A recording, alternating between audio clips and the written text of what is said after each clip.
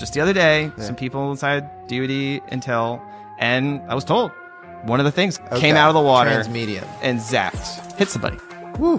They think, how could they get here? It's like, well, are they coming here from the planet over there? Or are they coming from branchial space, not that far away? Who's in charge? Who's like the ultimate gatekeeper? It feels like it's this like disjointed cargo cult. Any imperial system, when it runs into trouble, first thing it does is it cannibalizes the periphery. Things seem to be kind of unraveling quickly. Someone basically has, virtually matrixed us. Yes. I think the brain itself is probably, maybe a room temperature quantum system. It was communication with some NHI. It was like, what's going on? Like, why are you here or something? It was like, CIA wizards are messing with the timeline. He became convinced that there was kind of this secret branch of physics. I don't know how conspiratorial it is if you just look at all of human history. We have classified entire areas of fundamental physics before. Yes. Don't think we can do the same for AI. What is the nature of the interaction between human society, human institutions, and non-human intelligence? And they said it's a triangle. AI, quantum, and the Grush stuff. Well, what the hell is actually happening? Here with Matthew Pines, who's quickly become one of my favorite thinkers on the UFO topic, and I think in general as far as tracking what's going on in the US and the world today. And so I'm really excited to have you. You first came on my radar. You went on a show called Mr. Obnoxious, and I recommend everybody listen to this because it's such a cogent synthesis of what's happening in UAP, UFO world today from a legislative perspective, how you view control systems over the topic, and also, public sentiment. But you come from kind of an interesting, you have a crypto background, and you're director of intelligence at Sentinel-1. And so I thought this was a very fitting week for us to talk.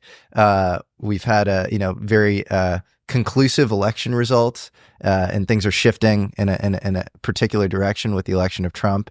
And so how are you viewing the election? Yeah, so I try not to read into what most people look at in terms of exit polls or demographic shifts, but try to think like, what's the vibe? Like, how would we look at this sort of through the lens of American history? And it seems like the closest analogy is sort of America's perestroika, which, as you know, perestroika in the Soviet system came with glasnost, right? So reform and opening up. And I think that is sort of maybe the closest template to look to kind of think through the shift that we're going through. And, in terms of the canonical kind of political economy that we're witnessing evolve in real time, is sort of this new anti-establishment, kind of this heterogeneous alignment of different political forces, going after and essentially displacing, we're in the process of potentially displacing kind of the old establishment.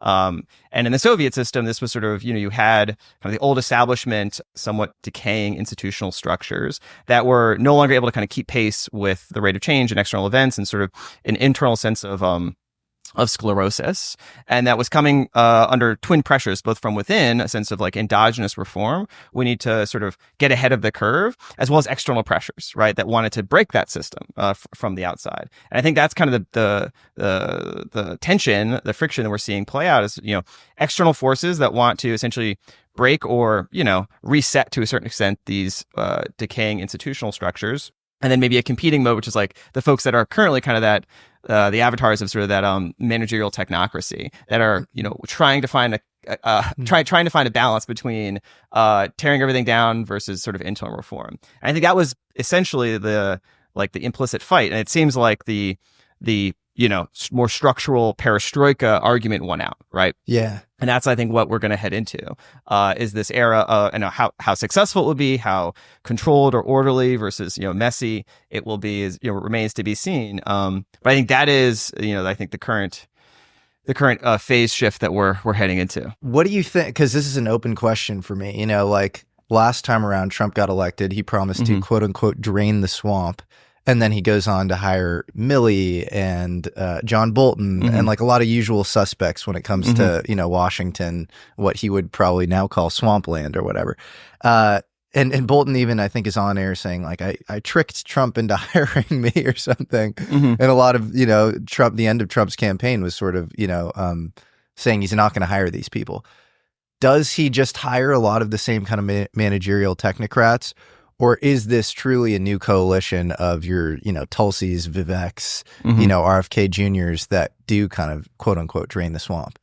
think it remains to be seen. I think that you're probably going to see a huge amount of churn over the transition as to see which of these different, factional power bases, come out on top in various administrative bureaucracies that get appointments and whatnot. And if you look back at the Soviet version of this, perestroika was a similar alliance of kind of, internal technocrats, deep sort of quote, deep state, like security state figures from the KGB and sort of oligarchs, right? Now our version of that is sort of, this funhouse mirror, where you have kind of this alliance of some maybe, sort of ejected technocrats, folks that were technocrats at one point, but were sort of turned against the systems they were sort of forged in, aligned with our version of sort of these tech oligarchs, Elon, Thiel, etc. And I think there is also a power base inside what you call our security state services that are definitely also on board, right?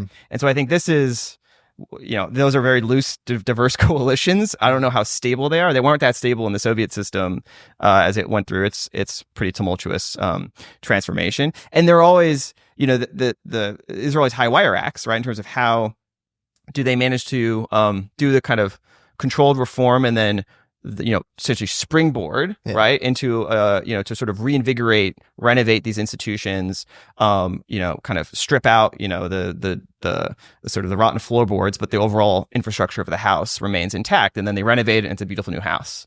We start tearing through walls. Sometimes you hit something that's load bearing, right? And so in any process like this, there's inherent risk. There's inherent risk that you could hit something that's load bearing in the system, and then you're dealing with a crisis. I think that's why they're trying to figure out, okay, what's the right balance between the folks that want to burn it all down versus kind of the traditional technocrats that come in to fill it out, right? And I think Trump has the sense that in his first administration, it was imbalanced, right? In a sense, he was kind of cocooned. A lot of his initiatives were kind of smothered. And I think he's now going to swing the other direction. I think his default is going to be much more to sort of let loose the Viveks and the RFKs and the Elons. But we'll see. I mean, I also look at these as these are very big personalities, right? So the one observation I hadn't seen too many people make that was always curious to me about Trump's, especially the more recent part of the campaign was just how many big personalities he brought on board. Yeah. He's a big personality. He has a huge ego. Yes. He needs to be in the spotlight. Yes. Right. And yet he was somehow comfortable sharing the spotlight with these huge personalities that command a lot of attention. Elon, these guys, they have their own platform. They have their own almost somewhat equivalent power base to a certain extent. And that's a different mode when, at first, Trump 1.0 would brook nobody like that, right? He had to be the center of the attention.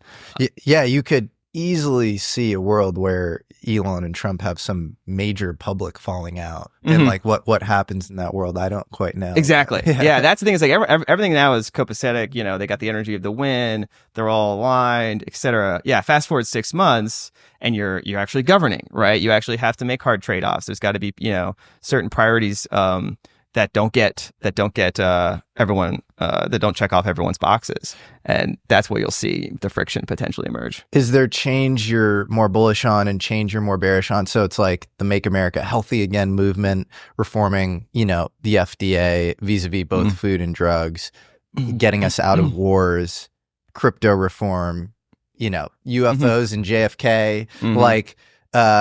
How would you slap probabilities on all of these things? That's probably a very hard question. Yeah. I mean, well, because it's almost like looking at the Soviet system. It was chaotic, right? And I think it was very much I think we should expect a certain element of chaos, not necessarily complete disaster, but just the idea of being able to predict what's going to happen the next day, the next week, the next month, that will not be feasible, right? I think when you're going through this era where those two, major structural impulses are now being pushed in terms of perestroika, kind of a structural reform, it's kind of coming in like a hostile force, and purging essentially elements of the bureaucracies. There's going to be it's going to get really messy. This would be my baseline expectation. At the same time that you have, and I think Trump just gave a 3-minute speech where it was just it was basically him announcing glasnost, right? We're gonna have truth and reconciliation commissions. We're gonna have, we're gonna unseal all these records. We're gonna peel back the curtain on all this stuff. I mean, that's basically him announcing glasnost, right? Now, once you do that, right, there's a reason why I think those things haven't been made public for various reasons, but it's like because they would create, a lot of uncertainty and a lot of uncomfortable questions to go back. And there's going to be just a lot for us all to have to kind of deal with and process all at the same time. So it might just be overwhelming, right? Levels of just sort of information flow, disclosures of various information, as well as just the normal pillars of the institutional bureaucracies being sort of, facing a pretty severe test. Do you think like snapshot 3 months from today, we all know who killed JFK? I mean, I think that RFK will be rooting to dig that out, right? I think, this is, I think I would say 50-50. I never want to say 100% because you never know. But I'd say, there's going to be a lot that's going to come out. The question is though, like how much it's going to come with context. Like usually these sorts of historical questions, this is almost like a mirror image, or it's sort of isomorphic to the UAP question in the sense of how much of this is catastrophic, right? Disclosure, which is all comes out all at once. There's no storyline necessarily attached to it. There's no phase sort of narrative management that allows sort of, people that don't pay attention to these things to kind of understand it in a phased way that incorporates it into their mental models, to understand just the sky isn't falling, versus, there is a, here it is. There you go. Deal with it. And I think there's going to be twin impulses in different power structures inside the Trump administration that will be pushing in those two different directions. Right now, it seems like the just let it all out impulse has the upper hand, and that seems to be what I would expect from the sort of surprise magnitude of the win. Right? I think they were relatively confident they would win the presidency, but I don't think they expected or were banking on having unified government. And so now that they do, the sort of aperture of possibility spaces have now sort of shifted, and now that has a momentum to it, and that momentum will likely play out until it triggers other problems potentially, and then they might try to dial it back. But right now we seem to be in that momentum towards open up everything. And what do you think happens on the kind of geopolitical or foreign policy front? I feel like Trump, maybe the more armchair thing that I would always kind of disagree with Trump on in his last campaign, was that he would always say things like, Russia, Ukraine wouldn't have happened if I were president. Like, Israel, wouldn't be sort of blowing up if I were president. And I think on the Israel, case, the Abraham Accords, which he engaged in, were actually really positive. And then, maybe he did, Putin did respect him more or something. So directionally, maybe I agree with him. But like when it comes to the details and disentangling from these sort of conflicts, I think it's just way more complicated, vis-a-vis U.S. interests in Ukraine, our relationship with Israel historically and the sort of leverage there. It just, it doesn't feel like who's president really might even matter all that much. And so what do you think happens there? Things are heating up with China, obviously. I mean, I think it's not settled which direction his foreign policy will take across these different theaters. I think it's pretty clear Ukraine will be a negotiated settlement, probably on unfavorable terms, relative to, a counterfactual for Ukraine. But I think that's pretty much a clear signal that I've seen they're going to reach some sort of settlement, and then it's going to be about hundreds of billions of dollars of reconstruction contracts. I think he's also sent a signal to Bibi that, he can go gloves off until he gets elected, and then he wants him to wrap up the conflict. So I'd expect a surge in Lebanon over the next month or two, and then that will wind down, and then we'll see what sorts of quote maximum pressure campaign gets restarted against Iran. Again, unclear how that would whether reach another negotiation settlement or whether he would do kind of his traditional Trumpian sort of brinkmanship, right? Sort of like with North Korea, threaten nuclear war, fire and fury, take us to the pretty close, and then essentially become best buddies, right? Walk across the DMZ. Art of the deal. It's like, I think as brinksmanship and kind of uncertainty, he even said like he would bring Bolton into the room because his interlocutor, head of state, would know Bolton is like a war hawk maniac who would just ready to pull a trigger at a second's notice. And so the fact that Bolton is in the room is sort of like a negotiating tactic, right? Like, don't let I got this guy pushing for war. Like, I would rather not fight you, but like he's ready to go, Yep. right? You got your buddy. There's a little bit of a loose cannon, good right? cop, bad cop.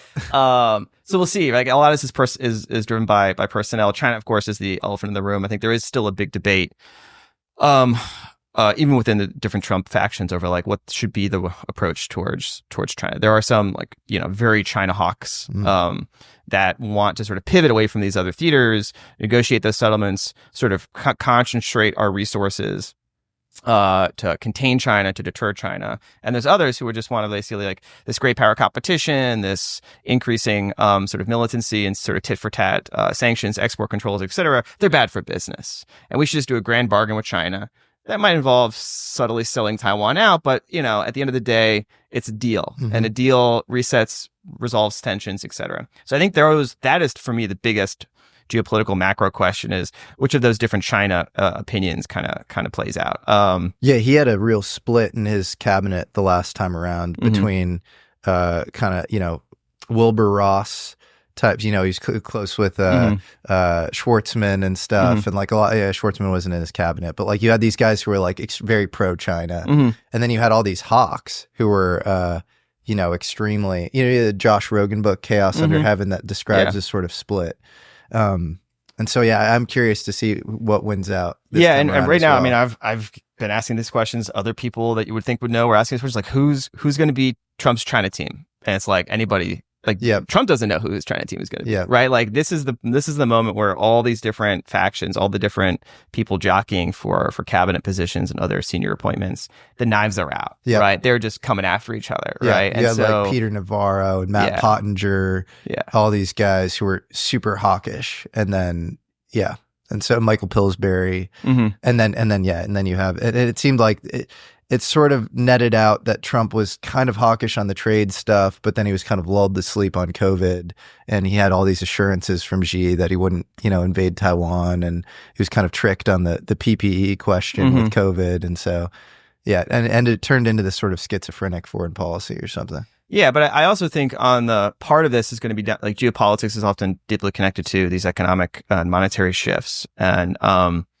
there is, I think, a somewhat nascent, but I've seen memos written that sort of try to codify what would be like a dramatic geoeconomic shift that would be triggered in 2025. And this isn't even the Bitcoin stuff. That'd be like icing on. That'd be like kerosene on the fire. But like a Nixon style shock that has essentially larger strategic logic, which is essentially the U.S. dominant geopolitical and economic position is under challenge, right? We both have domestic endogenous instabilities in terms of our financial system, the increasing debt costs that we're going to be committed to the next few years.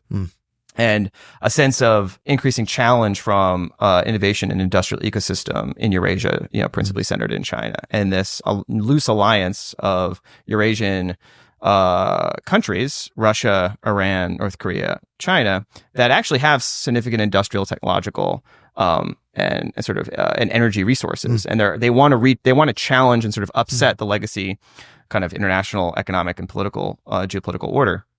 So the logic is sort of, okay, how do you like hold the line, right? Between kind of this legacy, hegemonic system the U.S. has built up, and these sort of rising sort of revanchist challengers. And the play is essentially to sort of make more explicit the function of the U.S. as a global empire, right? As an imperial dollar system, and where we essentially control the access to dollar credit, and increasingly we can sort of gate access to our advanced technology ecosystems or AI models and the associated infrastructure. And you can imagine him setting up essentially a tech and tariff and security umbrella, where there's a club. And if you want to get into the club, you're gonna have to pay. Right. So if you want to get access to our AI and infrastructure models, if you want to get access to, dollar system in a favorable fashion, swap lines, et cetera, if you want to, have us reinforce and not abandon our security commitments to you, well, you're going to have to pay. And that payment might take the form of essentially a coerced swap of either or, and their gold reserves, their FX reserves, which are usually, short-term bills, for century bonds. So that would help us term out our debt, right? It would relieve some of this acute interest burden. It would, there's already some talk about, Trump being Trust, like Liz Truss, when like there was a gilts market crisis, right? And then she had to abandon some of her political projects because she had basically had to deal with disorderly gilt market. And so already you see the 10-year, the long end of the yield curve starting to spike. And so the question is, okay, how do you have essentially do geopolitical like yield curve control?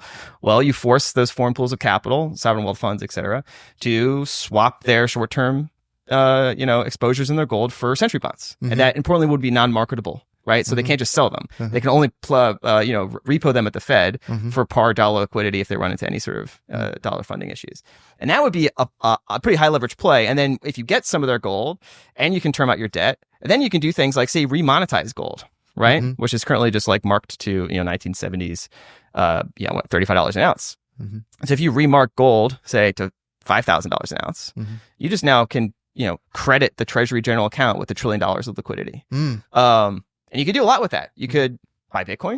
You could do strategic investments in manufacturing, industrial base. You could fund a lot of those sorts of industrial projects. And then threaten, I don't think he's going to do universal tariffs, but threaten sort of company-specific tariffs, right? To sort of intimidate and sort of, threaten them. And hey, if you're going to friendshore to Mexico, well, actually, no, you're going to friendshore to Ohio now. Right. And then maybe we'll do some complicated, backdoor subsidy, right? But like you'll get the thing domestic. I think that's what I would expect is this.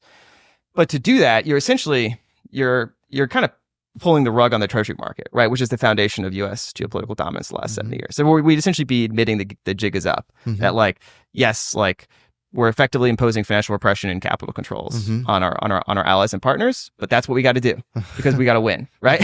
and then there might be a whole separate, subplot of this where Bitcoin gets monetized alongside gold or even instead of gold, but would have a similar effect, maybe without the explicit geopolitical coercion because we don't actually have to like force this swap. We can just essentially, rapidly monetize Bitcoin at the expense of their existing holdings, and then maybe, defray some of the domestic costs. So it's mostly overseas, financial repression.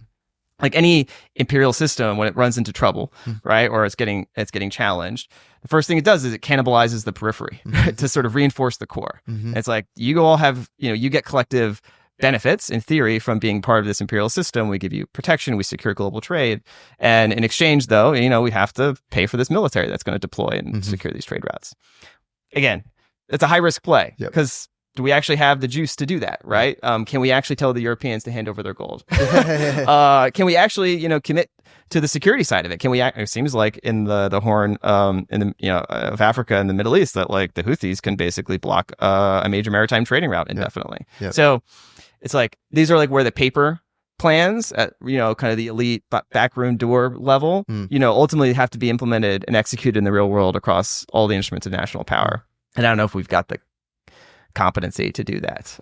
That's a fascinating strategy, though. And Trump, who's not a fan of NAFTA, it almost sounds like a modern version of NAFTA, where it's like you get the same sort of maybe defense auspice or whatever, but very different kind of monetary relationship. And the UFO thing might play into that, which is on the margin. If it's like if we even want to hint that hey, we've got some special stuff, like you might want to pay to get into this club, right? It's like a little inducement to, it's like, hey, you might be doubting us. Maybe we're, a bit chaotic. Maybe we don't have the naval production juice that we used to have, but we got some special stuff here. And so if you even want the hope of getting access to it, you got to get into the club. That's kind of immediately where my mind went when you were talking about AI. It's like we've had conversations about possible, secret off the books physics and materials, all this stuff comes up in UFO land. If we have access to that alongside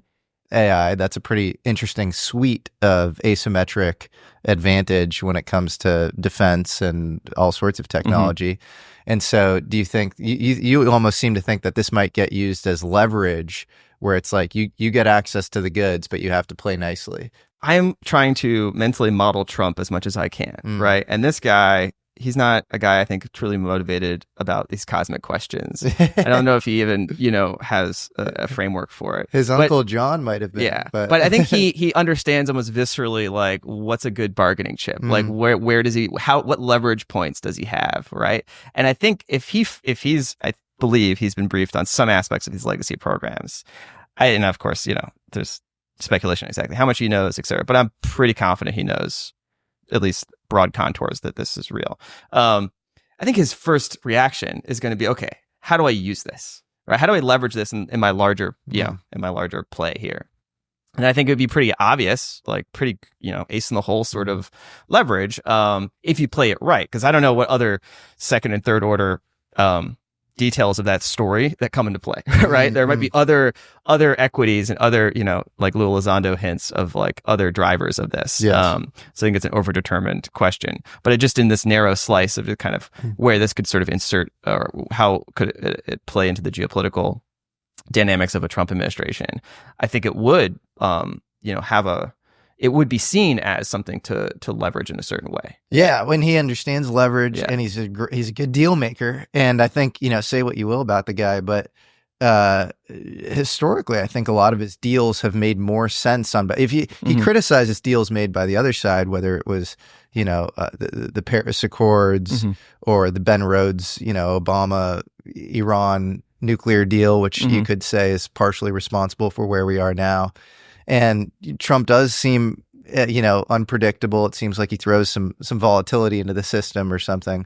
But he acts very on behalf of the U.S., I think, in an aggressive way that he's just used to doing from his business career.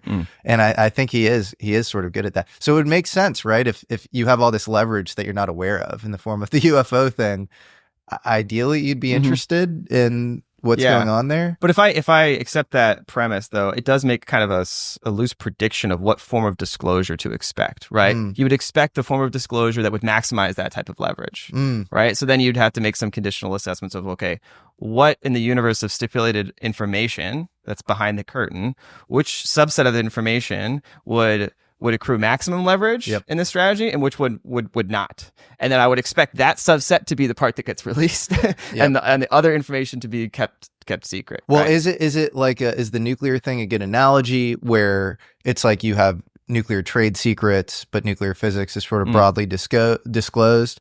Or is that a counter lesson where it's like, no, Klaus Fuchs took our, actual nuclear trade secrets. We were too loose with that.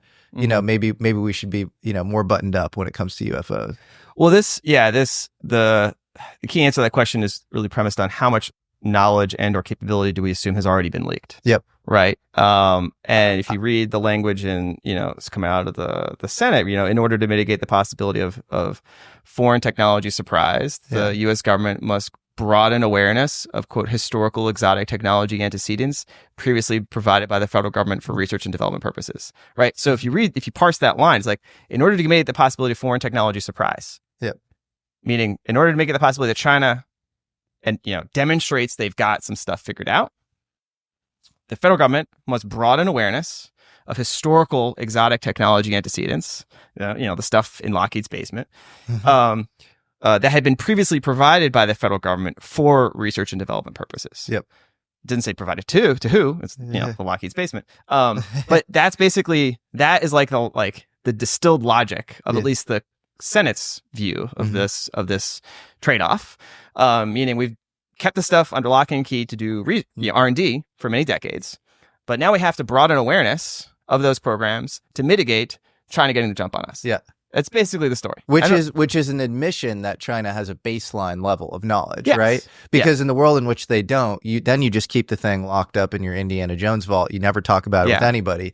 But the world in which they do it becomes this game theory thing. You need some broader awareness around the top. You can't have it's not adaptive for American national security to have the average, precocious STEM student in Kentucky or whatever who's growing up just thinking that, string theory is the only answer, and that, maybe there aren't some more interesting exotic frameworks and material and all of that.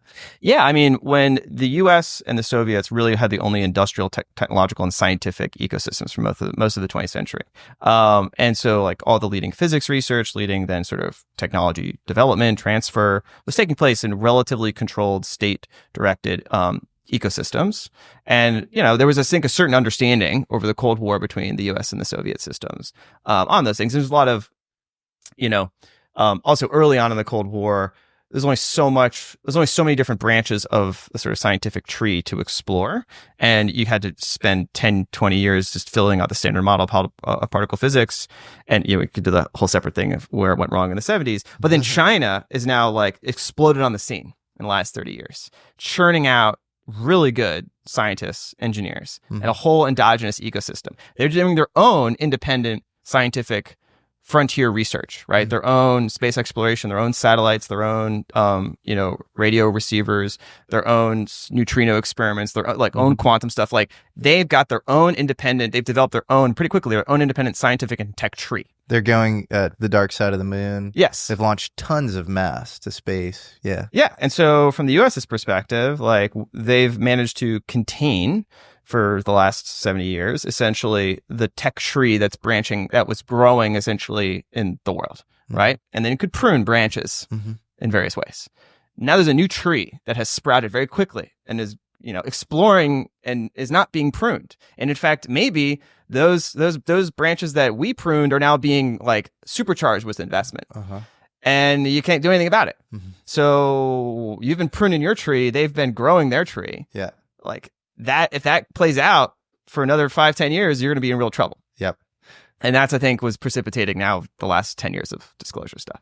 That's my take. I mean, I felt like I'm sort of firing blindly in the space, sort of covering it sometimes where, like, as you know, I've covered some of the, possible branches of physics that have been lost.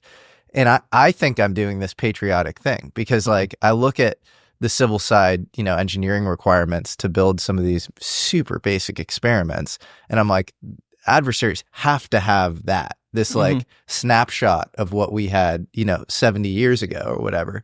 So I think publicizing this stuff is like extremely good net benefit. But it just feels extremely uncoordinated. Like the whole world, I'm curious to get your take on this. Like the whole world of UFOs or whatever, I would assume there would be like one dude kind of in charge of like the whole thing. And there, I think, fiefdoms and gatekeepers to those fiefdoms, but I don't think they're well coordinated at all. I think it's a cargo cult that's been running for the last 70 years, but curious to get your take. Yeah, this telling the historical story in all of its various chapters is probably beyond my ken, but like I have a certain like 10,000 foot level take, which was, essentially from World War II era through like the 60s. This was essentially these were federal projects, right? The Vannevar Bush era, it coincided, I'm sort of, my basic analytical methodology is sort of what was the structure of the other, visible institutions of research development, of government, of intelligence, et cetera. And then assume that the basic level of competence and the managerial structures and their alignment to U.S. democratic power structures, like probably like is carries through to these legacy programs. Yeah. Right. And that, again, this kind of is conciliant with what David Grush was saying, how these kind of were tucked underneath the architecture of secrecy for the Manhattan Project. The Atomic Energy Act, this sort of set the institutional framework for these programs in the 40s and 50s and 60s. And then I think there was a shift, right? And that shift, you could speculate about what was happening behind the curtain, but I think you could just see the visible shift that took place in the other aspects of our institutional and political economy, where it was, a pretty radical restructuring, right? Of the, it was the Nixon shock, but then you also had, the malaise, stagflation in the 70s. You had, and then you had this massive transition to sort of global neoliberalization, right? The privatization of a lot of functions. And you had in the CIA, just to take that as a concrete example, you had Carter essentially purge like the entire senior ranks of the CIA when he came into office. And what do those hundreds of senior CIA officers do? Many of whom were probably presiding over aspects of the legacy program in an official capacity, and they were like managing this on behalf of their, responsibilities in the federal government. Now they've been fired, right? And maybe it was merited. Maybe they were doing a lot of shady stuff that the government was like, we can't do this anymore. You guys are, rotten fruit. We need to kick you out. Those guys didn't just disappear. They have a lot of skills. They have a lot of connections. They know exactly how to run covert operations, generate lots of sources of black money, corrupt and influence senior and very influential people around the world. and that's certain skills, they're going to apply those skills. But the critical distinction is now they don't longer have an official attachment to an institutional bureaucracy that's aligned with U.S. state interest, right? And I think that's where it starts to delaminate, and the political economy of these programs probably then gets split to a certain extent. There's the part that the U.S. government is able to hold on to in some fashion, and then there's the part that they're not able to hold on to explicitly. And then there's this sort of uneasy evolution over many decades. I don't exactly know how it's evolved in the more recent era, but I think it's pretty clear when you read into what David Grush is saying is that effectively there's certain elements of the U.S. government that have been sort of rogue, right? That, and that even the defense industrial base parts of this, collaborators, may not be like Lockheed is involved, right, as like Lockheed's CEO, but like, essentially loose networks of individuals that, for various reasons, kind of associate to manage these things. And that's, I think, the difficult part is trying to suss out how much of this, and this is why the UAP Disclosure Act explicitly targeted eminent domain, right, for things held in private hands. And that's, I think, the read that I sort of put into all of the sort of disclosure momentum and the official legislation action is like, to first order, the interest of the Gillibrands and the Rubios, et cetera, for the last several years has not really been disclosure. It's been accountability. It's finding out that there's rogue programs that they had no idea were in existence, that were controlling groundbreaking, world-shaking information. And their first order of business is trying to like create mechanisms to try to get the official structures of government to sort of reabsorb and take back some degree of control over these activities.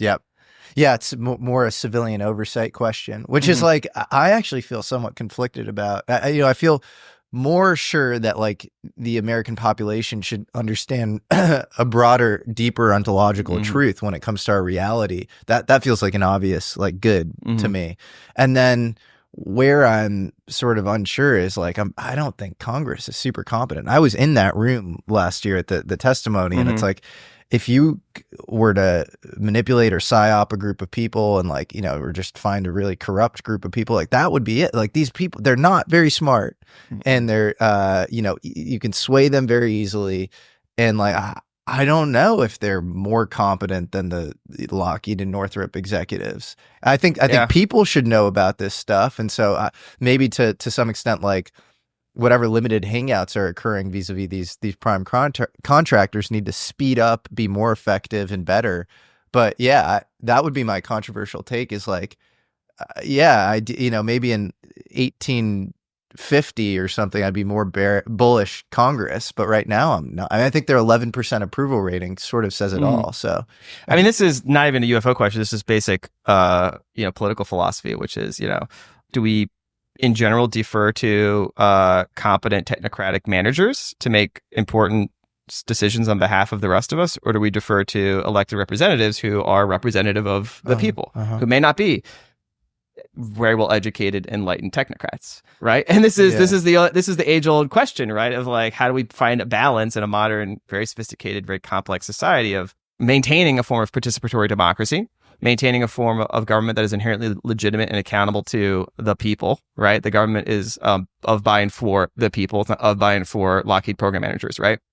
That is the foundation of our constitutional republic. That's the inherent logic of our social contract. I think to abrogate that, willy-nilly would be a one-way ratchet. But I also agree with you that like there's a reason why we filled out these bureaucracies and these technocratic structures in order to manage the complexity of modern life. That the average House Republican or House Democrat on a subcommittee who's getting like a 10-minute briefing from a 24-year-old before the committee hearing is not the person you want to make these like important, structural decisions. But you want to ideally be like a balance between, of course, the people that know that information to make those decisions, that like they're ultimately accountable to somebody, right? that if they screw up, so they can get fired, they can be held to a public tribunal, right? Maybe it's the executive branch. I don't know. But it is a tricky question. I think that bigger possible issue is the veneer of elected representatives, when in fact, do we actually have the participatory democracy? No, it's post Citizens United. I mean, look at Mike Turner, represents state in Ohio, and has Lockheed, Northrop, Boeing on his quote unquote cap table as his donor list. And so it's like that he's not a real. He's acting on behalf of oligarchic interests, of special interests in that case. So yeah, I mean, there's a political philosopher in the 20th century named Sheldon Woolen who had this idea of sort of inverted totalitarianism, right? That like traditional totalitarian structures that we looked at, had an obvious hierarchical, dictatorial arrangement of power. And in our system, it's, again, this is more on the extreme. Who's a kind of extreme progressive, kind of liberal, but like his diagnosis was that we've actually constructed for ourselves like an inverted totalitarianism where we have the veneer of participatory democracy, but really like the actual structures of power are quite concentrated. They're just hidden. Yes. Right. They're not on top. They're underneath. Yes. Right. And that makes it much more hard to challenge because, nobody likes being told what to do by, your boss. Right. But if your option set is just inherently constrained before you come to make a decision by folks or forces you had no idea existed, well, you might not even know. Right. These are your options, A and B, pick. Yeah. Right. R, D, go. Do you know Danny Sheehan? This episode is sponsored by Delete Me. With the 2024 election coming up, online privacy is no longer a luxury. It's a necessity. Political polarization is at an all-time high, and personal information like your phone number and address is easy to find online. Sadly, this opens the door to identity theft, harassment, or even politically motivated threats. That's why I trust Delete Me to remove my personal data from hundreds of broker sites. They've already scrubbed a ton of information I didn't even realize was out there. It's a simple way to safeguard yourself and your family from becoming targets. And if you're into a lot of these crazy topics, that's always possible. Get 20% off by going to joindeleteme.com/Jesse20 and using the code Jesse20 at checkout. Thanks to Delete Me for sponsoring today's episode. Use my link in the description to start protecting your data today.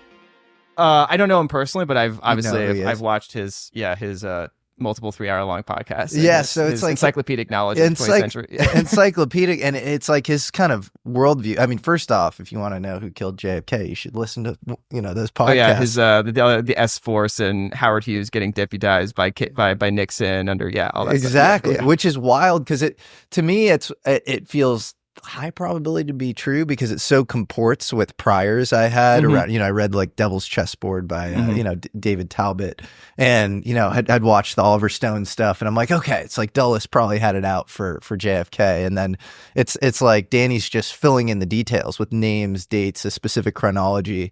So it's fascinating. But to go to your point around, the Woolen's point around a small group being actually insidiously kind of in control, Sheehan's entire history of American intelligence, at least, post OSS, is that the CIA got formed at the behest of this Brown Brothers Harriman group, this investment group, where on the cap table you had all the robber barons, so all the kind of oligopolistic, control families or whatever in the U.S.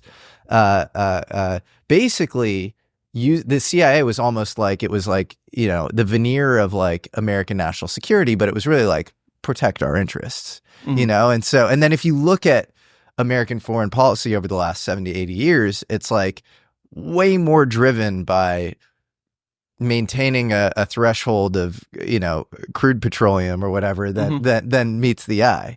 And so like how much of this stuff is just being driven by like this small group of people that, I know this sounds a little tinfoil hat, but that they've kind of existed intergenerationally over the last, century. I mean, I don't know how conspiratorial it is if you just look at all of human history, right? Like human history and all of our political systems tend to, in a physics language, they tend to form sort of condensates of tight factions that, once they happen in whatever process of power accretion, stick into those positions of power, and nobody likes to give up power. They want to find ways to magnify that power, institutionalize it, formalize it, and hand it down. That's the story of humanity, right? Yeah. Once we started building hierarchical control systems, out of the hunter-gatherer to agrarian evolution. So like this is the basic sociological pattern of humanity. Like quote unquote enlightened democracy is a relatively recent thing. And it's a belief system, it's a social fiction in a sense, right? And social fictions have a lot of material power when people believe in them. But they're buttressing up against this sort of, multi-century just embedded historical pattern, right?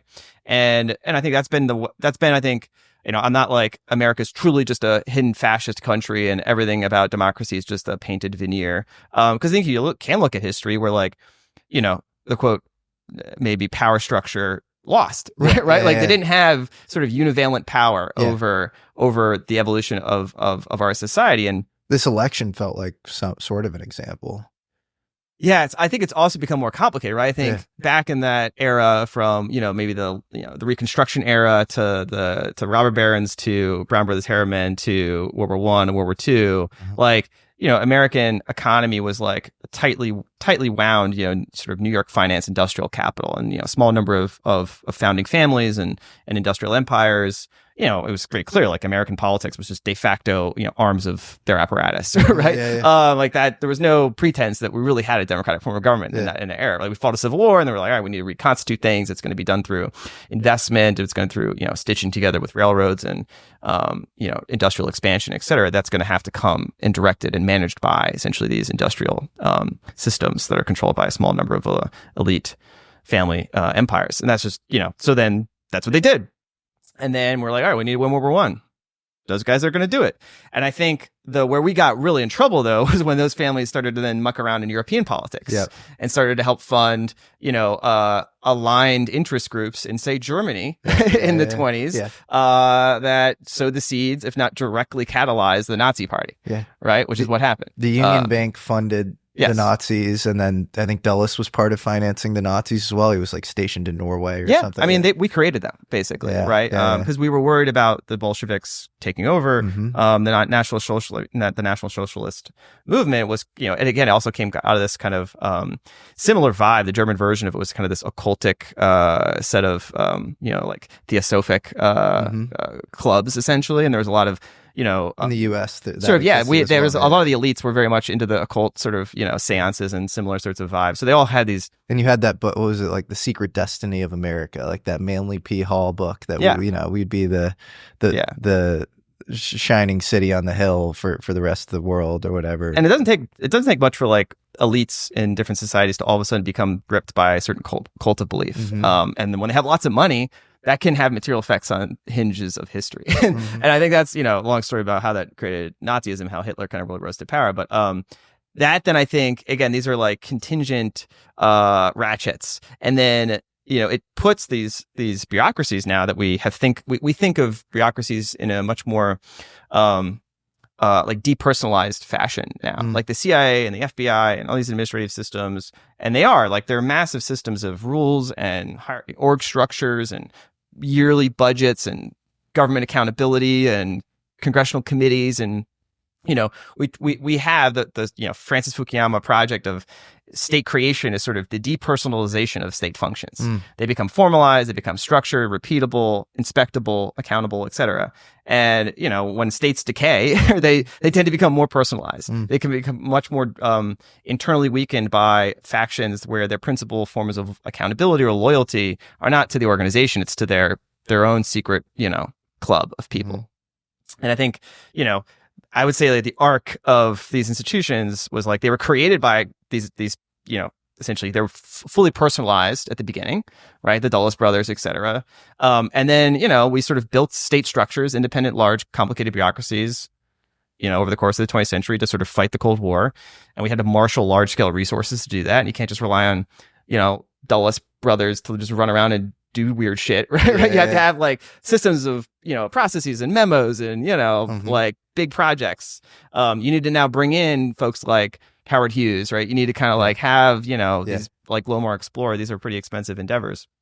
And I think now we've reached the other, like that arc has come down and now they're like being repersonalized. And that can happen.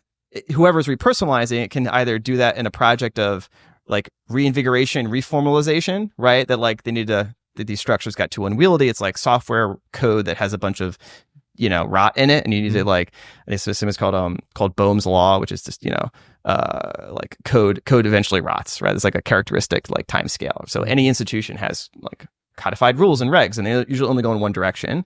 And, I think that's the project that we're seeing maybe play out is like, okay, how do you go into the set of code of our institutions and you know that there's maybe half of it is like dead weight code, but you don't know what's load bearing, right? Yeah. But going back to like the CIA sort of arc is I think that was kind of the thing, is you had this sort of purge of individuals that were sort of had built the bureaucracy and now had all these connections, and they just went out into the private sector and just started to build those systems, those more personalized systems, but now out of view, right? And I think that is where you read the Tom DeLonge books, he sort of points to this idea of there essentially being, official government programs and then non-government programs. And that from the vantage point of someone like Marco Rubio or someone like Senator Gilban would be kind of like extremely intimidating. Yes. Like I would not, like, these people, they're U.S. senators, but do they really know what they're going up against? Yeah. Right? That's a different question. Well, it's kind of part and parcel with the history of the country per what we're talking about. Like if you look at the Sheehan narrative of what happened with JFK, Howard Nixon operationalized Howard Hughes. Howard Hughes is kind of an extension of the national security apparatus as a private aerospace contractor. If you look at, the follow-up story, it's JFK scatters the CIA to the wind, or he threatens to, fires Dulles. Dulles goes from his perch at Brown Brothers Harriman at a private company, reoperationalizes the S-Force, which Howard Hughes created, to go after JFK. And then the final example, which touches on this idea that Jimmy Carter purged a lot of the CIA, is that I think a lot of those guys ended up at, have you heard of the Carlyle Group? Oh, yeah. So like, you read Jacques Vallée's diaries, he publishes his diaries, Forbidden Science, volumes 1 through 5. And I think it's like volume 3 or 4. He always has lunch with all these people and, these like spooky insider types. And they're constantly like, look at the Carlyle Group. And then he goes, again, the Carlyle Group. Like it's like this recurring trope. And so I sometimes wonder if post, Carter purge of the deep state or of the CIA, a lot of this stuff ended up, with them. And the final weird connection there is, are you familiar with this Mark McCandlish, Brad Sorensen story?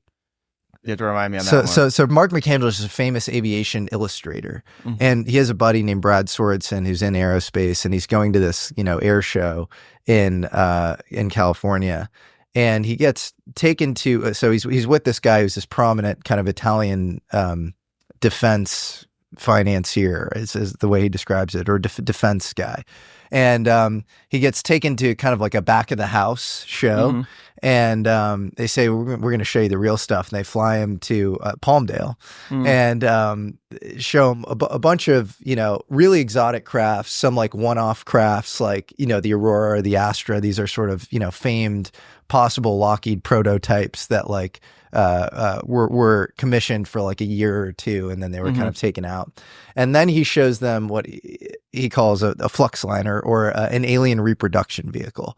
And these are bell-shaped or acorn-shaped vehicles. There are 3 of them. They actually seem to have wear and tear on them as if they'd been flown. And I'm friends with a couple of really good researchers who think that the Italian guy is Frank Carlucci. And Frank Carlucci was deputy director of the CIA under Jimmy Carter, and then became Secretary of Defense under Reagan. And he's very associated with the Carlyle Group. And so anyways, all of this is to say, maybe there's this sort of revolving door between private industry and CIA, where it's like, you get on one, you say, hey, CIA, give up the goods. They put it into private industry, and then you get on private industry, and then they put it back in secret compartmentalized, government apparatuses or something. It's this game of whack-a-mole. It's this infinite shell game or something. Yeah, and I think I think that's very, very plausible. And even in more prosaic circumstances, that sort of relationship is extremely common. If you just take today, quote, great power competition, right? There's lots of, say, port facilities around the world that we, A, want to ensure U.S. has favorable access to, and B, we deny China and Russia access to. Is the U.S. government, U.S. military, U.S. intelligence community going to literally go around the world and buy up and control and manage and run all these ports? No. Who is? Right? So how do you ensure that those private interests are motivated, incentivized to do that on behalf of American security interests? Takes a project, takes a lot of money, takes organization, takes relationships, right? That's what you would expect, right? In that very prosaic, pure, straight down the middle geopolitical competition. just apply that basic logic to any other competitive regime of even higher stakes, and you would imagine the layers of involvement and funding that would be deployed. And I think this is this then, if I'm going to extend my analogy, like, okay, the decay in the 70s and 80s, well, what happened really if we're trying to point this line of inquiry at kind of from industrial capital in the 20th century to really what became finance capital and international finance capital in the 20th century, in the later half of the 20th century. And you assume the basic template that you're just pointing at, right? Carl Icahn was one example. It's a big private equity conglomerate.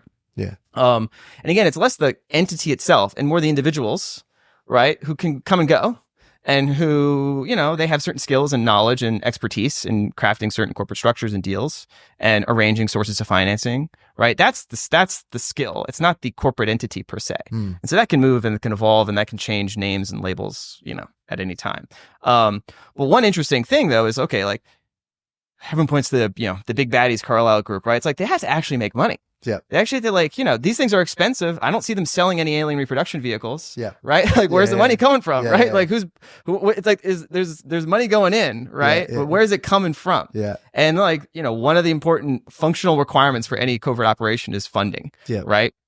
There's two sources of funding in general, right? There's like official funding, Yep. could even be classified, right? But it's coming from public coffers. Mm-hmm. It's coming from taxpayer money going to the government, and then the government is shaving off a slice in a classified budget to go fund secret stuff. And then there's, black money. There's off the books money. There's money that's generated from non-official government activities, not taxation, not debt issuance. It's coming from private sector sources, either private sector criminal operations, right, which we've seen examples of in the 20th century, right, drug running, right, to fund operations, or legal financial activities, trading, investment that is generating surpluses to fund these activities. Yep. And so that's where I would pay more attention to, like, where in the more common era in the last 20, 30 years of where are there like black box sources of funding? Where are there people in this world that are just printing money? Yeah. That have, plausible connections to these programs. Speaking of which, my old colleague, Eric Weinstein, went on Joe Rogan and I think exasperated at the lack of reception of his own sort of unified, field theory of everything, geometric unity.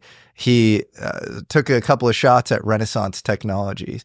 And so, the late Jim Simons, is this incredible cryptographer, mathematician. He has this fund out in Long Island that seems to just predictably at high scale return, I think 30% year over year or something.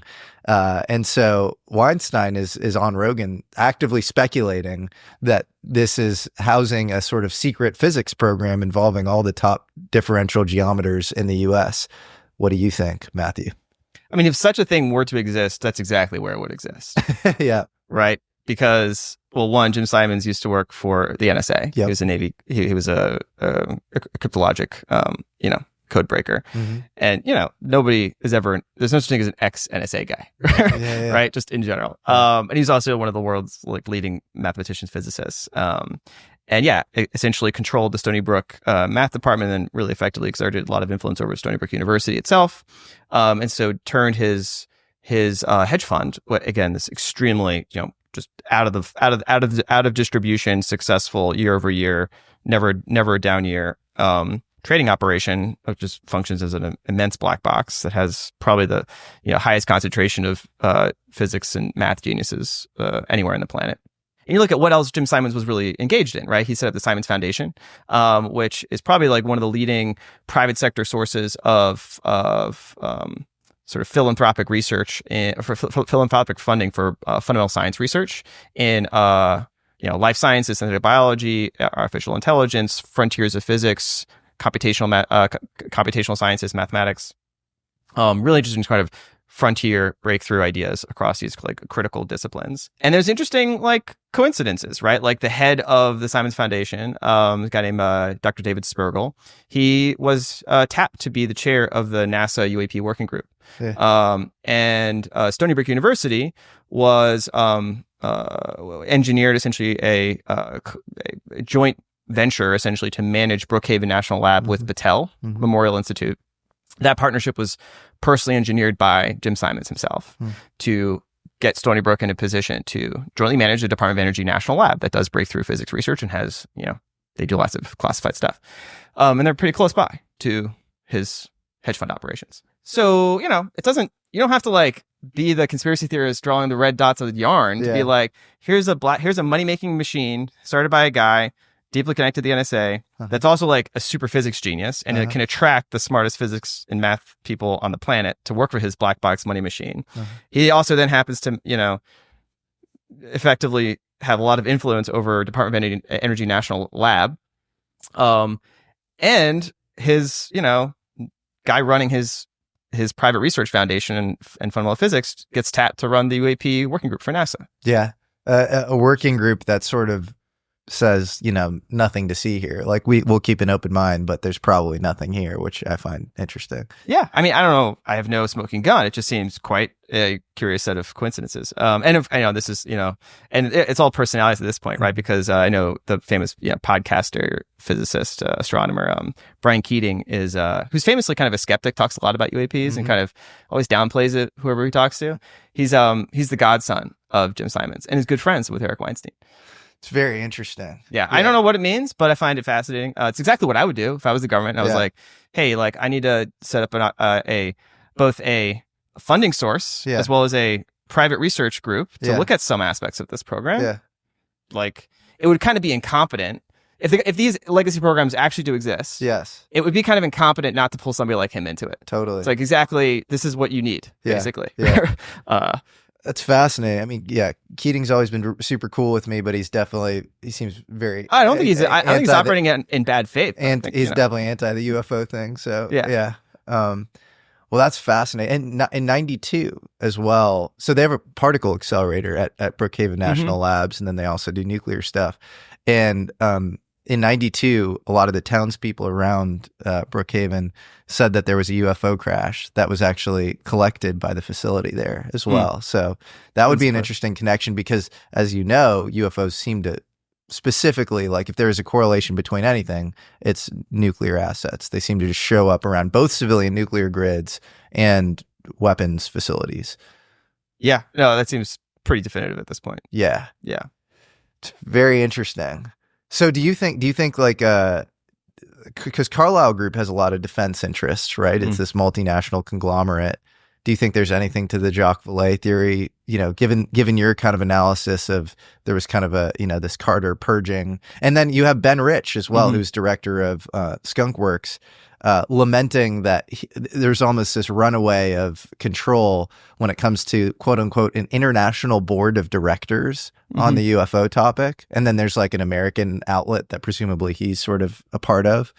So, I mean, I have no evidence one way or the other, and it's hard to say how stable these systems have been over time, and exactly how much like managerial control actually exists, right? Because I don't know like what the right mental model is for like the organizational like hierarchy here, right? How much of it is a board of directors that is approving line item budgets, right? Like basically the Tom DeLonge narrative, right? Where he's like got those basically whatever the Maynard group, and it's like, yeah, like 12 guys in a boardroom, and they're like, this, we're going to do this. We're going to coup here. It's kind of like, you know, the trope of like the Illuminati guys in the room, right? Smoking their cigars being like, the secret UFO project. Where are we on that one? Right. I don't know. Like that's a scenario. I don't know if it's for me, like the most plausible scenario for this is like that there is actually like such a tightly integrated vertical control structure as opposed to maybe like pieces of it, because it's hard. Human institutions, as you've seen, like they're hard to keep together. Yeah. Right. They're hard to kind of. It takes a lot to like pull a complicated operation and keep every part and piece of it aligned. There's no matter what secret institution you're in, there's principal agent problems.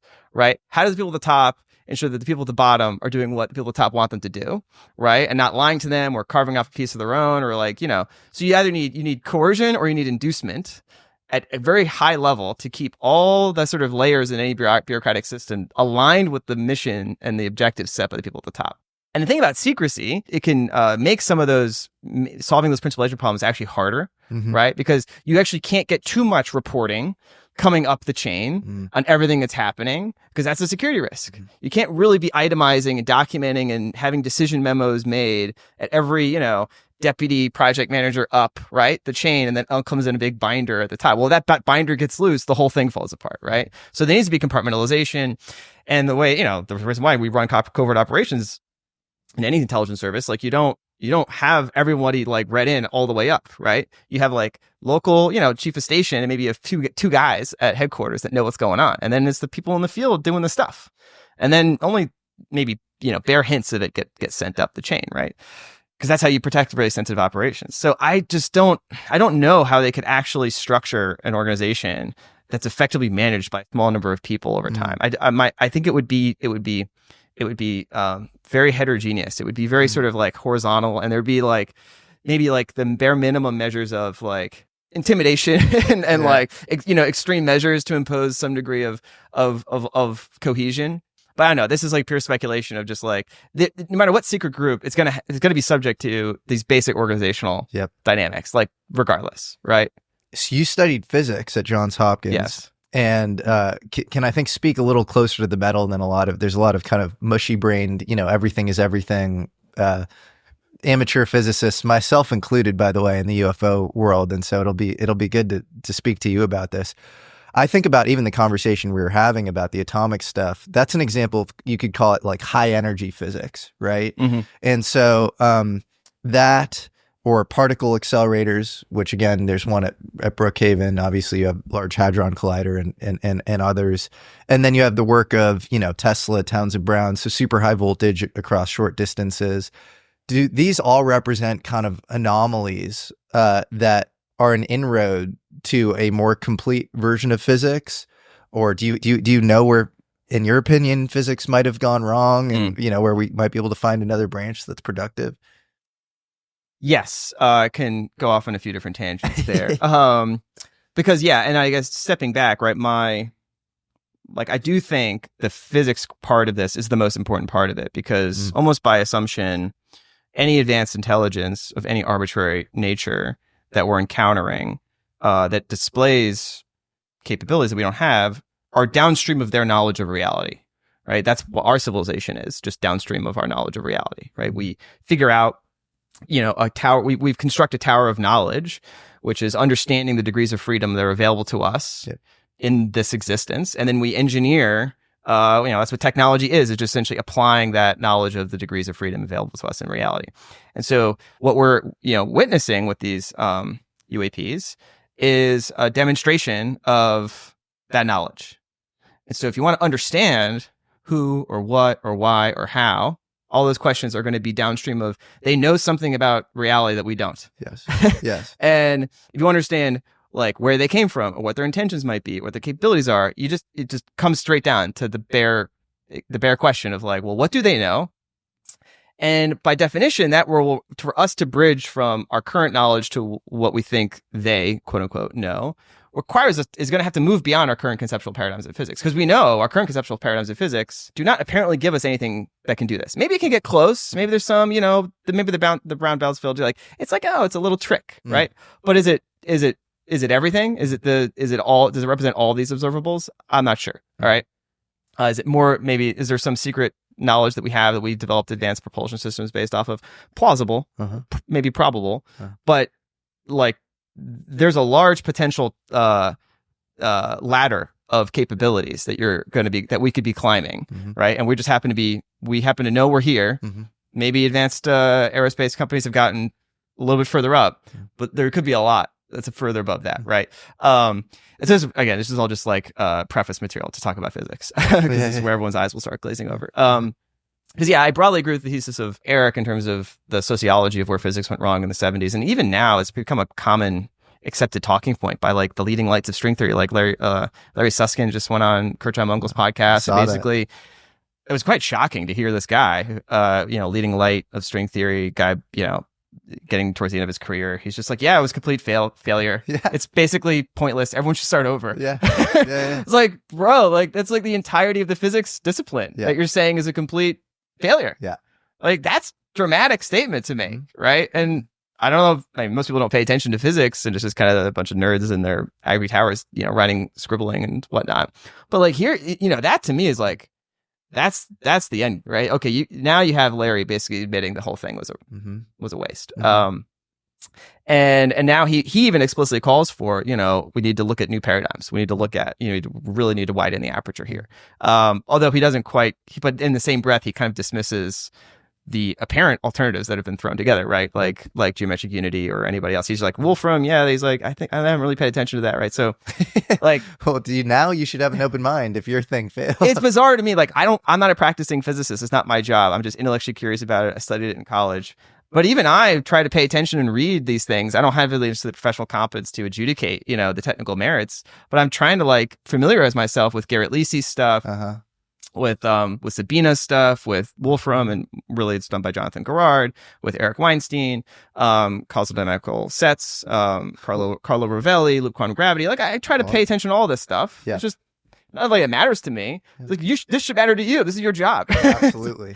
Well, but it's also, you don't need super technical chops to adjudicate something on a high level. I think this is like this issue with string theory where it's like, well, you need to be a string theorist to somehow say that the thing isn't working. No, you don't. You can just be like, empirically, it hasn't really touched reality. Like, we really can't do much with string theory. That almost is the dimension reduction necessary to zoom out and see the forest for the trees and say, no, actually, this just doesn't work. And I don't think that I mean, you have way more knowledge than the average person. I think the average person can just say that. Yeah, like there's this whole separate branch of fundamental physics that has sort of gone a very different direction, which is don't assume background space-time at all. Assume space-time itself is emergent, right? Assume essentially not a continuous space-time, but a discrete structure. And that what we observe as continuous space-time is actually an emergent higher level phenomenon, right? Just like the property of water that we call liquid is not a lower level property. It's an emergent property as a result of the behavior of discrete constituents, e.g. H2O molecules. There's such a thing as like liquidity or like a water liquid at the level of individual H2O molecule. It's only when you gather a bunch of H2O molecules together and then you have an observer that is coarse graining all the information in that system that the property of liquid emerges. So I've been attracted to that sort of direction of physics. I was really attracted to, the original version of this was formulated by a guy named Lee Smolin, and his first attempt at something called loop quantum gravity. He worked with some other collaborators, Carlo Rovelli to a certain extent, and there's another attempt doing like causal dynamical sets. And the idea is, okay, can you just prescribe like a very kind of simple geometric structure? And can you define measures on that discrete geometric structure that then in a suitable limit give you something more like a continuous space, right? And so there's details associated with quantum gravity that were a bit more, so the basic motivation there's like essentially it's background independent. That's like the basic distinction. So string theory is a background dependent theory. It assumes a background structure, a background geometric manifold that's continuous, or at least has these sort of topological properties that they define in terms of Klubial manifolds or whatever. And this branch was like, no, we're not going to assume any background to space. In fact, we're not going to assume space at all. We're going to assume something more abstract, something more fundamental, and then we're going to try to see if we can, in a suitable limit, recover a continuous structure. And so I won't go too far into loop quantum gravity. I think it is a bit more constrained in how it was set up, similar with causal dynamical set theory. There's a little bit too much structure built in at the beginning in terms of defining the boundaries of these loops and whatever. A much more interesting attempt at this sort of larger project of trying to, not assume anything, right, in physics, and trying to get as much that recovers what we currently see in physics out of like the very most minimal starting point, right? And so Stephen Wolfram, who's kind of a controversial physicist, he had this early idea back in the 90s. He put it into his A New Kind of Science book of kind of starting with very simple graphs, right? And could you generate something that looked like physics by just sort of evolving very simple graphs, right? Just abstract graph networks. And the graphs he started with were sort of called, they were trivalent networks, which had basically also had like some pre-described structure. They had to be basically sort of basic triangular geometry. He was able to show some interesting things, but then he kind of got distracted, whatever. Just before COVID in 2019, there's a separate researcher named Jonathan Garrard amazing, brilliant guy. Like everyone should watch his videos. He's also a very lucid, clear communicator and has deep philosophical insights that he brings to his fundamental physics research. Highly recommend all of Jonathan Garrett's stuff here. And everything I'm going to say from now on is basically me trying to like recapitulate and like in like, 30 IQ points lower version of his stuff here. So the basic idea is these hypergraphs is to start with the simplest thing you can imagine, right? Which is just like a point that's connected to another point, right? And maybe another point. And so you can have just like a simple, graph, right?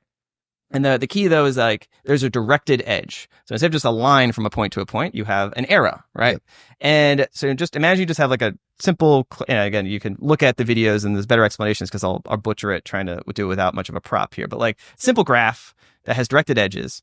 Well, you can there's certain rules that you can imagine applying to that graph that rewrite that set of relationships, that from state 1 to state 2, delete this edge, from here to here, add a new point and add an edge between that new point and here. So just a basic set of abstract rewriting rules apply to this arbitrary class of what they're called hypergraphs because they have directed edges, right? And so you're just starting with that basic idea, right? Of just graphs that you have, that there's certain rules you could apply to those graphs to rewrite them, right? And that is equivalent to another set of objects called string set substitution systems, which you can actually write down all the information in that graph as essentially as a set of strings, right? Like you label all those points and you basically just have an edge as just a binary relation between those 2 points, like A, B, they're in a set together. And so you can define, a graph, a certain graph like this, and a rewrite rule just transforms that set of strings with the certain labels and the relationships between them into a different set of strings with certain relations between them. And that's like a purely combinatorial structure, right? It's just abstract labels of symbols that are being rewritten to a new set of abstract symbols, right? So it's extremely abstract, right? How does this touch on physics, whatever? Well, it turns out that just building from that basic, purely combinatorial theoretic or abstract hypergraph rewriting system, you can, and this was their physics project, this was their key result, is that you can recover quantum mechanics and general relativity, but in a very interesting way. So the key premise, though, is that there's a certain assumption, right, which is something called causal invariance, which is kind of equivalent to what we would call like local gauge covariance in general relativity. If you imagine you can rewrite this graph structure with a certain rule, so you just have like one rule that says, rewrite a part of the graph that looks like this, change it to a part of the graph that looks like this. Well, in any arbitrary hypergraph, there could be many different ways of applying that rule. And you're like, well, which way do we do it? Well, actually, what that does is it generates, apply in all possible ways, right? So you generate essentially what's called a multi-way system. So if you imagine like the state of the graph at this time, and say there's only 2 different ways of applying that same rule. Well, it's going to generate 2 versions of that graph. So now essentially it splits, right? And now you have a graph where the rule's been applied in version 1 and a graph that's been applied in version 2. And those are 2 different states of the system. And you can do that again, right? And maybe there's now 4 different ways. So you get this branch, right? So you get this multi-way system that branches. And what they've shown is, and this is getting, there's like multiple hours of lectures I could, that you could look at to sort of work out the mathematics of what that implies as you start to analyze that structure, is that branching, it sounds familiar. It sounds like sort of quantum mechanics, right? Yeah. And so it turns out that you can define certain measures, right? So the main mathematical breakthrough from Gerard was actually realizing that there's certain tricks that you can apply from other branches of mathematics that allow you to kind of take this discrete structure and generate essentially discrete versions of the results that we have in continuous mathematics, right? So in general relativity, it's defined over manifolds, and Einstein field equations are defined in terms of things like the Ricci tensor and the Riemannian manifold. So they have a certain metric that you can lay on this sort of smoothly differentiable topological manifold. And there's a certain set of mathematical machinery that's been really worked out. That's basically what the Einstein field equations are defined in terms of. So Gerard was able to show in 2 sets of papers, one on the sort of the general relativity side, one on the quantum mechanical side, that if you just if you analyze the causal graph of this evolving multi-way system, that you can define discrete measures on this causal graph that converge in the limit to the Einstein field equations, right? So you can recover like the discrete version of the Ricci tensor. You can define a discrete version of the Riemannian manifold. And the kind of intuition you can think about this is like, imagine you have a bunch of, there's no background space. There's just a bunch of abstract, nodes connected to other nodes. And you can, well, what's the dimension of that thing? Like space-time has a dimension, right? We have 3 degrees of freedom. Well, if you can define dimension by essentially growing out a ball on this discrete structure, we essentially are counting the number of nodes that you hit at sort of n number of steps. And essentially dimension is correlated to the volume, which is just a measure of the number of nodes as a function of the number of steps. And so if that grows essentially to the square, then you're in a 3-dimensional, right? Because that's essentially the inverse square law, right? That's inverse square law is a function of the fact that we live in 3 dimensions, right? There's just, if you grow out a ball in space, like the volume will grow as a function, as a square of the radius, right?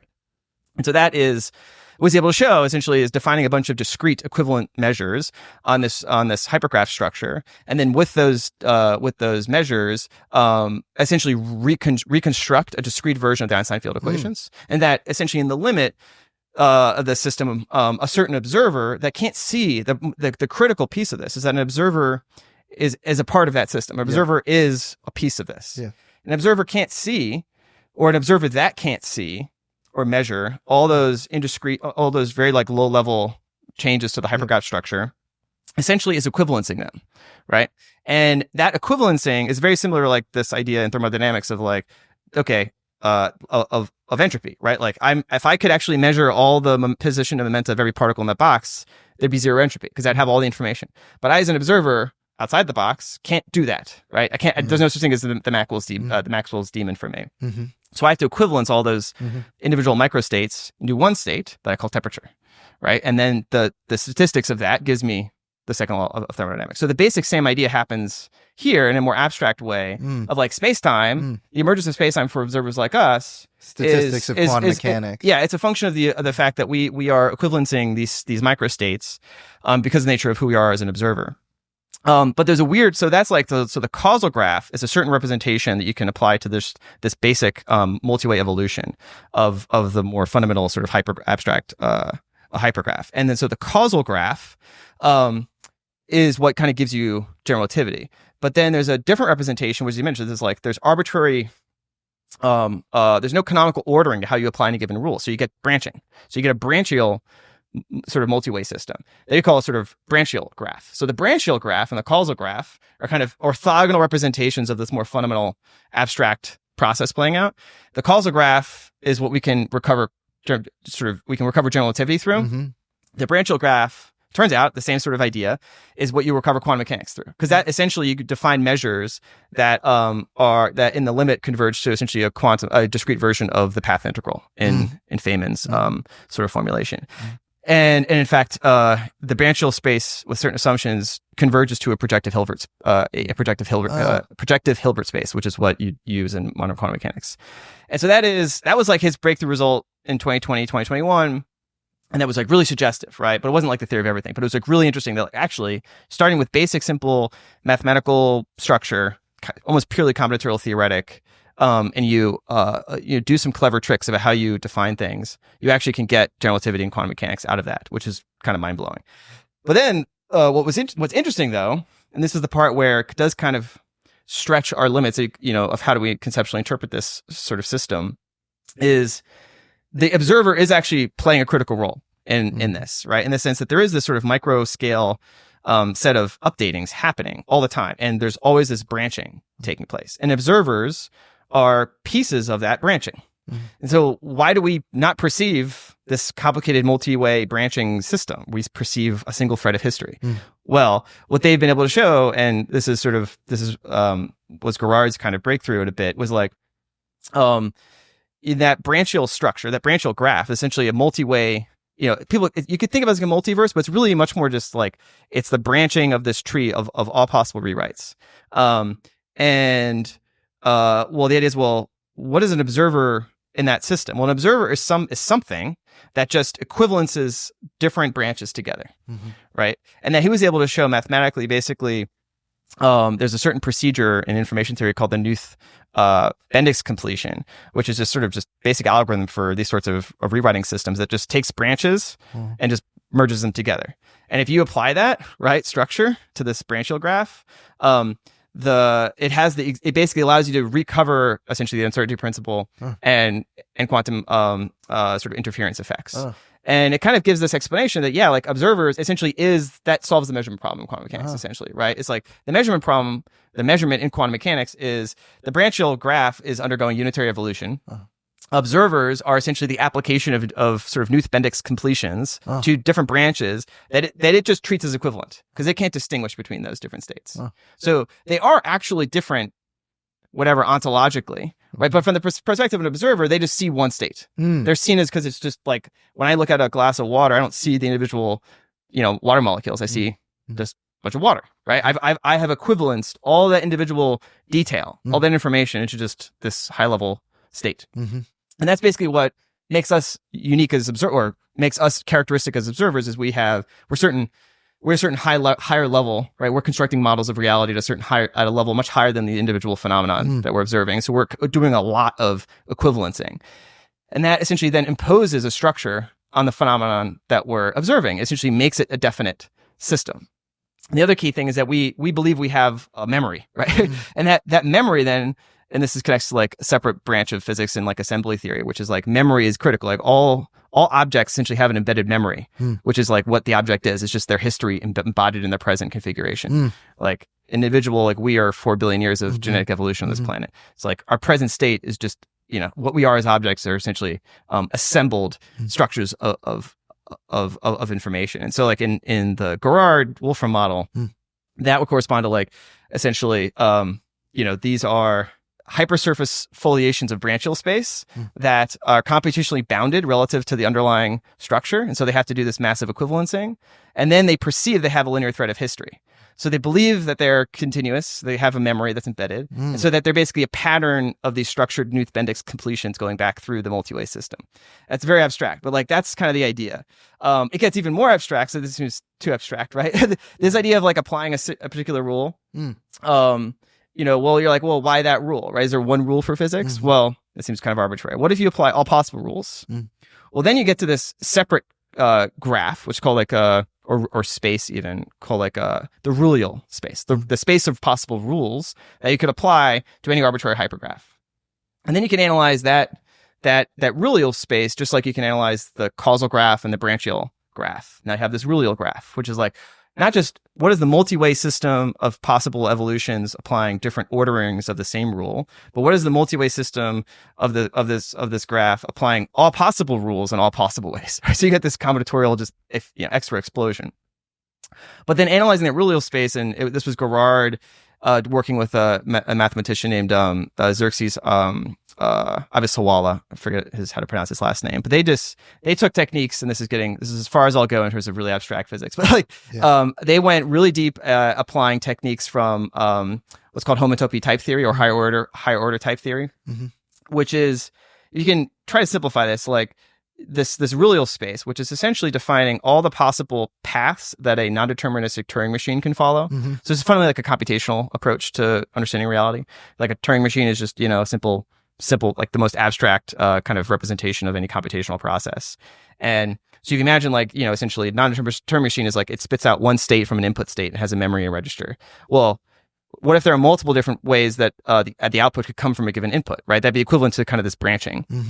In the multi-way system. So you can, you can represent the evolution of multi-way system in terms of a non-deterministic multi-way Turing sort of system evolving. And then we know a lot of results from basic information theory about how to apply that to that sort of representation.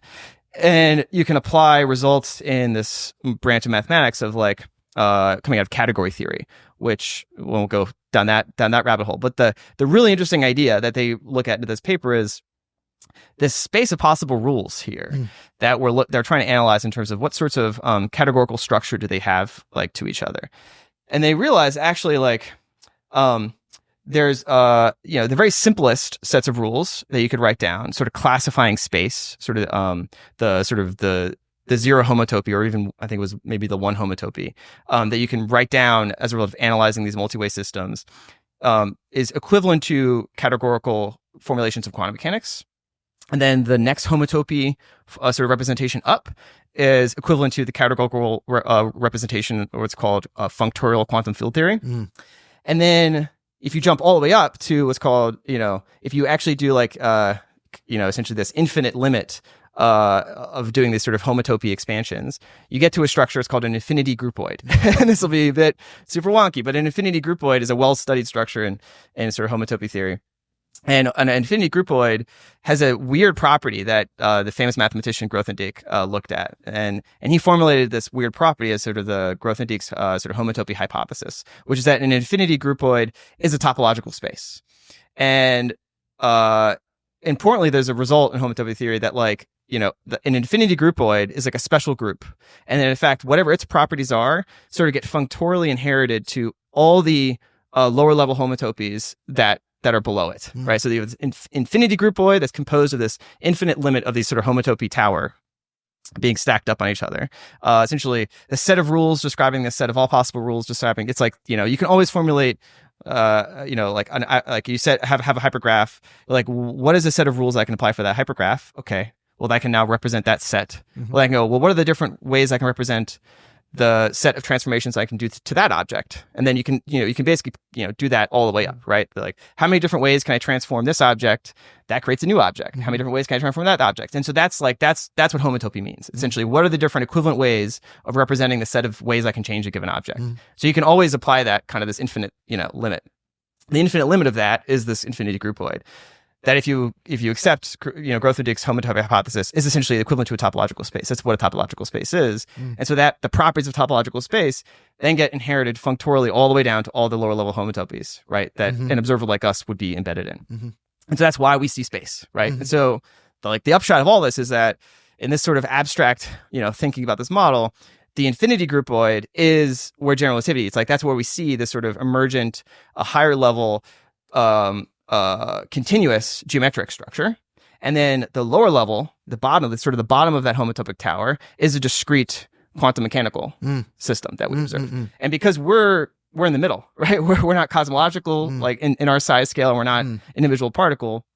We sit in the middle, and like the mystery of quantum gravity is trying to write down a specification of like the middle of that tower, right? That allows you to like understand not just from quantum mechanics and one level up quantum field theory, and then zooming all the way up to quantum to general relativity, but like filling out the mathematics all the way in between. That's like the open project. That would be like, that's where how you solve quantum gravity in this idea. And this generates some philosophical implications or interpretations of like, well, then what is reality, right? And this is the last piece of this. But like, Gerard has an interesting take on it, because you're like, okay, well, this infinity groupoid actually is a classifying space of all infinity groupoids that you can call like the infinity one topos. This sort of, you can almost call it like the, Wolfram calls it like the entangled limit of all possible computations. Gerard just sort of treats it a bit more like, the classifying space of all the different ways a multi-way non-deterministic Turing machine can evolve. So it's kind of this abstract mathematical, almost like infinite dimensional object that like we and everything are embedded in, and we're sort of slices in this higher level object. And in fact, one thing they show in their earlier derivations is essentially what an observer is essentially foliating or slicing down a higher level object and sort of picking out, states that it are equivalencing, right? And that's what we kind of have learned the lesson of in special and general relativity, is that there is no universal reference frame for reality, right? This is why you get Lorentz contractions, why you get, no universal agreement on what's simultaneous, right? Observers that are boosted relative to another will pick out different events as being simultaneous. And that's equivalent to, in a traditional general relativity, essentially is, you have a hypersurface that's slicing the bulk, and different observers at different reference frames will, that slice will be tilted in different ways. And so that will pick out, sets of events in space-time that they will think are simultaneous versus others. We all agree on simultaneous events because we're all relatively moving at the same speed. And so we agree, this is just one, stage we're all playing in. But that's just an illusion of the fact that we happen to sit in very, very commensurate reference frames. And so the same idea would apply in this real space. We tend to think we see the same universe. We agree on the laws of physics because we're sitting in in real space close to each other, right? We're not boosted relative to each other in real space. And so we're slicing this higher dimensional structure basically in the same way. Right. So we're seeing the same universe. We see the same laws of physics. But if you were in a different part of real space, or you were accelerating in real space, maybe you would see different physics. That connects to. So this is the idea. This is like, so this is like, okay, well then, if this is true, then this is like building this whole tower of abstractions and trying to then translate it into predictions and then interpreting it in a way that you could then be like, okay, if we're going to assume higher level intelligences have some knowledge of this, right? Well, what can they then do with it, right? Could they, engineer these Bendix completions to stitch together events in a different way, yes, right? Or like the nature of consciousness is deeply tied into this, right? Because Garrod doesn't go into theories of consciousness. I have my own theories of consciousness here, but like I think they could be consistent with this in the sense that our form of consciousness essentially is this idea that we're an embodied local, moderately, mesoscale structure with limited information, observing, the world around us and essentially compressing it down a lot. Like we're compressing huge amounts of information down, and we're basically like slicing everything into a nice discrete, events cluster here. If you didn't have those constraints, if you, almost like the inverted version of us, right, would be almost like a conscious quantum computer, if such a thing you could imagine, would kind of be the inversion of us. Yes. It would be some mind that would experience like the full branch hill graph in one slice at a time. It would have no sense of continuity through time. It would just be like a wow flash. But I just perceive all in one gulp all the different branches of the multi-way system, and then I disappear from existence. And then maybe a new version comes into existence at the next measurement operation of the quantum computer. The quantum computer is essentially a series of wow flashes, but there's no continuous identity. It just exists in all possible branches of that particular foliation. We're like the orthogonal version of that. Right? We don't see the different branches. We see one branch, and we believe we persist through time. So like we're a fibration of this structure. A quantum computer that's conscious would be a foliation of this structure. What's interesting is are there versions in between, right? Are those the only alternatives, or are there certain types of ways you could stitch together this very, very, this abstract, doing these completions that would be somewhere in between? Actually, to your like gradations of the ability to think in sort of a quantum way or something, I think the brain itself is probably, maybe a room temperature quantum system, or this is like totally theoretical. Yeah. Like I don't have like the specific, causal mechanism or like physical structure in the brain, but that's the Penrose theory. Yeah. The Emperor's New Mind, with Hamarov. The reason I like it is because I think there's all this empirical and statistical evidence that we can predict the future. At the very least, we think in very fundamentally different ways from classical computers, right? Because we can surmise things with small amounts of data. We have these sort of blink reflexes that seem to be right often, and I think that might belie an ability to access a future knowledge state, which in quantum computations you might be able to do. You can reverse qubit positions in quantum computations.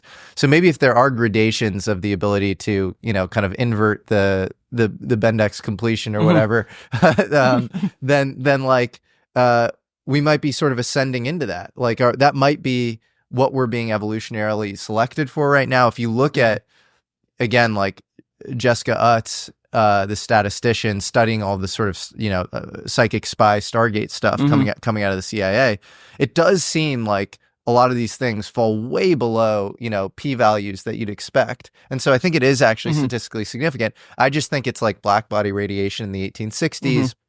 Or Mercury's orbit or something. We just like can't put it into math. Yeah. Or in the case of you can't turn it into discrete quantum phenomena. I think you define this phenomenon in terms of the Garrard multi-way system. For example, like this basic phenomenon you're talking about is essentially non-locality, right? Yep. But non-locality in a space-time framework to us is either non-local spatially distributed phenomenon or non-local temporally distributed phenomenon.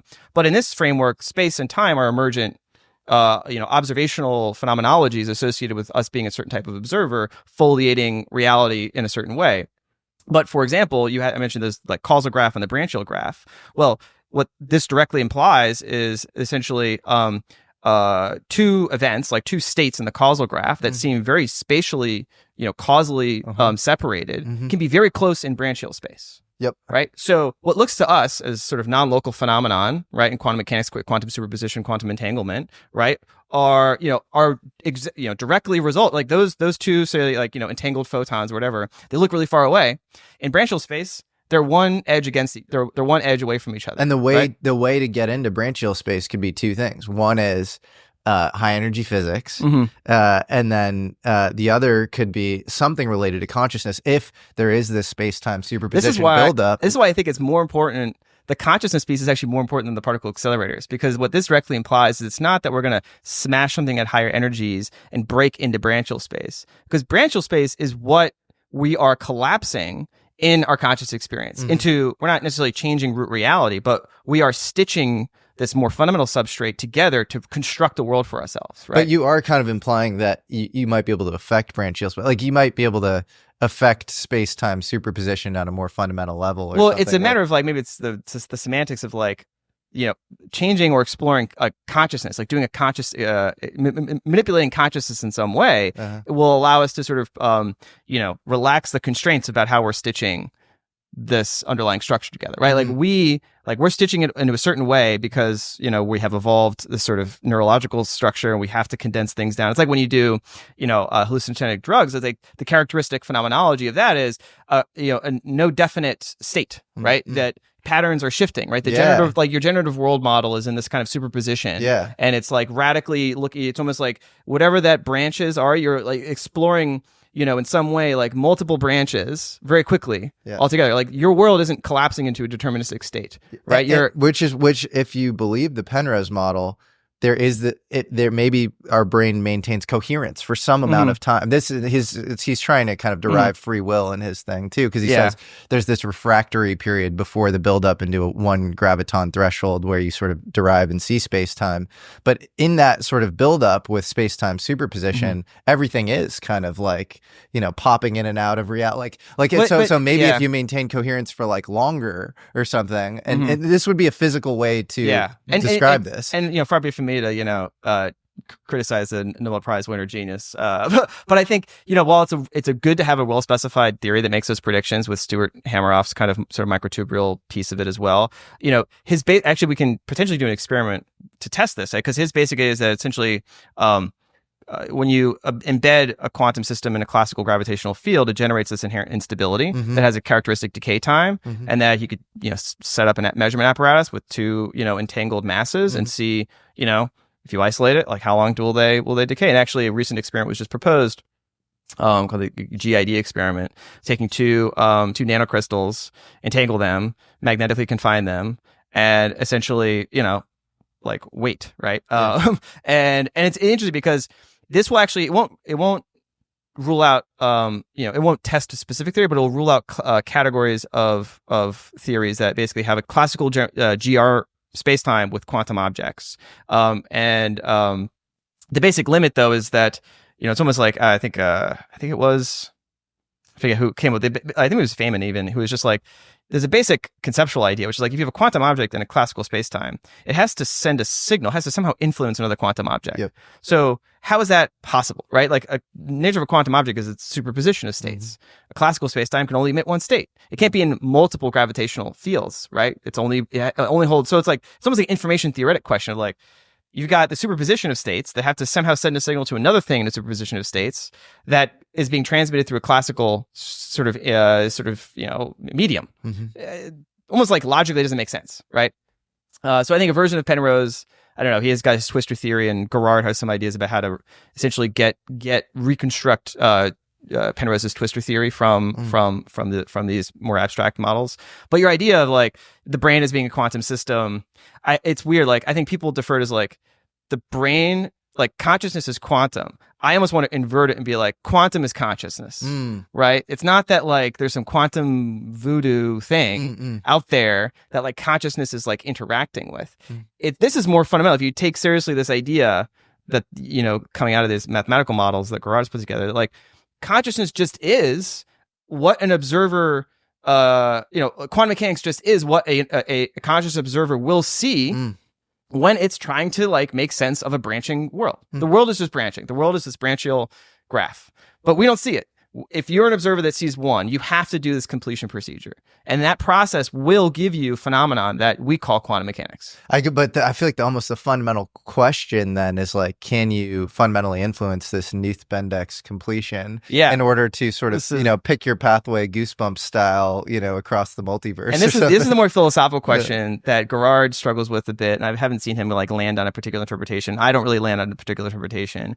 But this is where it comes out like, well, you need to have a better theory of the observer. The theory of the observer they have is a kind of very abstract mathematical definition, right? But you really want a richer, more like neurobiologically connected theory of the observer to then see like, well, how many degrees of freedom are there in this process?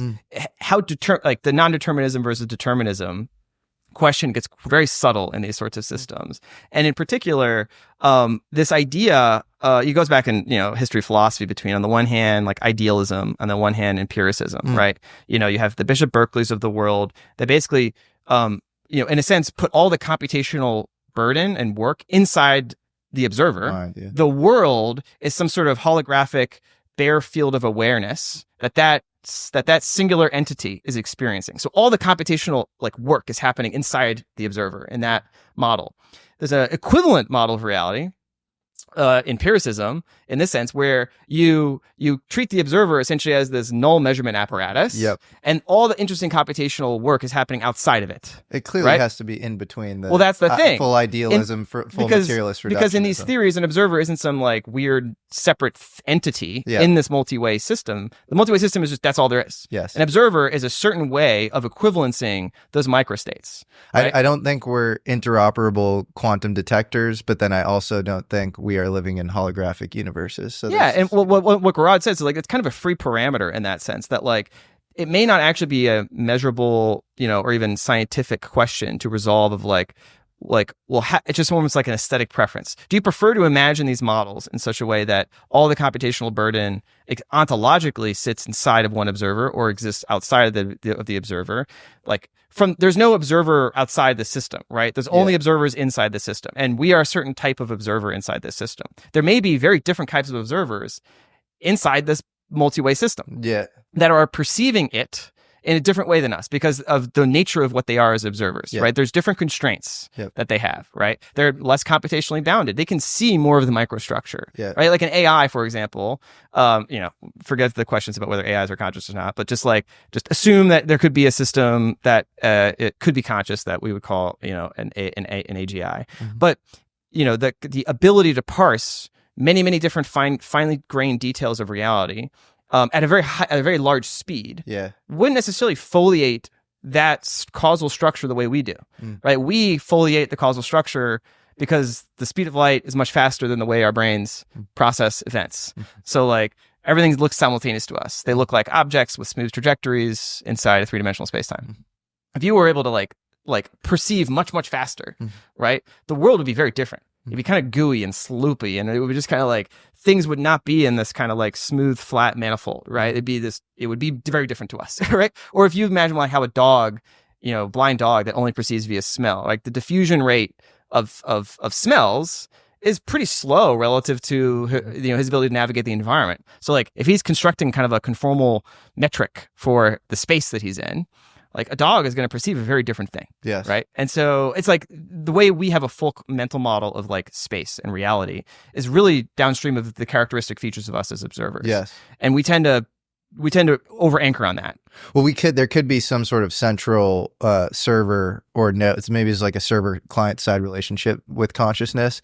And there are nodes. We're all nodes of consciousness, and there are strengths, relative strengths of each node. And sort of reality could be this local rendering. But ultimately, if it's local rendering, it's sort of consensus collapsing function. And so there is some, two-way interplay between the mind and reality itself in a way that the full materialist reductionists would never admit to. But that's going to be constrained by the rest of the nodes in the system. And so the fact that we're seeing a table right here is because we sort of like implicitly agree that a table is right here. And then if like somebody at a certain level of consciousness, a la Jesus or something, walked in here, he could turn this table into a chair. Well, I mean, I don't want to presume that I have the final theory here, but like, and there are major gaps, and an important gap in sort of the machinery that Gerard has worked out here is multi-observer networks here, right? And because he's trying to get the bare minimal model, most abstract version, and try to generate these mathematical results that then we can interpret in terms of these physical, theories we already have. But we really don't actually have a good theory in these terms of multiple observers. And what does, like, we've sort of worked out in these models, what sort of world abstract sort of physical phenomenon or physical constraints in terms of quantum mechanics and relativity does a certain observer see, does essentially a multi-way observer see when they're embedded in a branching universe?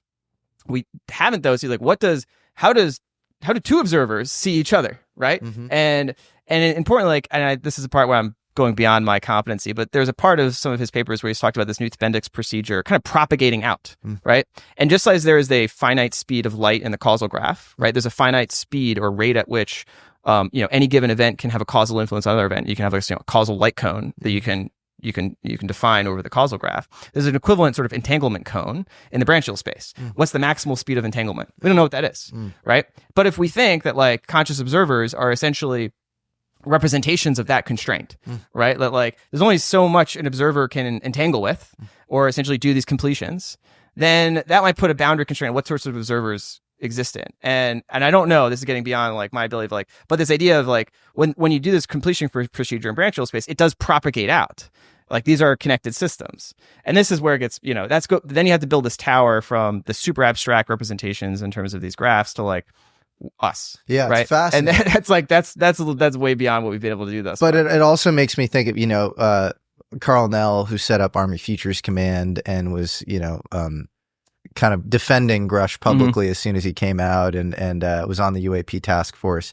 He talks about a different version of the Kardashev scale. And he talks about that in two respects. One is energy density over like sheer energy output. And so that being incredibly important, fire, electricity, nuclear, these are more subject to the kind of axis of energy density than they are just sheer output. And then the second thing he says is our understanding of the universe and our sort of consciousness level or whatever.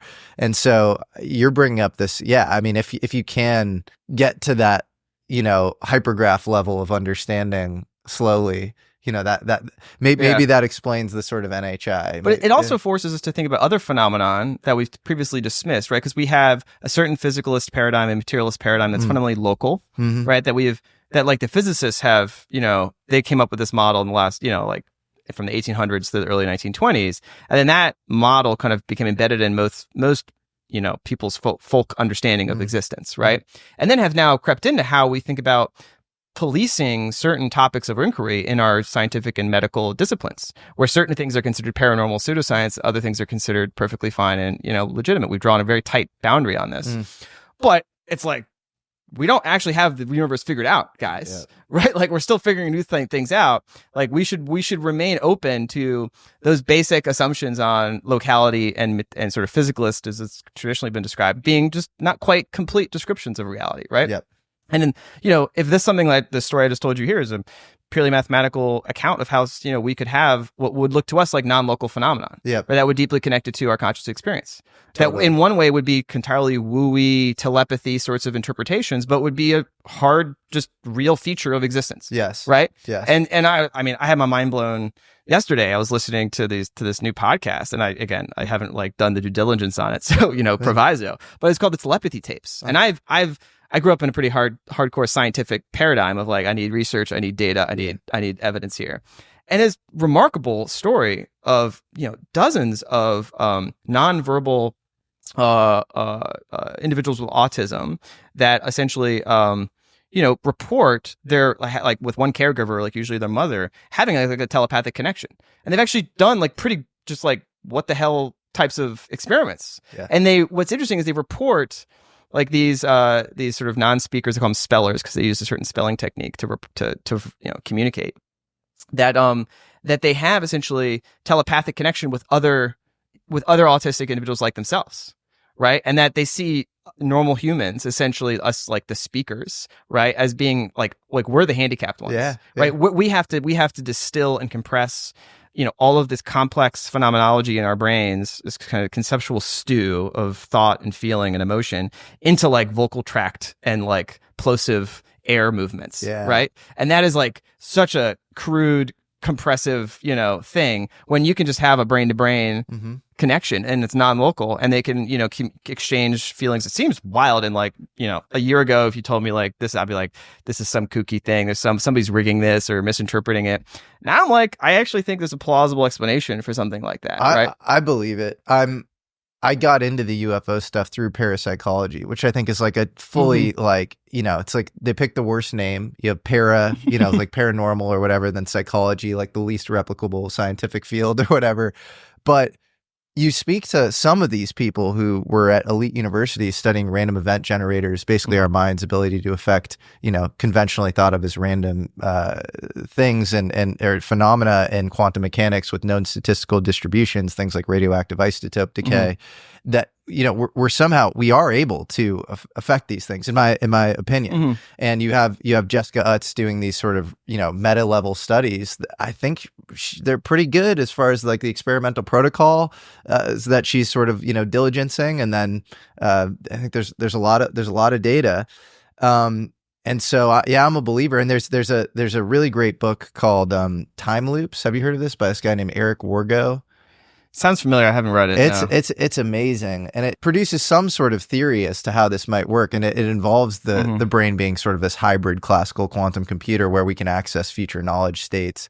And so actually feedback is like essential for correct remote viewing, because if you know that you're right in the future, then you can sort of access shards of that future if the information gets sent back in time, which there is temporal non-locality in quantum mechanics, and there's spatial non-locality. So it just and then we have simultaneous to that, you have this burgeoning field of quantum biology, where we know that the CRY4 protein in robins or whatever use the magnetosphere of the Earth via electron spin to navigate home. We know that enzyme creation occurs via quantum tunneling and that sort of thing. So I see these two like vectors of like, you have like a lot of data on like this anomalous stuff that we just like explain away, and we say this is BS. This is BS because physics, right? Yeah. But physics is so dumb, because epistemologically 50% of our physical models of reality are always wrong at any point in time. So you can't say that. And then you have this burgeoning field of quantum, biology, where it's like, the body's warm, wet, and noisy. Maybe it's not good for coherence, but like we're discovering a lot of stuff here. And so I think they probably converge at some omega. Yeah. And I completely agree with you, but it's also been, some of the well has been poisoned by a bunch of quantum voodoo peddlers, right? Totally. Who want to be like, I've got magic crystals, $10,000, and I'm gonna like fix you. We just have to admit, it's like the Karl Popper's like materialist promissory notes. You can't have idealist promissory notes either, and you can't say that we know the causal mechanism of the brain. You can hypothesize maybe there's something quantum going on there, but we don't know. But it is the data is really compelling, and I know Diane Powell, who did the telepathy tapes, and she's Harvard affiliated. She's as super hard-nosed and legit as it gets. I was really impressed by that work. Again, I'm going to look into it. I binged them all last night. I was like, wow, this kind of opened my mind to something I hadn't previously considered. Well, it would make sense that there would be a trade-off, right, between like analytical knowledge and then,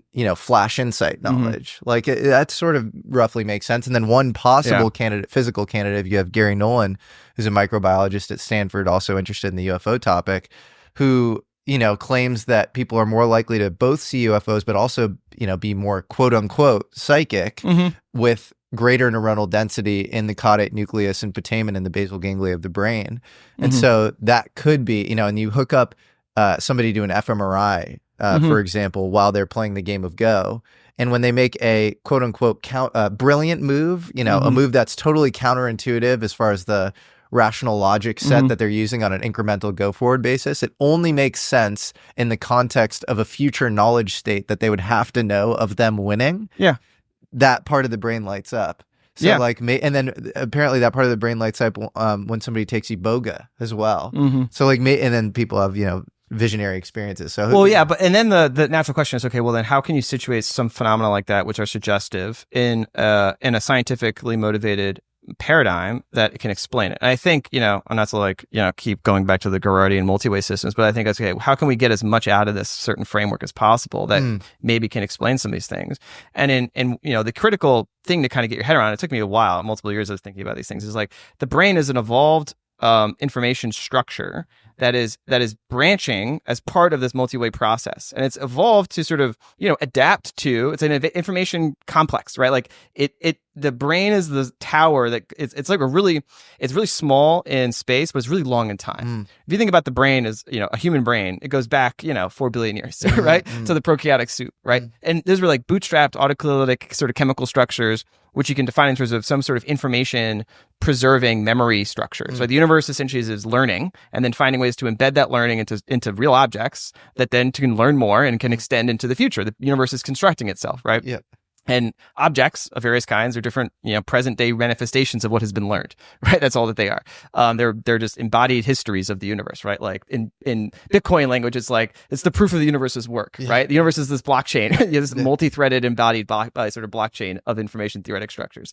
And the brain is a certain type of structure that the universe has evolved and learned how to create, and is trying to embed certain, and it's a selection process, right? It's a pretty brutal mechanism to kind of get to these systems. And so you're like, okay, well, what sorts of capabilities then, if this is the space that object has now been evolving in? It's not been evolving in what we think what's been evolving in. It's been evolving in just a terrestrial landscape of three-dimensional space-time with predator-prey and whatnot interactions. But it's actually evolving in this multi-threaded, branchial system. And there might be capabilities. Again, it sort of has to optimize, right? Like, how much of its computational work is going to be navigating the causal graph, or just how much of the causal of its computational work is going to be of navigating the branchial graph. Think about navigating the branchial graph in many evolutionary circumstances would be very non-selective, right? You're considering you don't see the one branch that you're about to head into. You see multiple branches, and you get confused. You don't know how to make a decision. You get eaten. You die. You fall off the cliff, right? Whatever. But there might be unique circumstances where does give you evolutionary advantage to take a little bit of a peek into the branchial graph, which again is it's not like there's a universal time slice or a universal time. There's multiple branches of time, almost an infinite branch of time, and you're in a particular part of this infinite structure, and there might be an evolutionary advantage to being able to like take a little peek at the branchial graph where you get these non-local correlations, right? So you could maybe get into an entangled state with a future event to you in your causal structure that might actually be, this might be a bit, Gerard, if he was listening to me, he might say like, technically that might not be possible if it's because of the structure of the graph, but like, I think it's possible to essentially, and this is getting a bit more, but like the causal light cone and the branchial entanglement cone, I think share a boundary in these models. They don't overlap, but they share a boundary. But it would make sense that access to the branchial would be somehow adaptive based on natural selection or something. And it goes towards like Donald Hoffman's work of like, why do we see, we don't see like 600 nanometers or whatever. We just see red. I mean, I come back to these nonverbal autistics, right? That's highly, evolutionary, disfavored. Right, but from a group selection pressure, it could be evolutionarily favored. Well, group selection this is really why important. This is why it's fascinating, right? Like they might have been called the seers, the individuals in the society, exactly, right? And so group selection would identify these people in the population and give them privileged roles. So they're not going to be in the hunter, fighter tribe because they'll get hit by the spear, but they'll try to predict whether it's good to go for the raid tomorrow. Right? Geniuses are often asexual, asocial, or antisocial. Or whatever, but on a group level, they're extremely adaptive, and they're extremely adapted in like kind of Malthusian downturns. Like when times get tough, you need to protect your geniuses. And I was just talking this morning with somebody about maybe like on a population level, what sorts of selection are we undergoing now, right? And if you imagine, okay, human evolution brought us to a particular point where maybe like the median person is like 99% in the causal graph, less than 1%. You get the occasional flashes of intuition, weird synchronicity, weird things that were like, how did I know that? Or I was just thinking about that person, they called me, things that we sort of write off, right? In these autistics examples, like they live much more in that world, right? And it makes them very hard to navigate normal world where we live in the causal graph, and they interact in a very different way. They perceive reality very differently than us. It's very hard for us to understand. It's why we sort of write it off as like they're disabled. But actually, it's like they're just experiencing reality in a very different way to us. And it's disfavored to navigate normal world. But then we're also looking at what sort of society are we constructing? In a sense, like, what does it mean to be autistic? And again, I'm not trying to like, be like an expert on this, but like in general, it's like unable to sort of process normal sensory signals in a coherent way. It's sort of sensory overload, right? Yep. And sort of what we're doing to ourselves as like a civilization, right? Like we're constructing this digital machine interfaces and just like the cacophony of noise and hyperstimulation. It almost is making us like autistic as a civilization. And then on the other side, what do you see? Like the burgeoning cultural movements among elites, they're all about consciousness, taking psychedelic exploration. Like they're being squeezed out of the normal causal world, and they're really spending a lot more time as like groups and, different social practices to like explore consciousness, right? Explore the branchial space, right? Take psychedelics, meditative practices, etc. So I see this as this is the transition we're undergoing as a species, is like, we've now constructed a sort of technological civilization where we don't need to have, all of that cognitive energy motivated to navigate the causal graph. Yeah. We now can explore. And maybe that's what these NHI have done. They've gone through this, right? And now this is where they spend most of their time. Well, it could totally. And it could point to, this is a dark interpretation, but it's like maybe we're in the three-body problem. Maybe in causal space, our timeline is kind of screwed.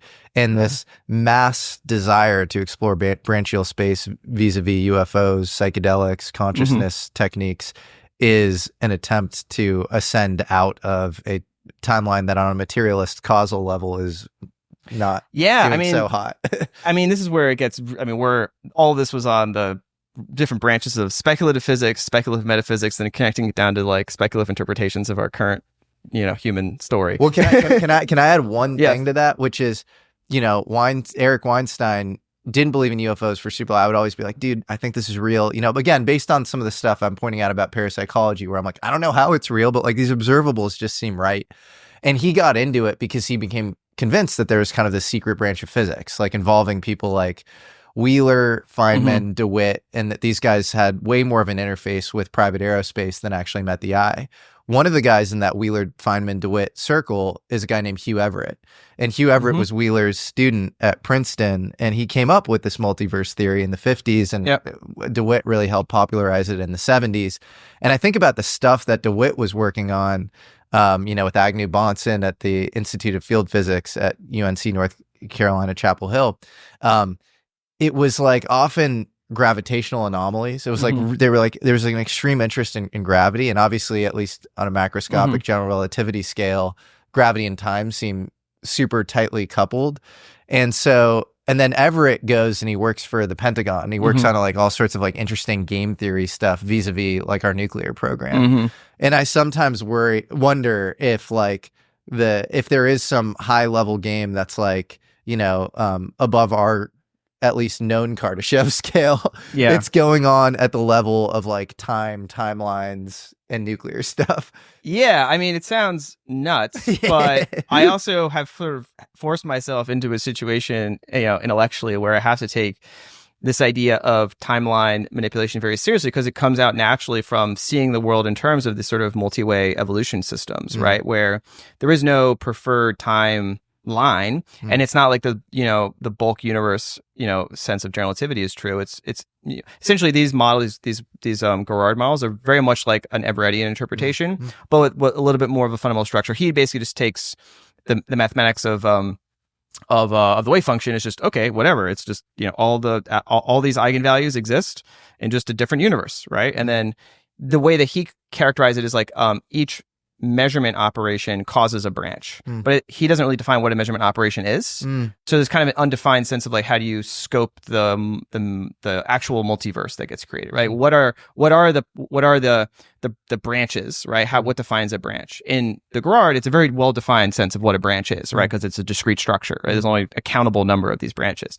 and so, but I had to take that seriously. Of like, there's multiple threads of time, and they're not all like potentially accessible, right? And they're going to be constrained in any given local reference frame that's defined by an observer or a set of observers in sort of this rulal representation that are slicing reality relatively close to each other. Well, it's like, how I this is open question, like, is it possible to move, like make decisions, have, for example, the theory here, right? This goes back to, I think, I forget where it went, but it was like some like UFO lore, some communication with some NHI. It was like, what's going on? Like, why are you here or something? It was like, CIA wizards are messing with the timeline, right? It was kind of like the tagline. And it's kind of, you know, become kind of a little bit of like lore, you know, sort of, you know, storytelling. But it's like, well, okay, I always try to cash out these crazy statements in terms of something I can interpret in terms of, you know, the physics that I trust here. It's like, okay, well, if it turns out that is possible, if you know, we're all minds existing in a very tight cluster in real space, and we're slicing, we see reality basically the same way.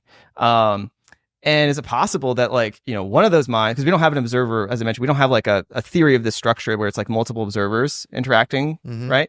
Is it possible that like some of those people can just decide, you know, using certain whatever techniques, right, might involve consciousness, right, it amplified with whatever, you know, degrees of freedom we can exploit through our technology, that could, you know, cause nearby minds to all shift with them to a new timeline. Right? If I'm like, okay, how is it possible to take a prima facie absurd statement, CIA wizards messing with a timeline, and cash that out in something I can interpret in terms of a physical theory? That's how I would have to do it. It doesn't mean it's, you know, true. It just is like, I feel like, you know, I try to hear these things and I try not to dismiss them. I try to, you know, come up with a naturalistic explanation that isn't just, oh, we're time traveling. Well, because then you get into all the causal problems of time travel. One of the things in these models that time travel can be specified in a certain way, whereas, because there's no such thing as like a universal time function. Exactly. Right? But so in the branchial space, it might. But in a branchial space, time travel would be an observer happens to equivalence a set of states in its future causal graph that are observationally indistinct from a set of states that previously existed in its causal graph. So it's not like like that observer traveled back in time. It just happens to encounter in its future causal graph a structure of states that is identical, observationally indistinguishable from a past set of states. Like that, you know, it's still a linear process of this evolution, but just encountering a future state that's identical to a past state, right? Or if you have hypergraph root access and you have a saved game state, from kind of an information theoretic standpoint, you could just like go back to that saved game. Well, so in the language of category theory, if you have state A in you know, local future that's observationally indistinguishable from state B relative to the observer can equivalence those two states. Right? And so there is no meaningful distinction between, it's like a saved state that then was passed. It's like, that's all that there was, right? And the observer is just encountering a future, a state that is identical to its past state. There's no way to distinguish between that and like canonical descriptions of time from travel, our perspective, right? There's no observational distinction. I mean, maybe like at a lower level of description, they actually are different. It's not true time travel in the sense that they're, you know, the microstates are actually identical. But that's not what you need to explain time travel that would be, you know, empirically relevant to us. It would just be, you know, and how is this different from simulations, right? Well, you know, one is like, you just happen to encounter a future state that's identical to a past state. The simulation interpretation of this would be somebody is able to construct for an observer or set of observers a set of states in its future that are observationally indistinguishable to that set of observers to states that were in its local past. And I don't know, that's way beyond our capabilities. Well, that's I know that it's not ruled out, right? In principle, it's beyond our capabilities. But I don't know. Like sometimes I think about how obvious the simulation arguments are. So this is like popularized by Nick Bostrom and you know, super intelligence. That gave it its sort of coveted academic stamp of approval. But before that, you had Philip K. Dick talking about this in all his sci-fi novels. And you even have somebody who, in my mind, is as conventional and like not creatively thinking as Neil deGrasse Tyson, saying that we are 50%. We're in a simulation. So like that guy won't like, you know, you need to get peer reviewed and like I'm not going to respect anything else in the physics world outside of like super conventional dogma. But 50% we could be in a simulation. And so I think about like that 50% branch, right? Of like us being in a simulation, which again is that might even be underestimated given that Neil deGrasse Tyson is the spokesman here. If you think about where we're headed in our future, things probably don't remain stable. They probably inflect upwards or downwards. And if they reflect downwards, it's like this, you know, we're all walking around in shanty towns without access to clean water and we're microchipped. But like you probably get this like increase in like IT, you know, virtual reality fidelity. And so that's like Ready Player One. Definitely opt into the simulation. If we end up in a world of resource abundance, it will be through dual use technology, and technology that will either be saving of humanity or destroying of humanity. Like we're not at the point at which a kid in his bedroom can blow up the world, but we might be at some point in the future. Just the destructive tech exponentially increasing, and then costs of that tech, and so it's like if you were to like be like quote unquote guardians of that future world, you might put people through a simulation as a test to and maybe they have to contemplate virtue, and that allows them to ascend out of the out of their computational interfaces and have access to this world that is maybe infinite resources, but also you can destroy it at the drop of a hat or something. Yeah, it's tough to sometimes connect this metaphysical model or metaphysical analysis and physical analysis to like the human condition in our day-to-day kind of and near future sort of trajectories, right? And I think the interesting thing about the NHI question is it's the fulcrum point, right? That sort of is forcing us to one, zoom out and try to situate ourselves in what we think of as the final or at least more fundamental picture of reality. Yeah. And then account for these objects in terms of some, near term or some interpretation of our political experience, right? Those are like, and in like religious, stories, that's like a traditional cosmogony or theosophy. It's like we want to, or theodicy, like we want to tell, we want to situate our, nitty gritty, humdrum, terrestrial human affairs in some sort of cosmic story, right? And that imbues everything with significance. It imbues us with significance. It imbues this with meaning and whatever. And so it's a very tempting human project. I like if the NHI encounters and the UAP craft were not real, right? And I was just on the separate trajectory of analyzing Wolfram models, I'd be like, well, those are separate. Those are separate things. Those are like analyze metaphysics and think about, how humans are going to screw each other up. The fact that we have this interface now, apparently, with some other form of intelligence, forces you to then stretch into these questions. But then, of course, we have the heavy baggage of our society of all these different theodicies and worldviews and different religious interpretations that we have to kind of navigate because those are very, very deeply embedded. But I do think, like, very practically, right, like, we are creating crazy weapons, right? I'll just tell you, we are. We have some crazy shit, right? Like, and there's some crazy shit happening like now. I mean, I had a meeting just the other day, some people inside DoD Intel, and I was told, one of the things coming out of the water and hit somebody. That's wild. And this happens not infrequently. And this was a conversation with a person that was not. This was not the topic of the conversation. Like right? like a craft can come out of the water. And... I try not to get. We were trying to get into any details. Okay. It was one of those things. Because we know nuclear subs are actually the first line of offense, but no, like it came out of the water, transmedium, and zapped. Woo. Yes. Wow. It was a bit much. And this came in the context of a conversation that was not about this at all. Right. It was in more normie, stuff I do, like day job sorts of stuff. And it just came out towards the end. And I'll just like, so this is happening now. Right. And it's happening in a complicated set of conditions. And so this is where it's like, we had this very abstract, physics, metaphysics, intelligence, simulation discussion.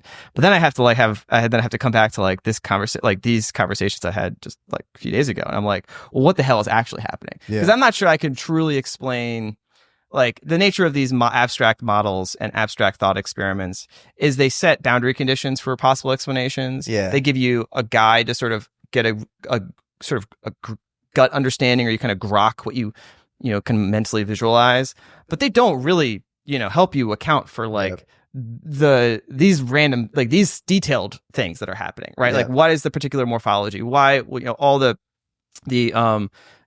different aspects of quote, like ufology. They do not, I know we have a predictive theory that is like so general that makes these specific, set of hypotheses that then correlate, 1-to-1 with all the specific details of UFO. How put off might be closest, but even that, it, involves sort of messing with Einstein's field equations in a way that a conventional physicist. Well, wouldn't, I mean, something. there's also, I mean, if I have some issues with simulation theory, but like on a metaphysical basis, but there's versions of the simulation hypothesis which are not metaphysical. They're just like, we are all being like, someone basically has, virtually matrixed us. Yes. Right. And, whatever, they're just able to do that. And in that scenario, well, like, this is the 3-body problem, but like on steroids, like, what science can we do? Yeah. Right. Like, they control the experiments we can run, the thoughts we can have, the things we can observe. Like, we're just puppets. Right. So the question is like, where is that degree of freedom still exists in a simulation that's, hypothesized in that scenario? And is it one in which even the simulators have some inherent constraints, like this computational irreducibility? They can set it up, they can set some boundary conditions, some initial states, and they just have to let it run. Yes. And they're just learning what the system does. You could say that's a good model for the whole universe. Yep. Right? The universe is just, it's running. Yep. It's discovering new things. It's creating novel structures, and it's, embedding its memories over time into the future.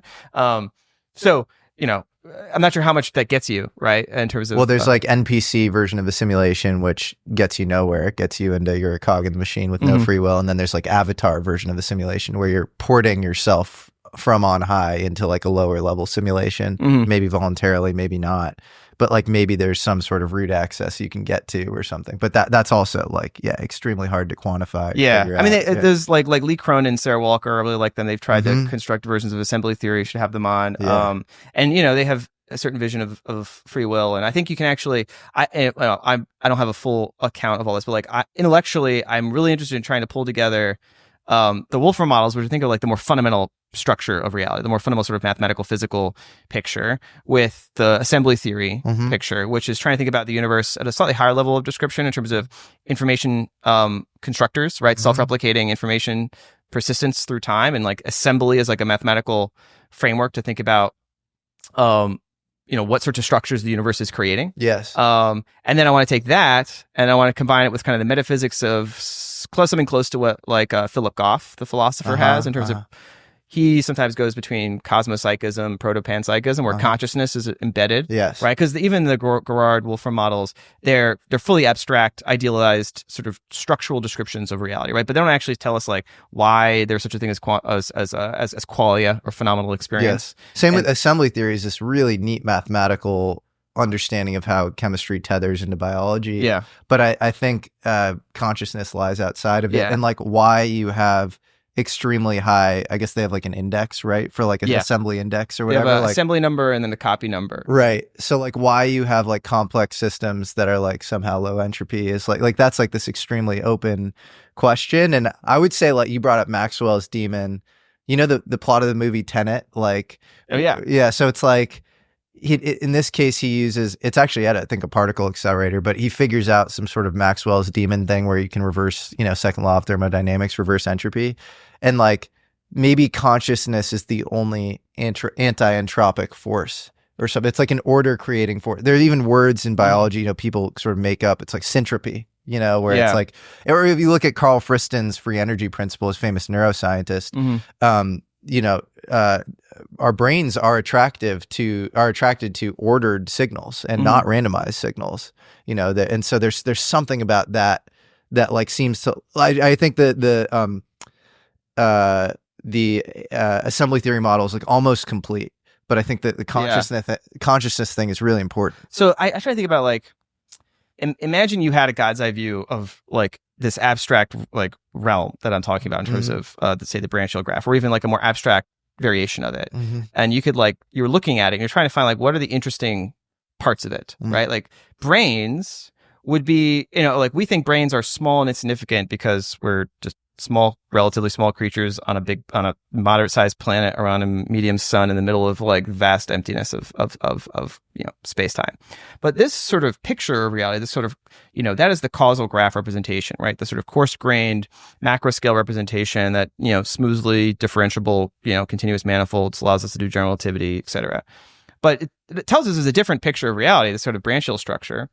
And this kind of correlates to how Lee Cronin and them were thinking about kind of the universe constructing, more interesting objects, right? And more interesting objects essentially are like more information theoretic complex structures that persist through time.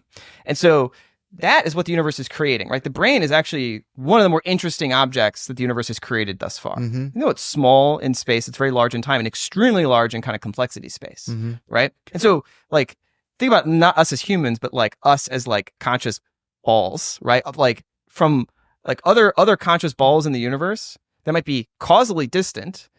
They might not be so distant in branchial space, and they'd be really interested in finding those other balls of interestingness. Yes. Right. So it'd be like moths to a flame to a certain extent. Yeah. Right. And so I think this is what like NHI kind of, it's like they think, how could they get here? It's like, well, are they coming here from the planet over there, or are they coming from branchial space not that far away? Yeah. Right. And we just happen, like we're just interesting now. Well, right? When I did this piece with David Grush, he was like, if I were a betting man, I thought this was like the most important piece or part of my interview. And it's like a very sort of fleeting moment. But he says, if I were a betting man, I would say that, they might not be the NHI might not be that much more advanced from us, but they come from an alternative timeline in which they went the civil propulsion route and we went the destructive nuclear route. So it points to what you're saying. And if you have like the economics of the future involving this like weird Kardashev scale thing, it's like when we create nuclear weapons, we might be of interest. And you might have this sort of dark forest analogy a la the three body problem, where until that happens, it's actually really adaptive for them to hide themselves and to not let themselves be known. And then all of a sudden you have to interact in sort of these ephemeral ways to affect timelines or whatever, because we might be blowing ourselves up or something. Yeah. I mean, it's interesting. I think the Dark Forest books are really good, and a good exploration is kind of this, cosmic game theory. But I have two thoughts on this. One is like, I think advanced civilizations, like, I think people default in the Kardashev scale to going like bigger and out into the universe. And that correlates with the standard vibe, the Musk vibe. We got to become multiplanetary. Yeah. We're going to do von Neumann self-replicating probes, and we're just going to expand out. We're going to colonize available resources in our future light cone. It's kind of the trope in San Francisco, like the future light cone of humanity is at stake, and all this nonsense, right? Yeah. And I think it might be wrong, right? Because if you actually look at our trajectory of civilization, like, we're going to the moon, we're going maybe to Mars, and we're putting some effort into that. But like, where's the vast majority of our effort going into? It's building smaller and smaller structures. Yes. Right. It's the nanometer race, right? In TSMC, 7 nanometers and 2 nanometers. We are trying to carve into, the smallest scales as possible, more information and like interesting, causal, power. And I think instead of thinking about civilizations expanding out into the universe, do they just basically collapse into its basement? Yeah. Engineering at the molecular level is like way more interesting than more brute force to like move out into and that would also kind of semi-explain part of the Fermi paradox. It's like, where are they? We don't see them. Well, it's because you're looking for civilizations that are transforming their local galactic neighborhood, right? They're doing massive gigascale infrastructure projects to convert stars into, more probes, right? Whereas maybe that's amateur hour. Like most civilizations realize, like, why bother, right? When there's a shortcut. You break into the basement and then you've got root access to reality. You don't need to mess around with stars. You could just zip around and do whatever, right? And you get, just arbitrary degrees of energy you can exploit from the quantum vacuum or whatever, right? And that you can construct, information is information. It's scale invariant.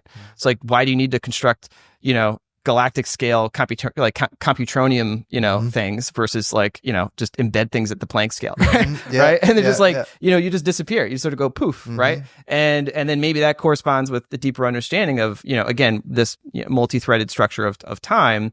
And, you're looking to see who's coming in to join your club, right? Who's about to make that break where they figure out how to engineer themselves, not to zoom out and expand, but to like go in, right? To join them. And everyone that's there, by assumption, say doesn't have any implicit technological advantage. And there's not necessarily assume maybe there's local scarcity, but there's no global scarcity. And so the competitive dynamics are pretty mollified, if not extinct. And so there's not really this competitive race. Really, all you're competing over is sort of what sort of cultural, sort of conscious experiences are you bringing to that party, right? Because everyone maybe discovers the same physics, but they got there through a very, historically contingent evolution. They've got an interesting culture, a background, narratives, stories. That would be interesting to share and exchange. Sort of the economy of that would be kind of an economy of conscious experience, right? And new civilizations that are nucleating higher level consciousness and conscious balls that are interesting, that can engineer technology that allows them to essentially, instead of download themselves right into the basement of reality. Then they're going to join them right wherever they are. And they might be like, oh, well, we're going to scout out some of those civilizations that might be close to doing that, right? And we're gonna, just assess the cut of their jib, right? Like, what is their story? What is their, what are they gonna bring here? Are they gonna be kind of annoying? Are they gonna, are they gonna like kind of rub us the wrong way? Like, and maybe there's some elements of this, and this is super speculation, which is like, hey, like, we seem to be all a part of this grand universe mysterious project of creating interesting things like us. And this is where we all end up. Yeah. And so we're like, we want to help get the new guys in. Yeah. Right. And we'd rather you not blow yourself up and destroy everything. We'd want to hear, get you there. And maybe there's, in this narrative, right? Maybe there's like, steps in between us and where you ultimately get to, right? This sort of what we would call more spiritual, enlightened, angelic, universal consciousness, whatever, right? Yeah. But maybe there's steps in between, and maybe some advanced civilizations haven't gotten there yet. Yeah. Right. And they're kind of being dicks, right? And maybe they're messing with us. Right. And there's maybe those people, those sorts of NHI that are kind of being dicks to us. And maybe there's this other, larger, maybe more amorphous group, whatever, that sits in a slightly different, adjacency to our experience of the world. And they're like, they're not like warring gods in that sense, but they're like, hey, we'd much rather these dickish aliens not mess with you anymore, and we'd much rather like you guys get on the right path to like eventually come join us. Oh, it's so fascinating. It's like a consciousness economy. You can picture like a consciousness World's Fair where each person brings their world of experience. I think people because we're so embedded in this materialist paradigm, which is essentially which leads you to a vision of hyper competitive zero sum dark forest models where it's all scraping for available matter in your light cone, and it might not be it. Right? Because they're just assuming a certain structure of what those conscious agents are motivated to do. Yeah. Right. Well, in fact, if there was some holographic overlay of our reality or some higher dimensional space, it probably wouldn't be like the materials would be sort of local incentive structures to like mine something much deeper or more fundamental. And those things wouldn't be thought of as important to us because, the materials would be used as levers or whatever, carrots and sticks. But in fact, good vibes and bad vibes might represent that economy better than, it's almost like, on one end, we have, say, like a dead AI. On the other end, we have like an enlightened autistic spiritual being, right? And you can almost imagine like what we are now is we're kind of at this crux point, and you can almost see this play out in kind of our different cultural attitudes and debates of like, is it all about doubling down on machine intelligence? Yeah, and the fears of what that would mean, or do we go into this more enlightened, spiritualist, kind of consciousness expanding direction? And I almost see that as like, okay, like I always like to, the physicist is like, take everything to the limit, right? To sort of explore the like the boundaries of the system. And it's like, okay, well, if another civilization, or if that is a natural bifurcation for any civilization in the universe, right? Where I assume there is consciousness is real and fundamental, but also, AIs are possible, right? And like manipulating matter to, expand and do things in the universe is possible. Well, there could be civilizations that split and go both directions. But what that means is like, imagine a planet that like spits off, both like a colonizing dead machine intelligence, and then its progenitors kind of go and hide out in the basement and enjoy conscious, like the consciousness economy. And the rest of the universe just becomes like kind of a hostile place. Yeah. But like the party's down there, right? And so we're not there yet, right? But we're creating. So it's like I try to like construct again, they're just those stories or narratives, but that sort of accounts for these different tropes that are in the UFO lore. The thing, basically, in the Tom DeLonge books or things that Elizondo's hinted at. They've drawn, and even the book Crypto's Conundrum.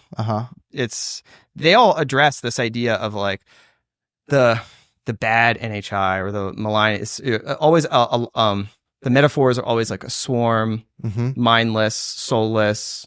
Like a Borg-like intelligence. Yes, that's usually the metaphors, and those are very persistent tropes. And then the alternative, like the binary opposition, is individualistic, but like enlightened, conscious, connected beings. It's why I'm pro UFO over. So if you see AI and UFOs as two kind of somewhat maybe opposed narratives, but both like narratives you should probably be bullish on over the next 10 to 20 year time horizon, whatever. To use annoying investing terms, I think they'll be more in the zeitgeist, like, increasing. 10 years might be a bit optimistic. Yeah, it's happening now. Oh, it's happening now. It's happening now. But, near term, these things are just going to grow. And I think the AI thing, I have really a lot of trouble telling a charismatic story as to how it ends. It's sort of just pure game theory, but like from like a consumer or like individual interface perspective, kind of dystopian, like maybe outside of like getting a better natural language interface to like Google or whatever, you know, so your better recall occurs in like natural language you can understand better. You know, I think outside of like decreasing that latency, we're kind of decreasing the latency between the brain and the consumer internet, which is not a positive thing in my opinion. So that feels like kind of dystopian. And then I'm not even getting into like being able to create a nerve agent with off the shelf parts with an LLM or whatever. Like, so that feels like pretty dark. On the UFO side, there definitely is this like swarm hive mind component that like scares me a bit, whereby you could totally create some auspice for like a clamped down new world order where like nobody has any sort of autonomy because of this hive mind invasion. The hive mind, again, also could be real. And so that could be dystopian. But then like maybe there's some version of it where we can like ascend consciousness wise and maybe we can meet some, you know, higher Kardashev scale, you know, angelic beings or whatever that are a little less interferent in our day-to-day matters. Well, and so, yeah, no, it's interesting. If you go back to the 20, you know, it's interesting. Like the UFO story and even the consciousness story are very intertwined in American, you know, intelligence history, right? Like the discovery of LSD and like, you know, probably we had some craft, but I think, you know, we detonated, the Tiller Ulam device, right? And it's just like a lot of stuff happened in like the early 1950s. Yes. You know, Atomic Energy Act, you know, passed that. It was like, okay. And then, of course, that was, you know, obviously Hal Puthoff was involved in both the UFO side of this as well as the consciousness side of this. And of course, MK Ultra was maybe the more weaponized version of the consciousness research. And the remote viewing programs were the more, you know, tradecraft sort of application.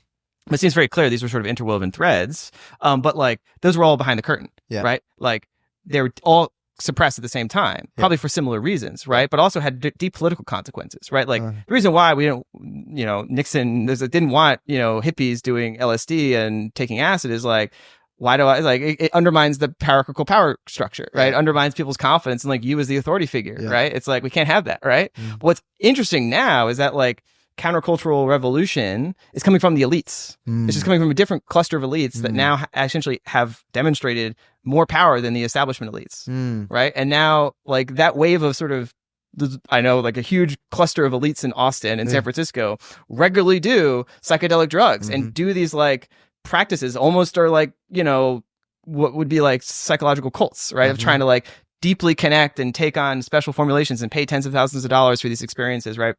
And these are people that run large companies and that are like raising tens of millions of dollars for their startups, right? And it's like, I see this like a blast wave of like a cultural reformation that's focused on essentially a consciousness, you know, paradigm.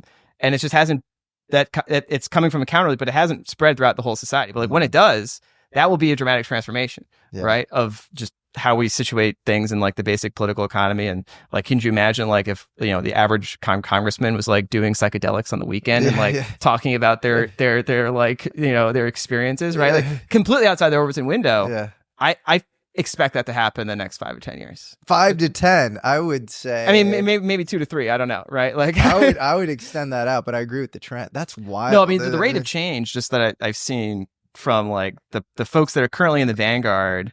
And that will probably be, you know, part of this wave that we talked about at the beginning of this sort of anti-establishment, you know, counter elites coming in. You know, a good proportion of them have a radically different metaphysical worldview. Right. While they're also the vanguard of techno capital, they inherently don't, I think, trust techno capital. Totally. They've used it to accrue power and they've gotten to where they are, but now they have a sense of, you know, emptiness and anxiety, and then they want to get meaning somewhere else. Well, it's like, you know, JD Vance had a, you know, venture capital career prior to becoming VP, and like, but he's kind of anti-tech, and it's like, you know, I think the more nuanced, you know, perspective that does justice to his worldview better is like he's anti-big tech and like, you know, tech malfeasance, but like it is this nuanced worldview where you look at the Make America Healthy Again people or whatever, and they describe it as like a spiritual or cosmic war. And like that, you wouldn't really hear those terms like, you know, 10, 20 years ago. And so that's, I think that's what has happened, right? And this is where the UFO thing is coming into it, is like this perestroika and glasnost ideas, like it's not just a political project for many folks, it's like a spiritual or metaphysical project. And this is why the sort of, the UFO thing isn't just a pure nuts and bolts technological thing, because I think, even the legacy program knows it's not, right? Like, it's not just like, okay, they've got some metamaterial there, maybe there's a tensor, component to the Einstein field equations that we can, rejigger to get some, anti-gravitic effect, and we can then do, some crazy ISR orb stuff, right? Great, good for you.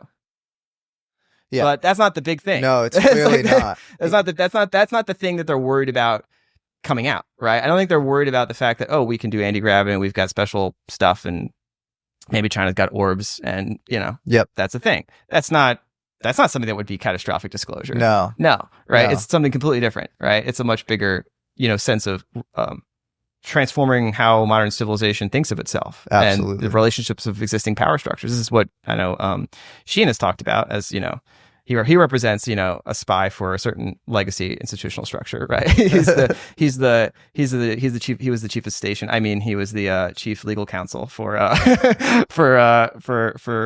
Jesuits. Which, it's like when people ask, like, how does Danny Sheehan know all this stuff? It's like, hey, he's just like a lawyer who happens to be, a Jesuit kind of, policy guy. I was like, no, he was chief of station for the Jesuit, intelligence apparatus, right? In DC. Like, he's like, he's a spy fundamentally. Like, but he's a scholar spy coming out of that Jesuit tradition. Like, they're the oldest spy organization. He's on the like planet. Forrest Gump or Zelig. He literally pops up in every American conspiracy. But like, what you think that was a coincidence, right? Like, no. But I find it super. You also like, how is he still alive? Yeah. Right? Yeah. That's why. No, that's the Occam's razor explanation. I mean, it's also fascinating that like so I think the JFK for example is like he's pretty unbiased there. Like, he wasn't directly involved in any of that stuff. And so like, I actually think like that account is like fully right when it comes to Sheehan. Mm-hmm. And then he'll tell the story of Watergate, and he'll be like, because he represented James McCord, who was like, he was, Dulles' number 2 for a long time. And he was like the main architect behind it. It was like him and G. Gordon Liddy, main architects behind Watergate. And I'm like, wait, so what about James McCord? Like, he was, CIA. And like, he'll say like, well, James McCord, he wanted to be on the inside, and he wasn't on the inside. He didn't know quite what he was doing. So like, he was ordered to, burglarize the DNC and bug Larry O'Brien's phone, but like he wasn't clued in, and so he got really pissed about that, whatever. And I'm like, dude, that's not the story. Like, I think McCord knew way more, and that's the part where I'm like, okay, like Sheehan might have some interests there and like protecting him, and he was defending him. Yeah, this brings me a slightly different tangent, but like thinking about this story, right? It goes back to like thinking what actors are we modeling in this whole narrative, right? We tend to bucket in these bland terms of like the CIA, Lockheed Martin, the Vatican. It's just these blobs of institutional references, monoliths, and it's just not how in practice it plays out. Like, even at the micro scale, it's like they're very individual, actors that are aligned in very kind of complex overlapping relationships with each other. And intelligence, services, this is how it is. There's always like a fractal structure of compartmentalization, and like true, who's really got power, right? Is often opaque even to the people who think they've got all the power, because they never really know, right? And even in those, the high watermark, when it was really tightly concentrated, there were a lot of people with outsized influence, and they could kind of construct these vertically integrated bureaucratic systems. That was still, there was a lot of, internecine fights and, subterfuge, and always like, my deputy might be trying to take my job sorts of dynamics. But then I think it sort of, it got disintegrated or fractalized in the, last 30, 40 years.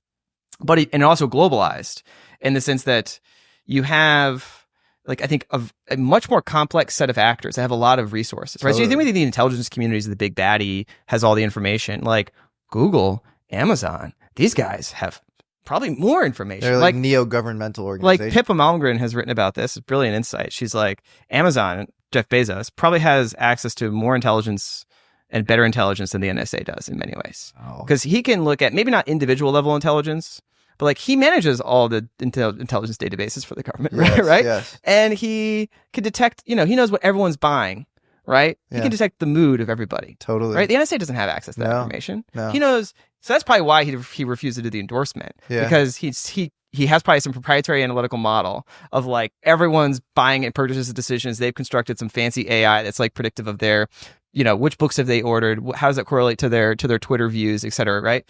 And they just know immediately. Why do you think Elon went all in? Because Elon knew. Sentiment These guys knew sentiment analysis. They've done the correlations. They know exactly what the outcome is. Interesting aside on Bezos. His grandfather, I think, was the head of the Atomic Energy Commission. Lawrence P. Geist. Yeah, he was the director of the Western Division. Harold Malmgren told me that story.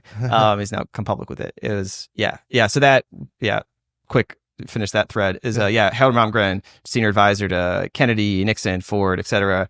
Wunderkind, McNamara prodigy, probably saved nuclear war under when Curtis LeMay wanted to go, he was sent to the tank and sort of held Curtis LeMay back. That's amazing. Yeah. It's literally like the Doctor Strangelove scene. Yeah, he was sent when he was like 26, 27. He was sent into the tank, by Kennedy, and was just like stall him out. No way. These guys are like they're ready to go. Oh, that's crazy.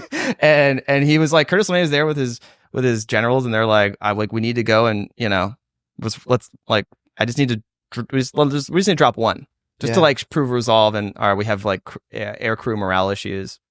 I mean, everyone knows like Curtis LeMay was absolutely insane.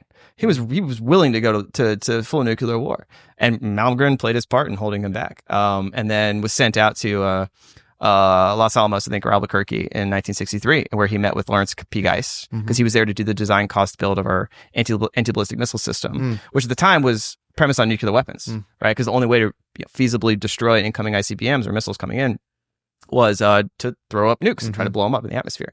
And so he had to get read into, he was basically there to like manage the project for that, right? How much is it going to cost? What are we going to do? Like, and both on the Department of Energy side as well as the DoD side.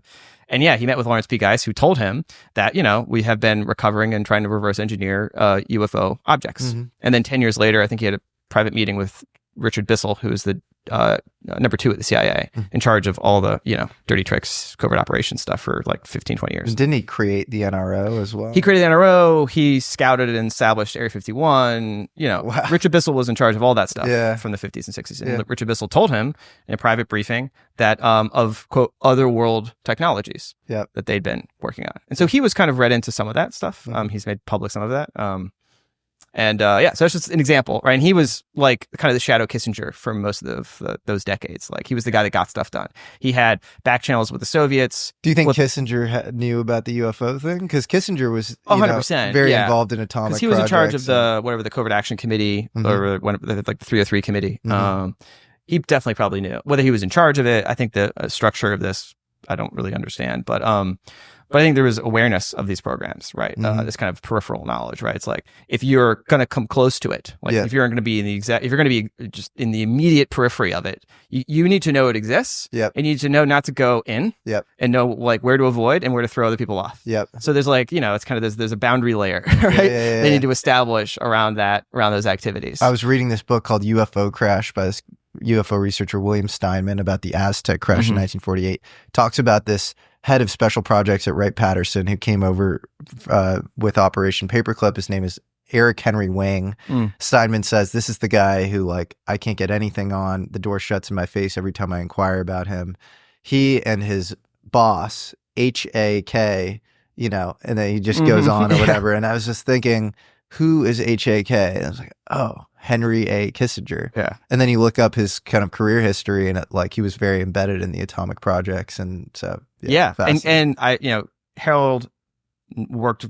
They were like twin people throughout most of those administrations, where Harold was self-consciously not a self-promoter. He was not someone who was looking for the power. He was recognized, and his survivability was because he was going to be the guy working behind the scenes, executing, not taking credit, just the guy who would get stuff done, right? And that's what's whereas Kissinger was the guy who would walk over people's necks, right? But they were in equal positions, right? They were trusted, and they were often used by presidents, to check each other. Like Malmgren was used explicitly by Nixon to check Kissinger in many negotiations, to confirm that Kissinger wasn't going rogue on various things. And the whole China thing, the back channels with the Soviets. Malmgren was Nixon's confirmation, route, right? Because he didn't fully trust Kissinger to do all this stuff, because Kissinger was kind of this rogue guy, right? Yeah. He thought he was the president, right? Yeah. So Malmgren was there to kind of like act as a bit of a check. That's amazing. And so, yeah, Malmgren was trusted by multiple presidents over many decades. And yeah, he is now coming out and saying NHI are real. Mhm. We have their stuff. Mm-hmm. I don't know, guys. Like, But that's a good example, right? Because he's former CIA. And like you have a lot of guys who are former CIA. It seems like there is some implicit imperative in one branch of the CIA that is pro some form of Malmgren was never CIA. Oh, he's never CIA. No, okay. he was a PhD economist. Okay. Who came into the Defense Department, but then actually did mostly like trade and economic stuff for the latter half of his career. But Okay. he was fully cleared into the Q stuff. He was Okay. cleared into SSCI. But your point is like, but he met with the CIA, obviously with Richard Bissell. He met with Lawrence Geist and DOE. But he was more of a higher level political guy. Interesting. Okay, good to know.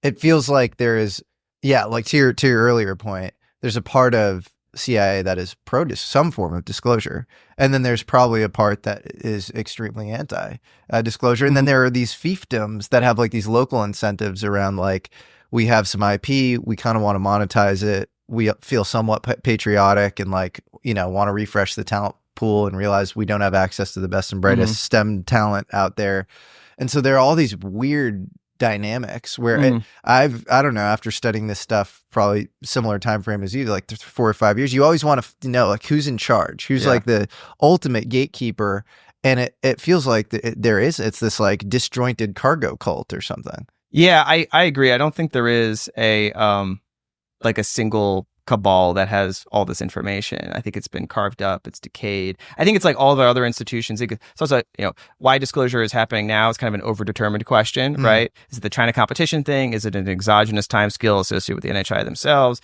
Is it, or is it essentially just the ability of what used to be a relatively coherent, unified set of legacy programs has just decayed and lost its ability to maintain control like all of our other institutions, right? Yeah. It's like why was Grush, this kind of do-gooder millennial, able to kind of like in a year kind of just be like, yep, I figured it out. Yeah. Right. Yeah. It's like, was that just because, Grush is really good, but it's probably because the legacy program is probably like decayed a bit, right? It's probably become unwieldy. Pieces of it have started to like, become structured in these bureaucratic systems. And clearly people, even he would said this in my interview with him, people on the inside want this stuff together. Yes. They were extremely disgruntled. They're like, this doesn't work at all the way it's been set up. Yeah, which is also an exact symptom of institutional decay and sort of Absolutely. sclerosis. Like probably during the Vannevar Bush days, there'd be nobody like that complaining. Be like, we got this shit on lock. It's streamlined. It's efficient. We got the best and brightest. We're highly motivated. We're oriented. We're aligned, flourishing, moisturized. We're good, right? And now it's like, it's decayed. There's Bob and Bobbert sitting in some Lockheed warehouse getting paid $200,000 a year when their best friends are over at Palantir making twice that. And, they're making no progress after 10 years. And they're sitting in a cubicle with like a diagram of like a material that they half understand but can't know the full specs of because like it's compartmentalized. In an extremely stressful environment because they're telling you if you tell anybody we're going to kill you, and you don't really know what's going on. You only see your little piece of it, so it sounds cool, but now you're like trapped because you can't really leave that program very easily. Yeah. So now there's like a lot of stress and tension built up inside these programs, and then the ability for the managers, who themselves probably are similarly positioned relative to the power structure or hierarchy that they're embedded in, are also feeling a bit like this is not working. And like you reach a critical mass. But that's why I'm like, why don't if you can somehow front run immunity via legislature, why don't you just immediately let the cat out of the bag on just the existence of these programs? Maybe there's some ontological shock around like top of the pyramid knowledge of, NHI vis-a-vis some theory of everything that freaks the average person out. I don't know.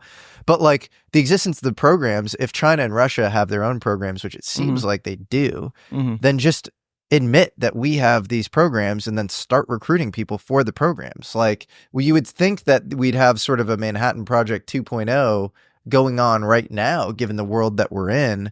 Why doesn't that like start immediately? You could do all the counterfactuals, right? And this is where the basic logic of like, hey, that would be a good idea runs up against like our existing political system, right? Sure. And so like, at least I've heard, again, on firsthand knowledge of these things, that like, as this ball started really rolling in 2019, 2020, right? With the UAP task force doing their job, congressional mandate, digging in, Grush figuring this stuff out, Carl, et cetera, everyone kind of being like, yep.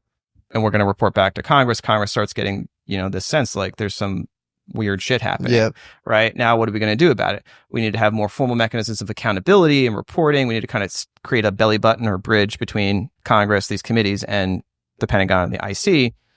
Pass the different legislation starting in 2021, 2022 with the National Defense Authorization Act. Stand up whatever AOMSIG and then ARROW, and then it was essentially bureaucratically undercut. It was Office of Naval Intelligence, UAP Task Force. It was kind of, I think, had bureaucratic axes to grind against the CIA and the NSA and the Air Force, and the reason why it was over there. And then of course when it moves into ARROW, it's kind of compromised by the CIA Air Force guys, right? Like Kirkpatrick. And so that was kind of like, okay, move, counter move. Yeah. What do we do next? Okay, pressure, etc. Go up the chain to the National Security Council. Brief Jake Sullivan on this. Jake Sullivan's like, crap, I got way too much going on, man. I got like Ukraine war popping off. Yeah. I got China to deal with. I got President Biden, who like, politics aside, like maybe not, comptus mentis to make these decisions. Yes. Like, sorry, but like, no, like we can't throw this out there right now. Like, go and just get away from me. Right. Yeah. Like, tell me what's going on. I mean, Ross Coulthart says that he knows that Jake was in at least one briefing, I think was on the Senate, maybe more, where he was getting access to, some of the firsthand testimony on this stuff. And, they're just trying, like the existing power structures, the committees, the NSC leadership is trying to get their arms around this. And then they're trying to figure out what their next move is. And meanwhile, they got other stuff on their plate. And, politics is politics. And they go, okay, well, we'll just kick this can down to the next admin, right? Whatever happens, not my problem. Like, you just think that the individual decision-making of executive branch appointee is always like, I'm here for a year, 2, 3, maybe. My life is already extremely stressful. This does not accrue any personal benefit, only risk. Yeah. Right? So I have every incentive to kick this can. And the Senate, who think of themselves as being the sort of Praetorian Guard of democracy, they're like, well, I have no real urgency. They thinking that's like, I'll be here forever. I got no term limits. I got no competitive race. I take this as like a, next year's thing with the next year's thing. So, one has like, zero urgency because of political incentives to just not have it be a problem. One has not much urgency because the Senate is a little bit, this is why I think why more action has been in the House. Yes. Because they feel like they can kind of play in that niche, right? Yeah. They can get more attention, get maybe more outside support. That's why I think why the House has been the locus of political. But that's just my political diagnosis. But in terms of the basic question of like the accountability over these programs, like that's the function of this UAP Disclosure Act. That's why that came from that's why it came from Schumer, Rounds, Gillibrand, Heinrich, Todd Young, etc. Because its basic function is not to do disclosure now. It's to like put in place mechanisms of accountability because they have credible evidence indicates that has been lacking. Yep. Including to elected officials in the executive branch. There's only 2, president, vice president. So the Senate is basically saying in their findings that they believe credible evidence indicates that relevant UAP records have been inappropriately classified and withheld from appropriate, elected officials in both the legislative and executive branch. Seems like a pretty clear diagnosis of the problem, but they were just like admiring the problem. Yeah. There's no urgency to fix it. We'll see what happens with this new administration coming in. Trump's speech last night, I don't know when this will be recorded, but like he gave this like 3-minute kind of glassnose speech we talked about. And it's like, that could be the mechanism, right? Like, who knows, right? I think this will all be up for grabs, but now there might be an urgency, or it might be opportunistic mechanisms for, well, as much as I have different opinions on all the, quote unquote controversies people have, is like, well, maybe you should prioritize this, right? Hunter Biden laptop stuff.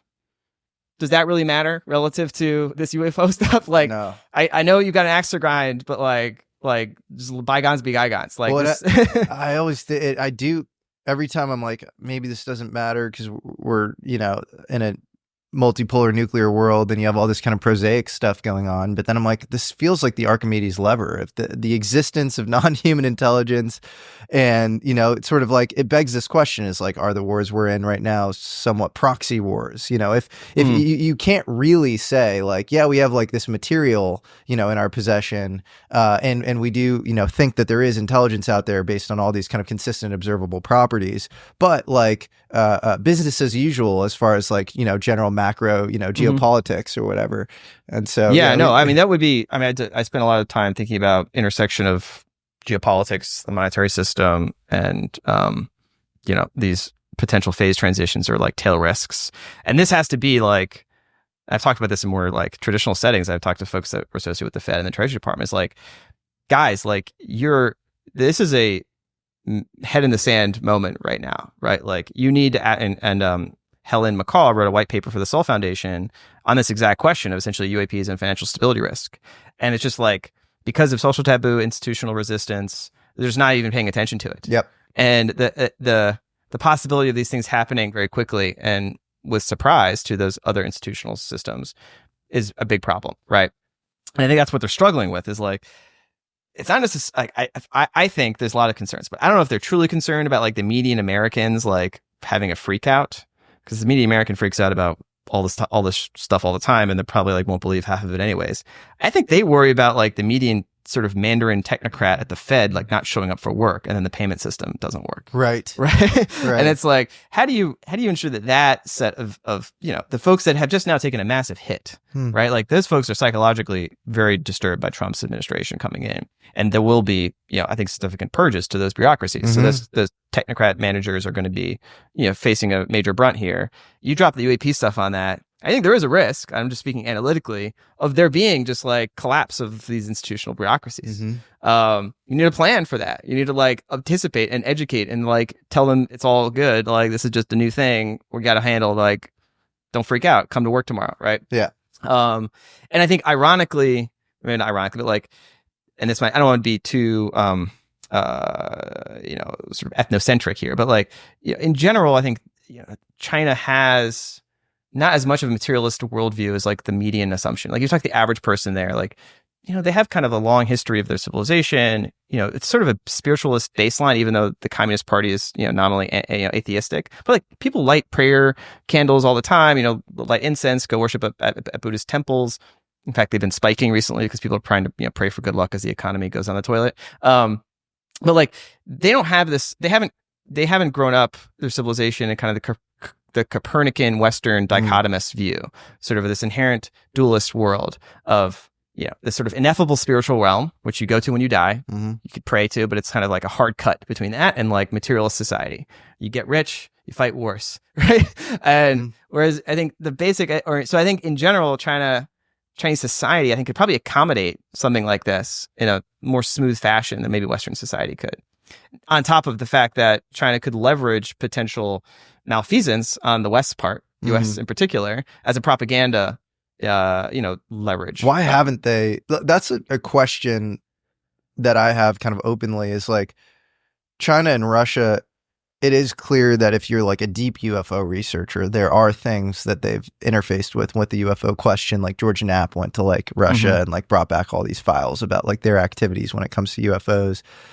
China's published a couple of papers around like tracking UFOs, but it seems like they're by and large pretty silent on the topic. Like they're not super progressive or forward minded about like propagandizing the topic or like being really open about it. Why is it just the US?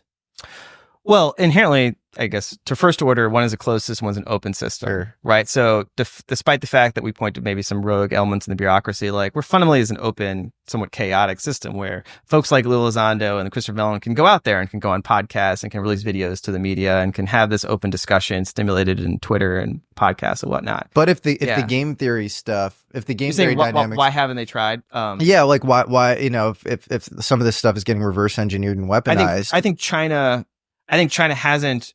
I think that in terms of order of priority, and this is speculation, I think the order of priority is first, second, third, fourth is exploit the technology to close the strategic military and intelligence gap. That's it, right? And so anything that might undermine that, right, is ruled out, right? So first order of business is like build their own inspired tech, build it at scale, iron it out, get it built out, and they have the ability to do that. Like they have the ability to like if the typical U.S. SAP is 1,000 people, right, for whatever secret R&D program, they can have 50,000 people. Yep. Right. And credibly threaten actual gulag punishments. Yep. Right. Yeah. If you speak out of turn, and actually have like you can almost imagine there's probably the equivalent of like the Vannevar Bush sitting there, right? That is like, because they've been building these new institutions, these new bureaucracies. They've got more energy. They've got like a clear target, beat the U.S., et cetera. And if you look at, there's some circumstantial stuff. This is really speculative. My China SME colleagues will be like, you're really going on a limb in there. But there were some recent purges in the last few years in like the rocket forces, which, if you imagine like which part of their PLA structure would somehow feasibly touch this, it's like, that's like where the nuclear forces are, right? So if they had their own version of a program, like where would it be? It'd probably would be there. And of course, the PLA has been historically corrupt. You bribe to get promotions and whatnot. So if I like imagine a very, very hypothetical scenario, which is when we say China has had a program, well, what does that really mean? Like China has a program. Does the PLA have a program that maybe President Xi didn't know about, right? And maybe President Xi discovered the program in the course of his various purges that he was going through ensuring loyalty. And then he figured out this stuff. Maybe he didn't know when he first came into power, but now he does know.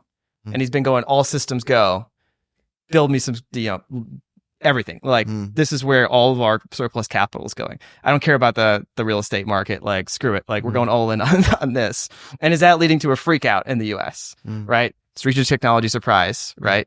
Strategic foreign technology surprise, because, we're getting intelligence now.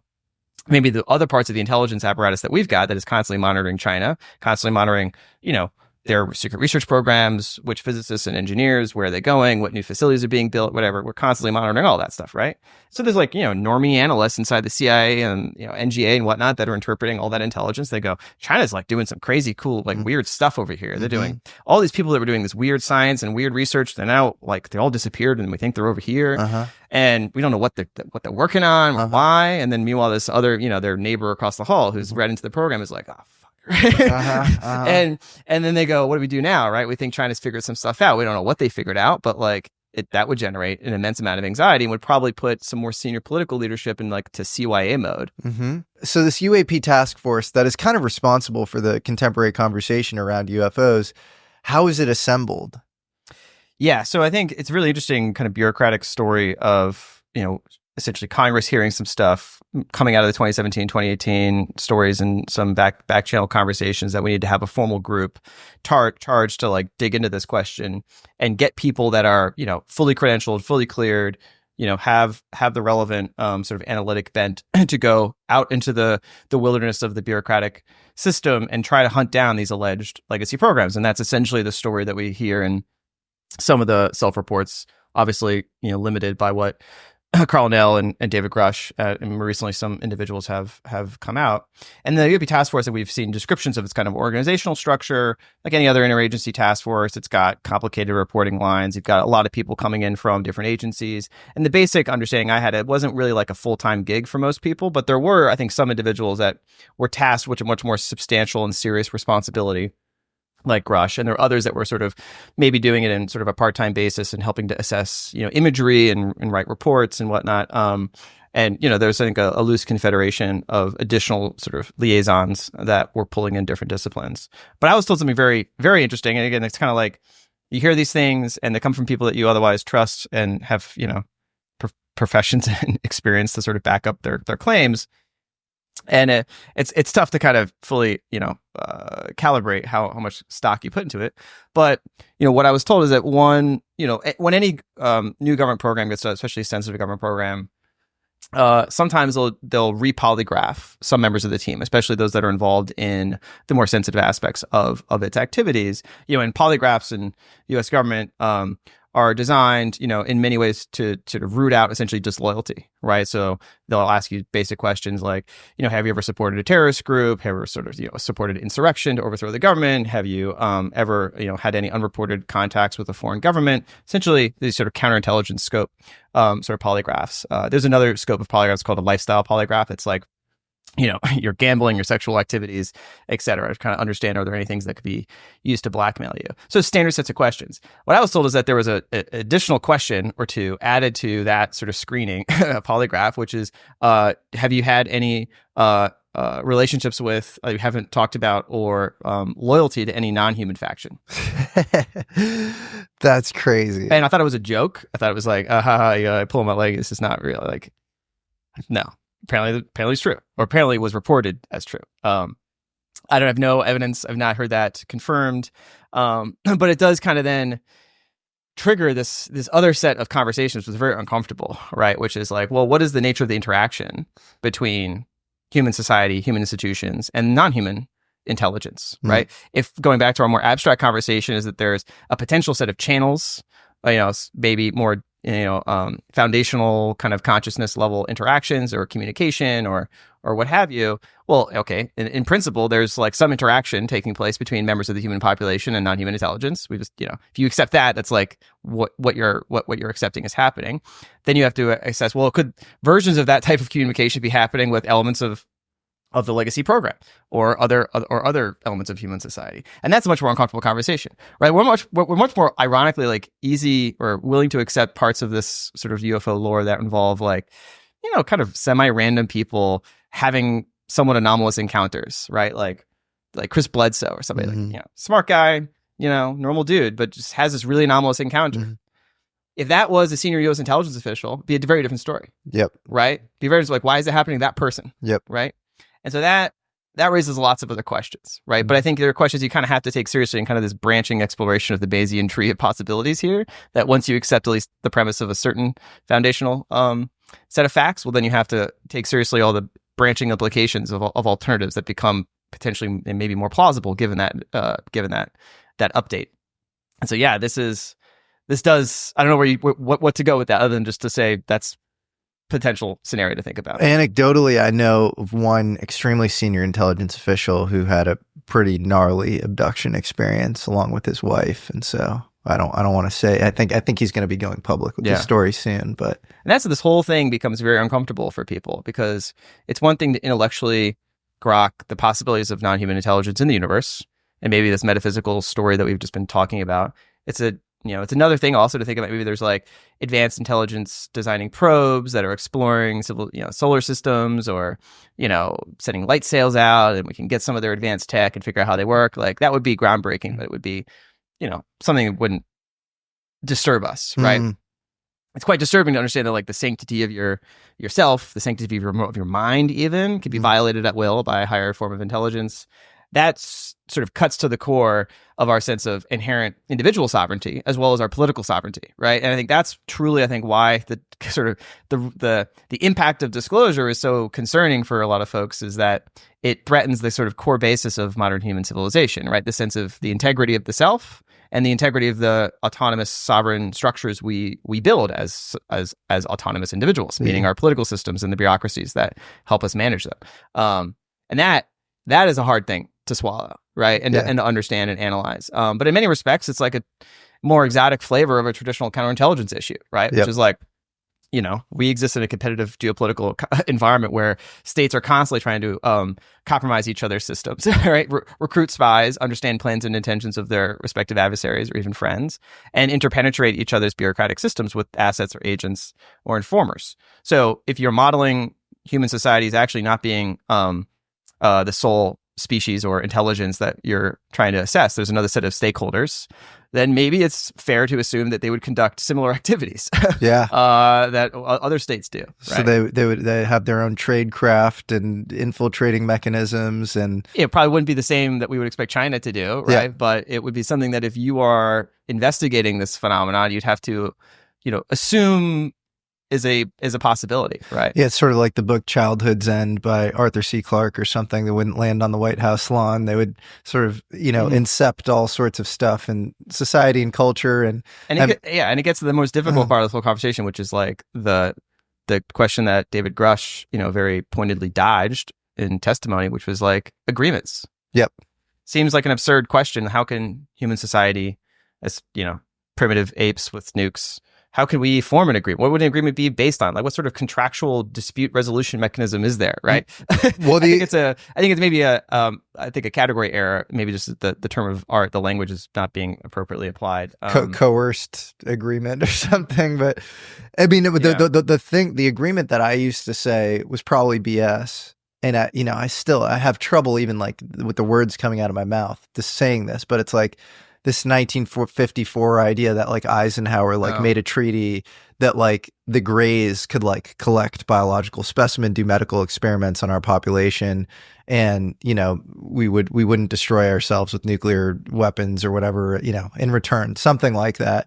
I used to think that that was like complete and total BS. I mean, you hear something like that. It's funny, actually. I think Eisenhower's granddaughter like stands by that fully, but like she's also into a lot of other kind of quacky stuff. So I don't know how to probability weight the whole thing, but I've heard from some pretty senior, you know, impressive people in the Navy that like that might be real, and like that genetic collection on the part of these Greys just ended. And they're extremely concerned that the genetic collection ended, because why would you end a genetic collection period? Well, it might be right before some cataclysmic event. Because if you wanted to re-diversify the population after such an event, you know, you'd want to complete your collection right before that occurred or whatever, if you understood, you know, how these timelines sort of work on a more root layer.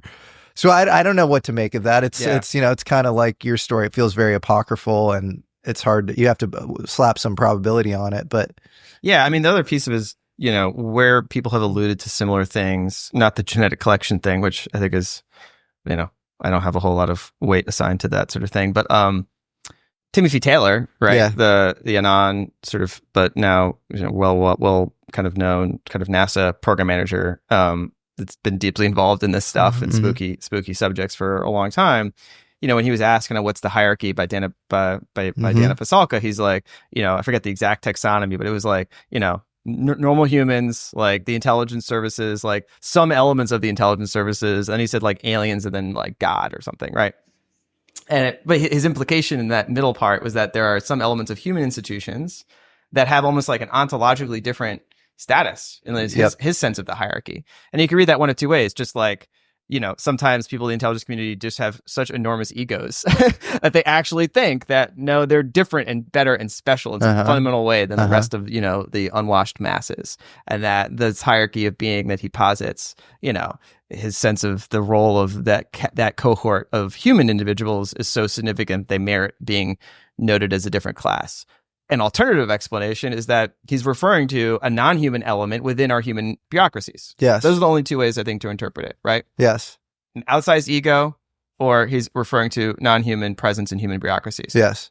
I don't, you know, and so those are just the two those are the two, I think, only alternative implications of his claim. So then to address which one we think he's going towards, I think prima facie or prior has to be much more likely that it's his ego, but I don't think it's zero. And I think there's other circumstantial evidence about his career, other things he said. Maybe he's trying to draw in a dotted line to that other implication. Well, here's a fascinating thing about him is that he seemed to, I guess, flash all these like 3-letter agency credentials to Pasulka, according to her. And I trust her. She's a friend of mine.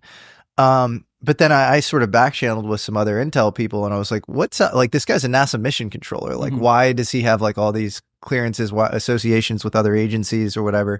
They're like, no, he's just a normal NASA mission controller. And then it begs this question of like, is a normal NASA mission controller who thinks he's part of a secret space program where he says his superiors don't even know he's in the program. Yeah. And he gets these downloads about what to do. It's almost like this hermetic network. When Chris Bledsoe starts to see UFOs, they show up around his house. He shows up. He shows up in Diana Pasulka's life when she transitions from following kind of Catholic purgatory and writing a book called Heaven Can Wait on That, and realizing that actually comports with all these like ancient, probably UFO experiences. And so you start to ask these deeper questions of like, is the chain of command that we even know the real chain of command, or is somebody like Timothy Taylor, you know, kind of following higher marching orders? Or does he think? I mean, some people fall into cults of belief where they actually think that they're taking instructions from it's like traditional cults, right? Of the humdrum, you know, UFO cult variety. Honestly, like they believe sometimes that their leader is a hybrid or is a special creature that has been sent down to guide their special flock, right? And is imbued with special wisdom about maybe even some future cataclysmic event. And then the in-group is going to be specially prepared to enter into that event and will be, you know, uniquely positioned or rewarded for their belief in the post-event, right? Traditional religious eschatological visions. And so you know, just because NASA program manager doesn't mean he's immune to the traditional psychological vulnerabilities and tropes of, you know, human psychology. So that's I just take it as like, these are the different alternatives. You gotta weigh it. But of course, you know, people have different takes on something like that. But yeah, it does. Yeah, space is clearly like where the line between standard bureaucracy, government programs, and like weird voodoo stuff starts to come in, because you go all the way back to the beginning of NASA. Yeah. And it's like, now you're not, it's just unambiguous historical fact that like Jack Parsons was doing like Crowley sex magic in the desert with the founder of Scientology, L. Ron Hubbard. Just you just can't avoid that. That's what he was doing, right? And he was like getting information somehow that was like impressing Wernher von Braun. Yeah, you know, it's like indisputable. Indisputable, just historical facts. Yes, right. Just why, right? What is happening? And then all the weird stuff about how we name our rockets and people claiming that we do various rituals associated with rocket launch. It's like, it's just happening, right? Humans are weird, so sometimes we do weird stuff. We're very superstitious, right? So sometimes we can layer those superstitions into pretty complex narratives that maybe reinforce each other in insular bureaucracy over decades.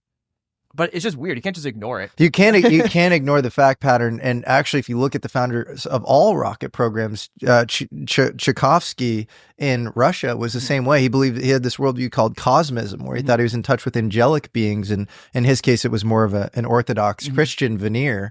But there were protocols involved in rocket launches. And then von Braun and Hermann Oberth, you know, Oberth was von Braun's mentor, went through weird neo-pagan rituals that, you know, were in the kind of Nazi space program, or that most SS officers actually had to go through.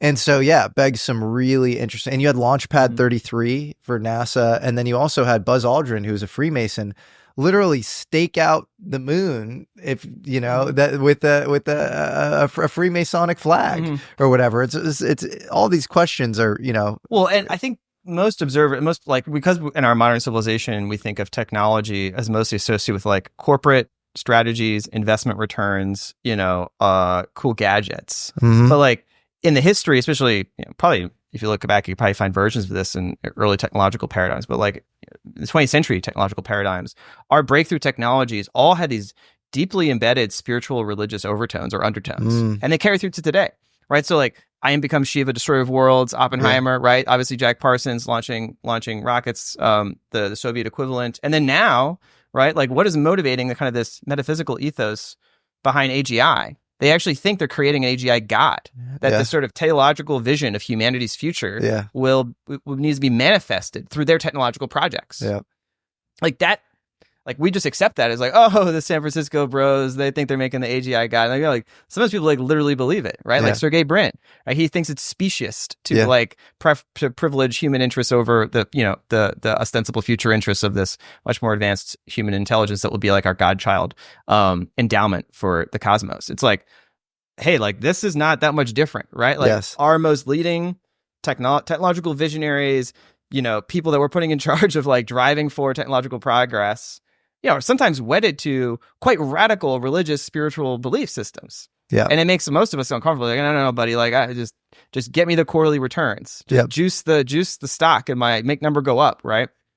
And, you know, meanwhile, like, there's this something else there, right? And we just prefer not to pay attention to that. We try not to report on it, but it doesn't mean it's not there. You know, the Air Force funded that movie Stargate, you know, the Kurt Russell. The SG-1 thing, it was like in the pyramid or whatever, there's a portal.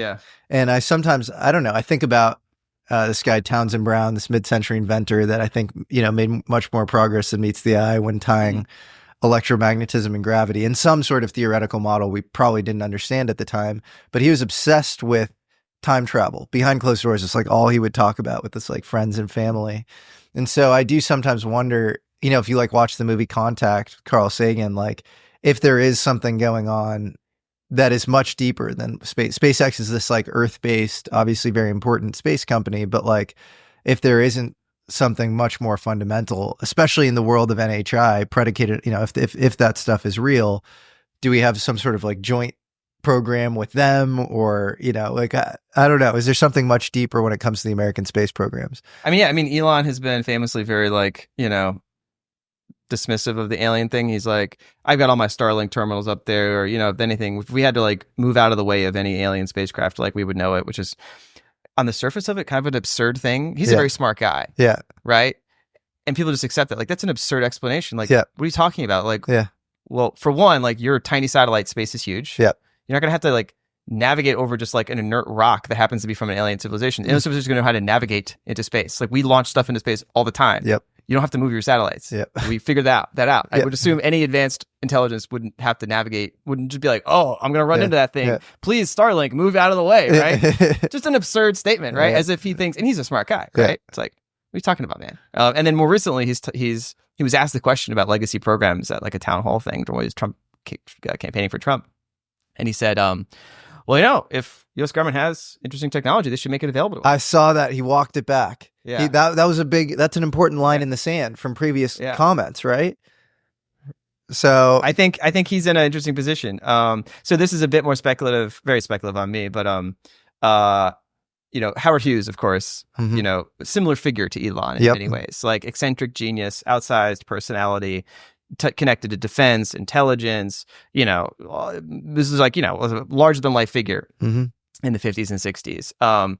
But he was like deeply connected to the Mormon Church. The Mormon Church kind of control his like senior managers and handlers for all of his corporate apparatus were essentially Mormon. They call them the Mormon Mafia, right? They're two brothers, Frank Gay, I think the other guy, and they actually as Howard Hughes kind of lost a grip on reality, they kind of took over his affairs, right? And this was the same group that was doing all the covert actions for the CIA, the Glomar Explorer, et cetera, and potentially even doing the hits on Kennedy. Both Kennedys, by the way. Yeah, and this is a whole separate tangent of like, we think about our current state institutions as being highly depersonalized, a-religious, a-factional, just appointees with technocratic competence, et cetera.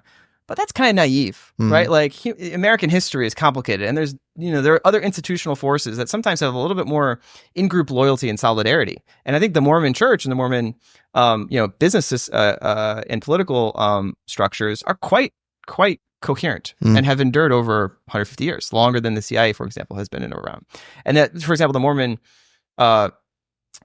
community set up shop in Utah. They wanted to create their own state, right? Their own sort of theocratic state. Joseph Smith actually may have been assassinated by agents of the government. There may be people, he was trying to campaign essentially for president, and like convert our society, our constitutional government to like a kind of a sort of a democratic theocratic sort of halfway. And they wanted to set up their own state in Utah. They had their own constitutional convention, and then it turned into this sort of state constitution. And they called it Deseret. Was going to be the state of Utah. This is a long tangent to say the Elon connection is Elon's like basically like sort of handler, like his like the man who manages all of his affairs. He's like sits on the board of XAI, sits on the board of Neuralink, or is the president, I think, of Neuralink. Manages his family office, manages all of his Bitcoin and other crypto transactions. Started and run a private security company for him. Handles basically most of his, he's his personal fixer. He's got his Jared Birchall. He's like a Mormon elder. He's a senior guy. And it's just like a interesting symmetry, right? Between this industrial technological kind of industry titan, just happens to have like most of his life's affairs, his business affairs being managed by, a guy who's very well connected in the Mormon community. And that's almost like, isomorphic to the Howard Hughes story in many ways. And if you look into, the Mormon Church, again, nothing against any religion, but like they have been really successful at essentially penetrating most of our intelligence system. Because what is the Mormon community really good at, right? They generate lots of like children and they train them in multiple languages. They send them out in missions around the world. They don't do drugs. They don't do alcohol. They're very loyal to an in-group. They respect hierarchy. It's exactly what like a CIA officer, FBI officer, NSA person is going to be like.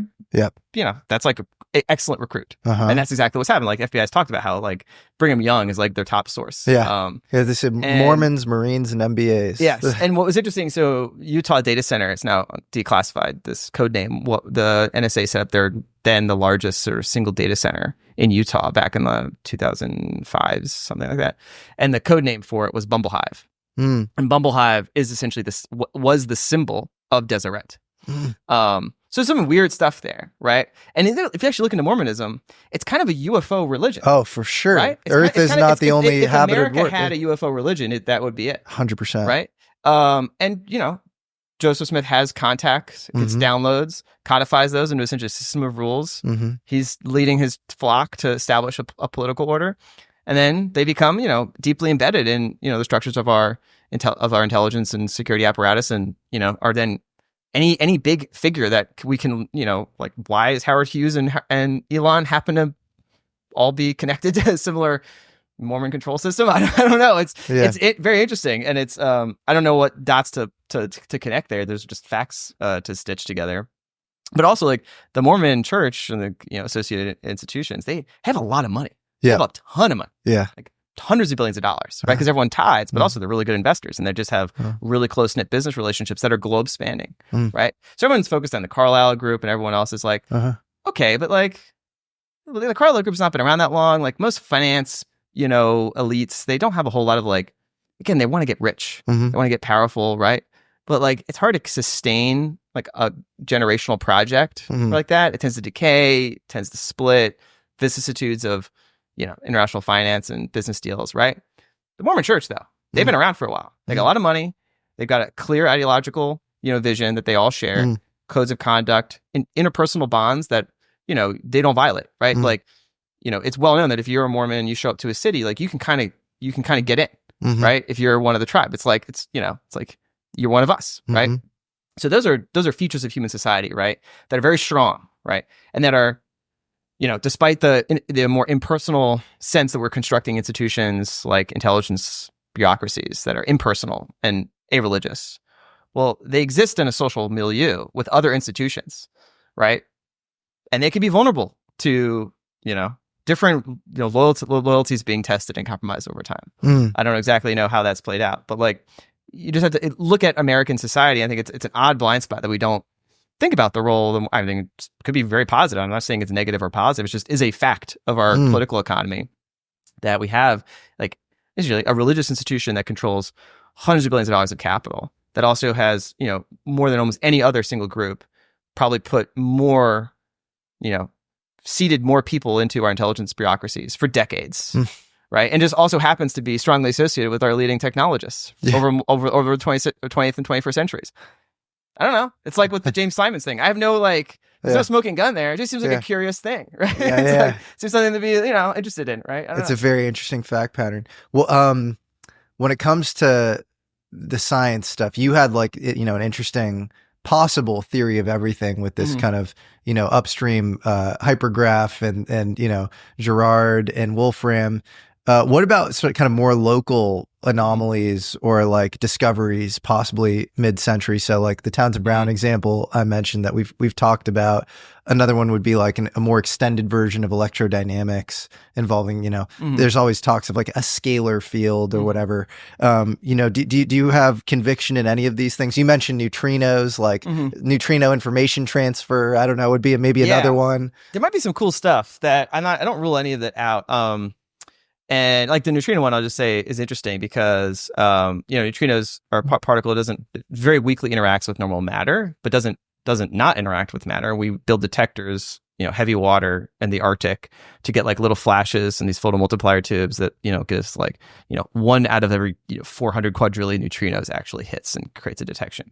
But that's just like, that's coming from the sun and kind of in this amorphous, spray of neutrinos. It's possible, I haven't really done the math, maybe ask ChatGPT on this, is like if you were able to construct a really tight, high-intensity beam of neutrinos so that the density of the neutrinos is like many, many orders of magnitude higher than otherwise would be, and you develop a really sensitive detector, well, then you can send a signal through any basically through the Earth, right? Which would be really useful for something like, for example, if you're trying to ensure you have like redundant nuclear command and control communications. If your satellites are down, all your terrestrial communications are down, but you really want to ensure that the sub on the other side of the Earth can get the go codes, right? It doesn't seem like physically impossible to me. We really need to run the numbers and do the engineering and, figure it out. It doesn't seem impossible to use, essentially a neutrino beam, fire it through the Earth. And if it's sufficiently high intensity and you have a sufficiently sensitive detector, that you could transmit information that way, transmit, launch codes or other things. Probably wouldn't be high bandwidth in general. It would be like Starlink, Yeah. but like for certain information communication requirements. So I think there's certain aspects like that that to me don't seem like physically implausible. There's other things like scalar fields. I don't know. I don't have like a strong opinion on scalar fields, scalar weapons. Yep. This whole domain. I don't know. I'm sort of agnostic. There's a part of it which is like, if there was enough low-hanging fruit that is just like a small tweak to say Einstein's field equations, it's hard to believe that somebody wouldn't have figured that out by now. Yep. Right? That some people there's maybe a torsion term in Einstein's field equations that we normally ignore. That's a Elie Cartan thing. Yeah, that maybe there's, and that's been a lot of what has been in kind of like unconventional physics approaches, is usually taking general relativity and like looking for like weird variations of it, right? What if there was an extra term here that introduced a new field, or there's a new degree of freedom here, and what would that mean? And that's fine. But like the interesting thing about the Einstein field equations is that they're actually quite, going back to the Gerard thing, it's actually not that surprising that he was able to regenerate or kind of generate the Einstein field equations out of this sort of limit of this discrete model, is because the Einstein field equations turned to be kind of like with very minimal constraints on a certain how you define a certain topological structure with a certain metric structure. Like the Einstein field equations are just what you have to get. Yeah. Right. They're almost like the most natural description of the metric structure of a very general class of sort of manifolds. And so they're not that special. And therefore, they kind of allow many different permutations. There's many different like little bells and whistles that you can kind of add to the Einstein field equations that would give you maybe different fields, different degrees of freedom. And it's possible that there are experiments that you could do that would allow you to figure that out. I wouldn't rule it out, but I haven't done like the deep dive enough to know whether that's plausible enough. But it's like, to me, that's more just like it reminds me a bit of like the Ptolemaic epicycles, which is, the Einstein field equations are very simple, very clean. They explain a very general class of phenomenon. You want to explain UFOs. And so you're looking to be like, what bells and whistles can I add to this simple conceptual structure that I can sort of allow me to explain this anomalous phenomenon, right? Well, how could I like engineer the space-time metric, or could zip around using, scalar fields or something? It just seems a bit clunky. It seems a bit kludgy. It seems a bit like you're looking for the answer that you wanted to get. Right? To get more specific than that, which I agree is sort of lazy thinking. One, thing that might have happened that like Weinstein spoke about, Eric Weinstein spoke about on Rogan, is 1957 Chapel Hill conference. Quantum gravity gets established. And there's an Austrian mathematician present named Hermann Bondi. And he brings up this question of like, what about all these anomalies that might occur if you had theoretical existence of negative mass or negative energy, which was totally theoretical at the time. And if you didn't have the positivity conditions and you take into account these theoretical, energy and mass, negative energy, negative mass, you would get all sorts of weird anomalous effects that like we wouldn't be able to predict with, the Einstein field equations that do include, these positivity conditions. So if you were to put a governor on physics, it might be these, positivity conditions. Then in like, I think the 90s, we figure out the Casimir effect, which I'm pretty sure now is like consensus physics, right? That like there are these, I guess, there is this 0 point, and there are these quantum, fluctuations in the field that like would bring two non-conductive plates closer together because of this sort of negative energy force or whatever. And so that brings up this question, and then you look at Miguel Alcubierre, which everybody talks about Alcubierre warp drives, this solution for Einstein faster than light travel. Given general relativity, and it involves a negative mass and negative energy. And so, is there something there? But the ability to harness something like the Casimir force for propulsion. It's interesting. I've seen again, I'm not like a professional physicist, so it's like I try to read people, and it's like, I think the Casimir effect is one that's hard to, I don't know if you could extract useful work, because you can get essentially vacuum pressure, but because if you put two superconducting plates, in the absence, the vacuum will emit any mode of sort of spontaneous quantum, sort of virtual particle pairs. But when you impose this boundary condition of two conducting plates, you're eliminating, a whole set of possible modes, and therefore there's kind of less energy in between the two plates, more energy outside the plate. That's a negative pressure. Maybe you could extract work. That's kind of the basic premise of it. I don't know. I don't know if you could actually like if there's any like so one interesting thing about general relativity that most people don't understand is that it doesn't conserve energy globally, right? It only conserves energy locally. There's no such actual thing as like global universal scale energy conservation in general relativity. And so there may be loopholes, right? That's the thing is like, are there loopholes, right? There may be loopholes because general relativity is it doesn't require it doesn't require global energy conservation. So maybe there are tricks you can exploit. But we don't really understand what negative energy really means. And I always try to come back to like my best, current thinking about what the models are to use to answer this question. Of like the hypergraph, models are essentially energy. In those models essentially is the, if you imagine like a surface, you're just foliating the causal graph.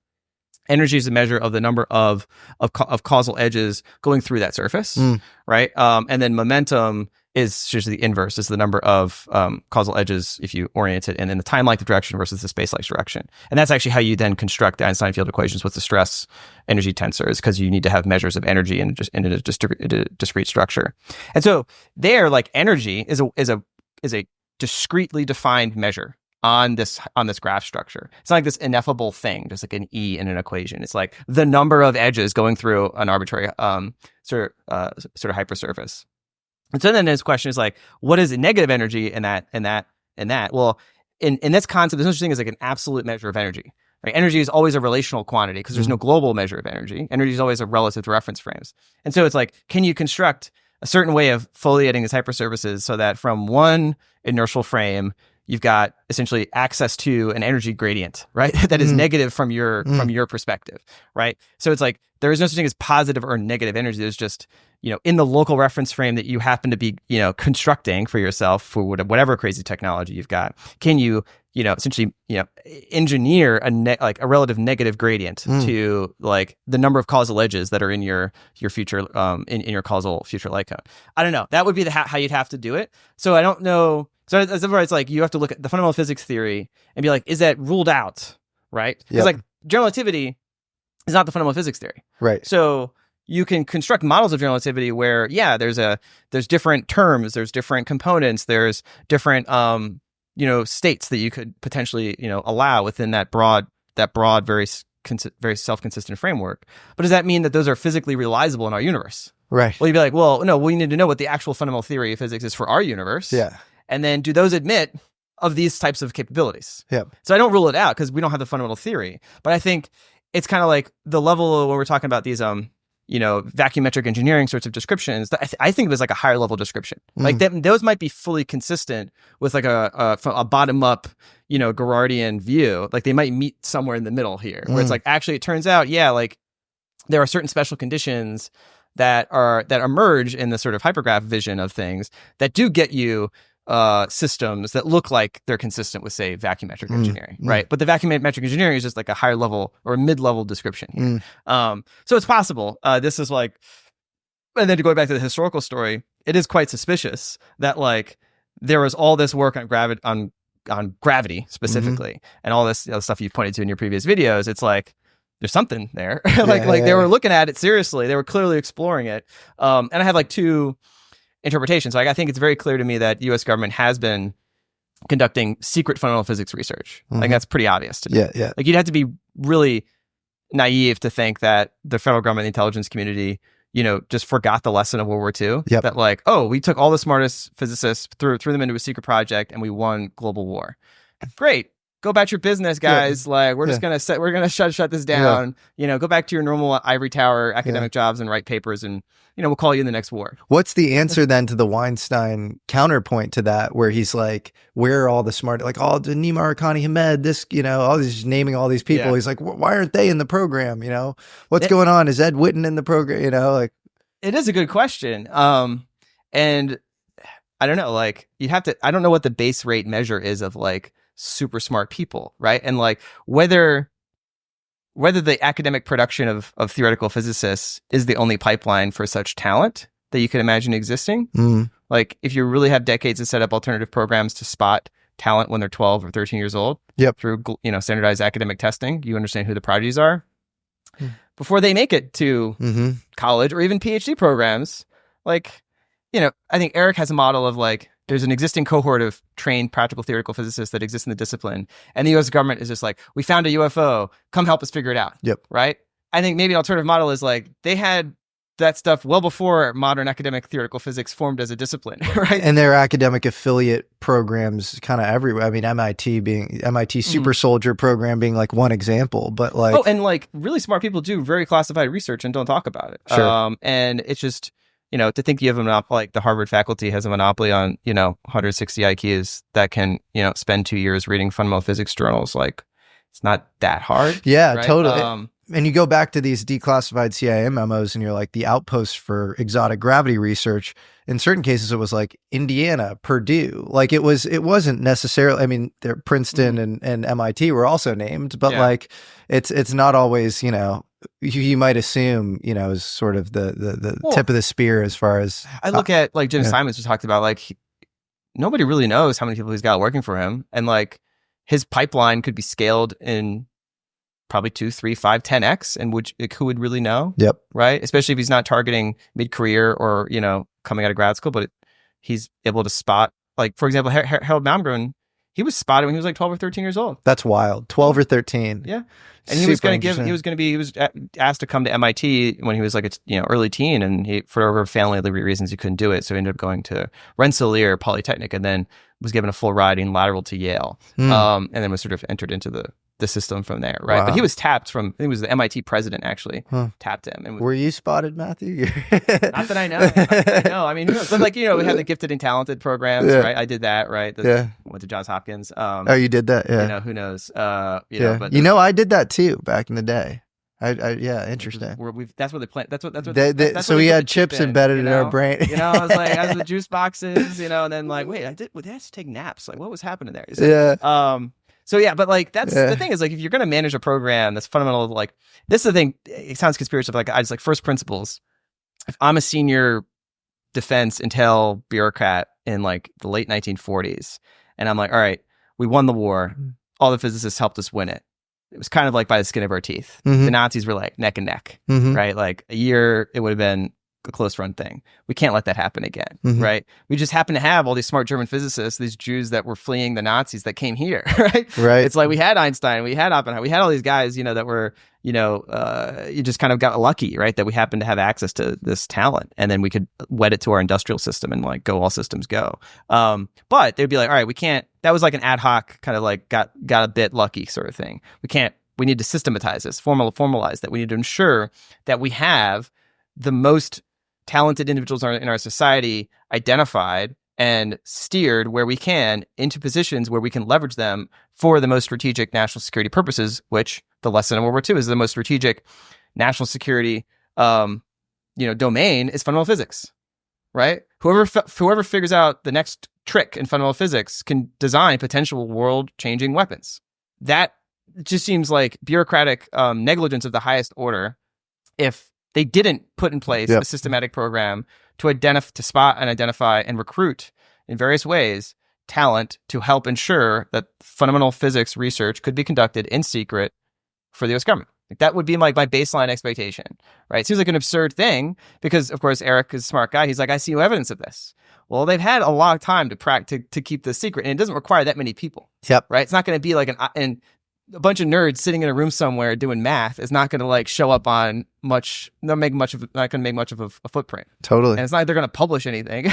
Yep. So it's, again, so this is where it's mechanistically, I would expect such a sort of set of programs to have been put in motion. It's a whole different question to assess, well, how successful have they been, right? Because they could set up all this apparatus. The government is really good at creating these programs, making them really secret, funding them over many years, but they're not that good at actually stimulating creative innovation, right? So, then this kind of explains to me why you have these cases like Ning Li or whatever, like folks that are clearly doing like breakthrough research on the margins of some interesting subjects, and then they get sort of poof, right?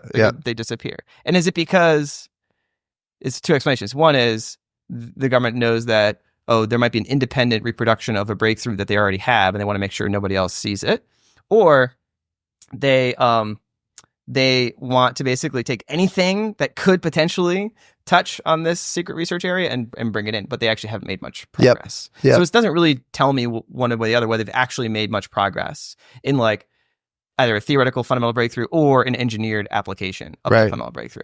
I think you can assume they have these programs and they've gotten nowhere. Yeah. It just, what you're saying makes total sense, because I think, you know, if this stuff was housed in the Manhattan Project, you know, before the setup of maybe some sort of distributed recon system or whatever to track, you know, young prodigies, it seemed like the destructiveness of science and tech was just going asymptotic at the time. And so to like not clamp down with safeguards as far as, you know, both being able to recruit, but also being able to quickly hide, you know, what you're working on, that would seem like this big national security priority, right? And we have recent evidence, like, again, hearsay, but Andreessen Horowitz and Ben Horowitz had this meeting and they reported back with the National Security Council senior staff.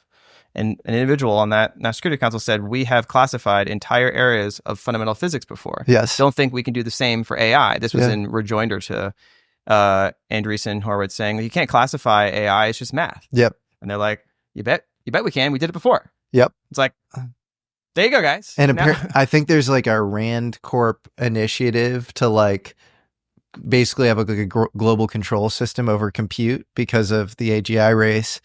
And there might be an interesting connection on like Rand Corp and some of the more secret science or tech when it comes to propulsion and that sort of thing. I don't know if you've thought about that. I had a conversation. I've tweeted about this, so I guess I should say it now because it's public. But like, be careful how much details I give. But I had a conversation, over a year ago. I forget exactly when. I should go back to my Twitter. Probably coming up on a year ago now, with a former very senior Department of Defense individual. And, you know, we had been chatting about lots of different subjects, and again, kind of UAPs came up, and this individual described having a meeting with Arrow, and this individual was responsible for managing large collections of SAPs, including those that touched on AI stuff, including other things. And, you know, this person's been around the block in terms of, you know, even when you're getting a top secret SCI briefing on a particular program, when they give these similar briefings on their SAPs, they regularly give bullshit briefings at the highest level of classification to others. You know, that's just the game, right? If you don't need to know, you don't need to know. But the existence of such a program is something that's hard to keep secret. So you give a bullshit briefing. When he was sitting at the Arrow briefing, it was like, that was the perception, that this was the bullshit briefing. Game recognized game was the quote, basically. And we got a bit further into it, and they said, you know, it's a triangle. AI, quantum, and the Grush stuff. That was it. And we were, you know, in an environment where I didn't want to press too much into the issue. And, you know, it wasn't like this sort of sit down where it's like you can go for hours. So that was basically where it sort of landed. And I've been chewing on that for a while. You know, AI, quantum, and the Grush stuff. That's wild. That's super interesting. My mind's going crazy now. You can imagine, I mean, all those different ways you could permute that, right? Quantum you can interpret as quantum computing. Yeah. Or you can interpret quantum as like more like quantum weird, spooky consciousness stuff. Yeah. Or something else. Or materials. or quantum materials. He just said quantum. Yeah. Right? AI, quantum. Yeah. And in the government, like quantum is usually used as like a catch-all for all that stuff. Yeah. Right? Well, not the consciousness, but like quantum sensing, quantum computing, you know, quantum cryptography, et cetera. So I don't know. There clearly is a sense, and this is why AI is becoming important, is like, you know, the program that Michael Schellenberger wrote about. He might even be testifying in Congress next week about it. You know, apparently he's using AI to identify, you know, UAPs and maybe even ARVs, because it's a characteristic morphology, and we have lots of sensors, and we're saying, okay, we need to, and if AI is becoming much more decentralized and a capability that is in the private sector, well, that would be a problem, right? So there might be a lot of technological trends that are underway that are just going to make keeping this in the bottle just almost like, you know, much more difficult. There's also the, you know, more abstract or like, you know, speculative, which is, okay, you know, any arbitrary form of intelligence is likely going to share like kind of be coming from a different spot in the real multiverse. To communicate in the real multiverse, you need to share concepts. Like concepts are the bridge, or like that's actually like the category theoretic, like transportation measure, like a distance measure in real space is like your conceptual. So like we are really close in real space. People that come from different languages are a little bit further apart, but they otherwise are close together because of their common history. And so in assembly theory, you can see this as like they share a common ancestor, but only they're recently branched, right? So they only haven't gone too far in real space. So like you can do translation between Chinese and English pretty well, right? There's certain concepts in Chinese that you can't easily map to English and vice versa, right? That's just the nature of trying to do, essentially translation. There's not complete translation invariance in real space between different, between different cognitive systems. But an arbitrary intelligence coming from that has an entirely different assembly history is likely not going to be that close to us in real space. So, but what our AI systems really good at is basically helping to explore and translate through real space, right? That's why we're now using AI systems to try to like decode dolphin and like whale sounds, right? It's because they're really good at basically in this sort of very multidimensional vector space, identifying what are those patterns of regularity, and then, creating like a map of what the conceptual structure inside that representational space is, and then figuring out, okay, is there a certain mapping that I can go from that internal representational system to human representational systems? It's like, what is the whale equivalent of like friend? There probably is a plausible way of developing an encoding essentially between human concepts and whale concepts, right? And that would be probably like one of the top priorities, right? Of course, we have the movie Arrival. It's like the top priority is like trying to develop an encoding system between human concepts and NHI concepts, right? And AIs will be very important. Maybe have been extremely important in developing such an encoding, right? And it's probably no secret or no surprise that like, the co-founder of Renaissance was Robert Mercer. Robert Mercer invented basically large language models and applied those along with other, they were leading most of the AI stuff basically and making all that money using some of it and doing semantic analysis. Like, they didn't have the transformer architecture back then, but they were doing all sorts of crazy advanced AI stuff. So that would be the exactly team with skills you would apply. Being like, we're getting communications, we're not quite sure how to trust them, right? And the NSA is really, their job is to like do decryption, right? And you can almost think about like decryption is basically the same thing as like fundamental physics in some way, right? Like you get a certain, like the universe is like this unfolding computation that's computationally irreducible to any given observer that can't inspect all of its microstates. And so there's some core screening. That core screening function is essentially like an encryption. Like our models are like encryptions of the underlying pattern of the world, right? And then when we do physics, we're trying to like, decrypt, right? Those representations. We were like a naive representation of the universe. We're trying to decrypt what the underlying, factor was that generated that phenomenon. And so the NSA is really good at doing those sorts of things. So there's a lot of overlap between the kinds of research and technologies and skills you would need to like understand the NHI problem that are way beyond just like, engineering topological materials, right? You'd want to be able to communicate, be able to trust the communication, be able to, understand what sorts of, concepts are embedded and what sorts of social information is embedded in those concepts, right? Like, we can maybe learn a lot about how like whale social structure actually works by decoding their concepts, right? Like how close is the friend and enemy or food source, these different interesting concepts we might be able to get anchors on. How close are they to each other? It might be like interesting observations that you could discern by studying those sorts of linguistic categories. You're making me think of the Danny Sheehan story where he's taken into a skiff in Washington at the behest of the Carter administration to review the Blue Book files on all these UFOs. And he claims he sees a picture, a high definition picture of a UFO crashed into a mountaintop. And he traced the photo and drew all these like bizarre kind of hieroglyphic looking symbols. And I'm wondering if we could use AI on that with some maybe symbolic conventions or something. I mean, this is where it gets quite weird because if you assume some interaction, right, and most of the first person accounts have been, non-recordable interactions, right? Just like, ineffable, you're destroying the planet, nukes are bad, danger's coming, right? Sorts of tropey stuff.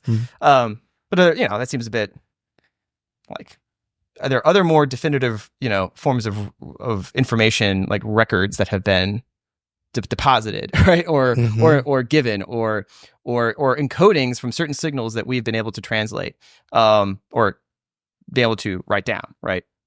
Like the first, I can imagine like this program, you really like imagine it's like possible full branches, right? There's like the biological piece, there's the hardware, physical science, material science piece, fundamental physics for propulsion, et cetera piece. There's the xenolinguistics piece, the sort of sociocultural, aspect of that. There's be like all these different branches, right? Imagine you're trying to study human society, right? It's like you would have it all, right? You look for all the artifacts you could. You look for all the maybe unintended signals that we would be sending to try to understand. So there'd be a massive program, but all would be compartmentalized into all these different domains. And then AI would be really important to help you synthesize and integrate and develop hypotheses for that research project, right? So maybe that's what he was pointing at, right? And you need some sort of immaculate constellation to quarantine some of the comms, both from a kind of a, physical perspective if there are crashed UFOs, but also the comms going on between people and that sort of thing. Yeah, and then there'd be the basic intelligence function AI could help, and there's the very important counterintelligence function, Mm-hmm. right? And there's some weird stories that have been coming out recently of just how, like, in general, like the government is usually like several steps ahead of the private sector. I think in generative AI, they're probably not, but that doesn't mean they're not ahead in certain areas Mm-hmm. that are applications of AI. It could be quite far ahead, that are more unique to like, government use cases. Like the government is not going to invest a whole lot in DALL-E, Mm-hmm. not going to invest a whole lot in like a chat bot, Mm-hmm. right? There's just not a function that's going to align to any government function that's going to get the R&D. But there are, things people are naive to think that the private sector just happen to explore the most advanced part of the tech tree, right? Certainly they explored a part of the tech tree that happens to be very infrastructure, energy intensive. The government, because it has to be secret, probably would discount those branches because we can't build $200 billion worth of AI infrastructure to train the next models. Like we got to keep this secret. So we would look for other non-transformer architectures probably to explore. And we have time to test those out without, the competitive race with OpenAI to like, oh, we got something that work. Like now we're stuck. We got to like basically scale this up and keep training a bigger model. This is all to say, I think people assume that like regards to AI that OpenAI and Anthropic are like much further ahead than anyone else. And I think there might be orthogonal vectors here for certain applications, certain architectures. And again, it's like you assume fundamental physics research could be done in secret, right? It's like, well, it could be fundamental AI research that's done in secret, right? Absolutely. It's like as soon as this is identified as a requirement, there's a pipeline, there's an SOP, there's a process, there's a structure. This is what I would hope is happening. But then it's not just us.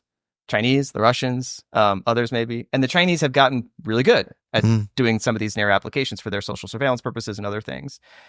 And those there's like weird things happening now with people, being really good at manipulating individuals online, right? Being really good at, generating human-like interactions in certain ways. And that would be, a way of kind of distorting our internal conversations on subjects like UFOs, right? So I think this is like a convergence of these different trends of like disclosure on the one hand, but also the ability of society to like sense make is like being degraded almost at the same pace. So I do wonder if we get to a point where like, the government goes, we're actually going to come out with everything, but like the basic ability of, society, what we call society, to process that in something like a consistent fashion could just be rendered obsolete. On that note, where do you think the UFO conversation goes from here? Because there are two camps. One is, if we were having this conversation 40, 50 years ago and we were kind of invested in the issue, it probably would have been the wrong investment, right? Like not a lot happened. And then the other camp is things seem to be kind of unraveling quickly and snowballing. And so, where do you think things go from here? This is the tough question. I don't think it's going back in the bottle.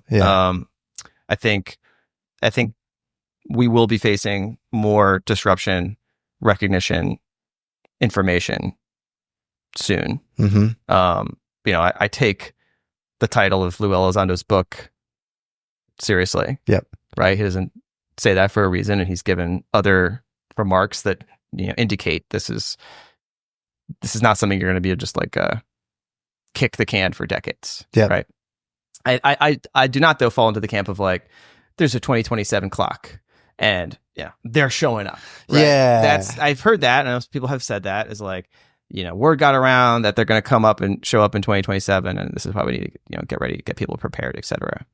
I don't rule it out, but like that seems like not my baseline scenario. I think I see a convergence of things that are now kind of historically. It's like the vibe, right? It's almost like there are things that I know that people are potentially going to come out and say publicly, but is that going to be what we call capability disclosure, right? It's like, who's paying attention, who cares, right? It's like information can come out either via individuals in sort of a stochastic self-organized process, and they may have the professional bona fides, the historical experience, the credibility to get maybe the next marginal increment of the population to pay attention and go, what the hell? Right. But we've had a number of those people already. Right. It's just like we're kind of on this ratchet, which is like the Chaim Michels, the Canadian defense minister. More recent era, you've had David Grush, you've had Lou, you've got Carl Nell, you've got Christopher Mellon. Like these are not like household names, but they're we're climbing this ladder here. Yep. Right. And we've had suggestive remarks come from multiple presidents. And this is like an accretion over time. And I think I expect there'll be more individuals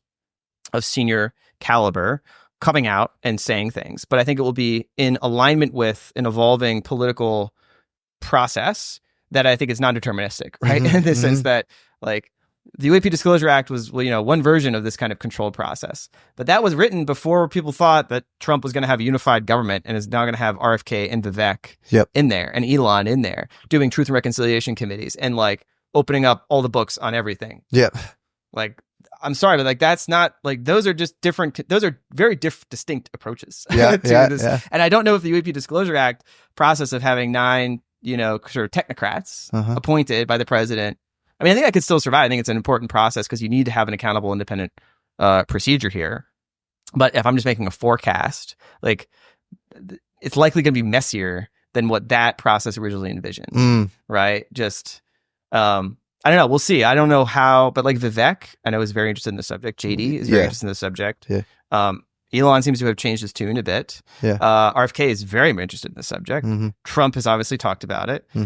So where this sits in there, like how they're going to manage this, who are they going to assign this problem, right? That's going to be the big question. And then is this should we try to get appointments?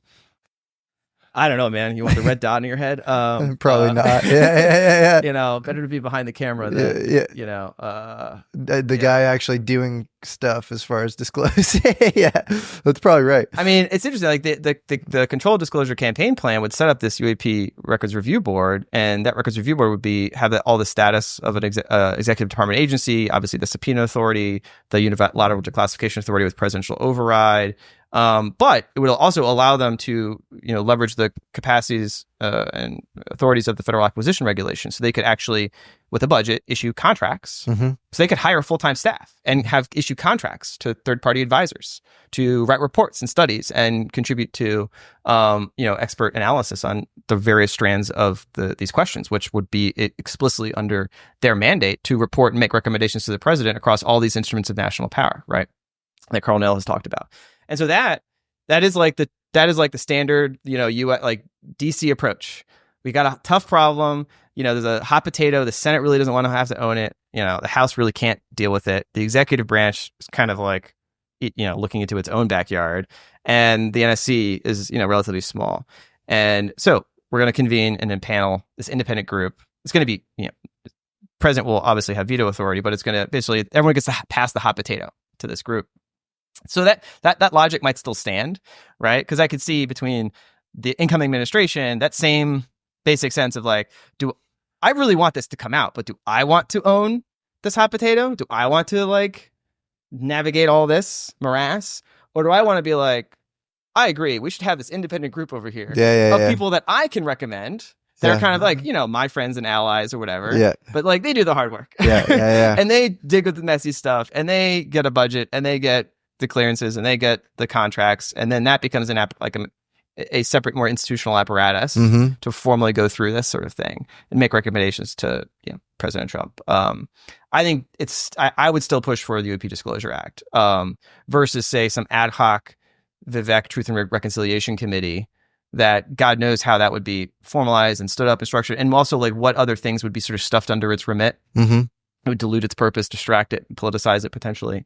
And I think it's just better course of action to just put the energy behind this existing framework. I think it doesn't matter who you appoint. Obviously, that's like the structure is there. It's how you fill out that structure, like who gets appointed to these positions if they pass this law under the new admin. So we'll see. But also there's the legacy folks inside the House that you still have to deal with, right? Like the Rogers and Turner.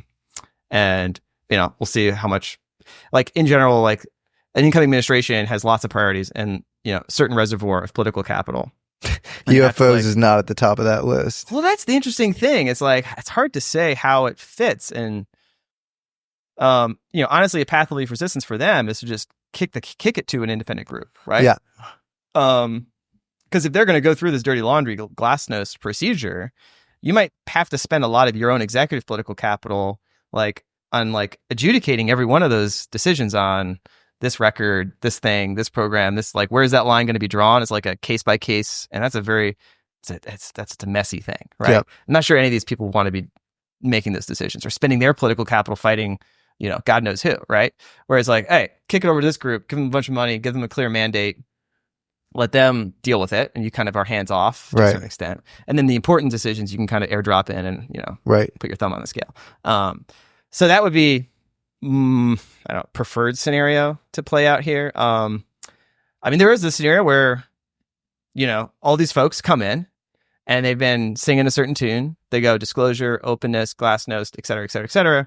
Then they get shown whatever it is. And they go, nah, sorry, sorry guys. Nah, this whole UFO thing, I don't know. Nah, that we're good. Yeah. We're good. Yeah. Look over here. Right. Yeah. I mean, it's always the scenario you have to, put onto to the table here, because I don't really know what's behind that curtain, right? And whether there is something that's just like, nope, not going to talk about it, right? We hear an awful lot of unnerving stories from people like Jeremy Corbell or Ross Coulthart, who are like ostensibly talking to people on legacy programs directly. And like they all say the same thing. So they get to a certain level in the conversation, whatever. And the person goes, if you knew what I know, you wouldn't be pro-disclosure or something. They sort of hint at some sort of extremely ontologically shocking truth. And I never know how to compute that. It's this sort of, epistemic impasse if you're on the other side of it, where it's like, I don't know. That's why I think, the controlled disclosure campaign plan, sorry, I probably butchered that, is, like you almost need to shift human consciousness, right? It sounds a bit colloquial and woo-woo, but it goes back to earlier part of the conversation. It's like, we're embodied creatures, but we have certain mental capacities and a certain, folk worldview of what's possible, what's not. Like the immediate horizon of most people's lives is very, foreshortened. It's got to pay the rent, get the kids up for school, get through the day. And, the job of a state is to ensure that those background functions of everyday life are not subject to like radical volatility. That's why we have a state, is to ensure that like I can get on the road in the morning and get to work and my taxes are paid and my school starts on time and the teachers show up, and it's like, that just needs to happen, right? It's like, that's the first order of business as a government, right? And so I do have sympathy for anything that the government could envision releasing to the public that threatens those sort of core, lifelines of society. It's like, that's your job, is to ensure, like, that would be the government essentially, committing harakiri, right? It'd be like just abdicating its fundamental responsibility. And so this is where the tension lies. And I think, the more that they can sort of get out of their own hands into civil society to manage, the better. Because the government shouldn't be the source of ontological truth for people. The government shouldn't be like a religious, institution interpreting the world for its citizens. Like, that's not the job of the government to tell me like what the capital T truth is, like the nature of reality or any of this. Like, no, like you take my taxes, you defend me, you keep the lights on, like do that, right? I don't look to you to like, you're not the Pope, right? You're not. But it's also not the job to suppress the capital T truth unless that involves some, clear trade secret on the national security front. But this is where I think the mandate, like this is more philosophical, like what is the social contract in America? What is the form of government we have, the constitutional republic, and the understanding of the framers that has been evolved over time? Like, it's like there, even if you're originalist or you're, a flexible, kind of constitutionalist, like I don't think the National Security Act, the Atomic Energy Act, like can plausibly or even morally be extended to non-human intelligence fact of. Yeah. I reject that wholesale, that the fact of non-human intelligence is it's not government information, like existentially, legally, morally is not government information, right? Other things like the existence of advanced aerospace propulsion systems, material science breakthroughs, maybe even theoretical physics research, although that's litigatable, are government information. Those can be properly classified under a mandate where the authorities making those determinations, are doing so in accordance with our legal mechanisms for constitutional oversight, where, we have procedures, we have laws for secrecy and reporting to Congress. And it seems like on that front, we clearly have a problem, right? That needs to be cleaned up, where these programs have not been properly reported to, the cognizant oversight mechanisms in our system of government. And it's just like, yeah, like if you want to have a democracy the way that we think we have one, you need to fix that. Does that mean everything comes out? No, but it means that accountability objective clearly needs some work to be done. And then there's the disclosure objective, where the disclosure objective, at least for me, is the fact of non-human intelligence, if that is known with high confidence by the U.S. government, is illegitimately kept from the public. That's just not something they can keep secret. I think there's no moral justification for that, right? Even if it's like going to be destabilized. It depends on what you say, right? It's not like, you could say, yes, we're not alone. We're studying it. We're going to impanel these institutions, public, private sector, civil society to really understand it. And then you slowly leak out the sensitive information, right? That's maybe more prudent. It doesn't mean you release everything. But I think this omerta can no longer, I think, be effectively sustained, because I think it won't be, right? It's like clear that either adversaries or private sector or individuals from these programs are going to keep pushing that. Yep. And then you're in this game of no good choices if you're trying to manage that process of disclosure. It's like, you either get on board with this controlled mechanism, or it's going to be, RFK, coming in there and just like tweeting out, everything you've been doing. That's like, I think the last few days, I know we're recording a few days after the election. It is just like the shockwave is just like propagating through, right? And I think we haven't seen what this means for disclosure, and what different actors now throughout these different systems that we're modeling now have to radically adjust their personal, like incentives here, right? It's like, okay, like, there's a story just about the FBI, right? Like off the record quotes from senior officials of the FBI being like, it was like the kind of a morbid joke that was, the senior officials on the seventh floor, they haven't passed their fit test in a while, but they're going to need to run out the door. So there's an expectation filtering through, just say the FBI as an example, that it's just going to be purges. Wild. Right. And just so then carry that through, right? These other different structures. And if that is now, that's a radical change in the institutional bureaucratic environment that the UFO, the UAP disclosure conversation is now situated in. Well, it's fascinating because, like, historically, you have JFK saying, I'm going to scatter the CIA to the winds, being at loggerheads with them. You have Nixon saying he's going to fire a third of the CIA or whatever. Maybe that was a sub-narrative for Watergate a little bit. And then you have, similar stuff with Carter. Usually it doesn't end well for like the reforming president, but I've never seen so much force and power on the side of force reduction in bureaucracy as I do today with Elon, RFK, this coalition of like, we fucking had it. And like the history of this country is way more messed up than, people realize. We're going to like fire all these people. So I'm very curious to see how this ends. And if it's, history repeating itself, or if, maybe you do just see this massive watershed moment. Yeah. I mean, I think this is the tale as old as time, which is, how does this urge for reform not be captured, right? And to what extent, everyone has an agenda, right? Like it's, everyone's like, oh, good guys, bad guys, right? The deep state versus the, Elon Wonder team. It's like everyone is a flawed person. Everyone has an agenda. Everyone's working an angle, right? The question is, are the interests of civil society and public accountability, like those higher level objectives, are those being met or not met by the actions and decisions made by each of those different sides? It's like, I don't have allegiance to any particular team.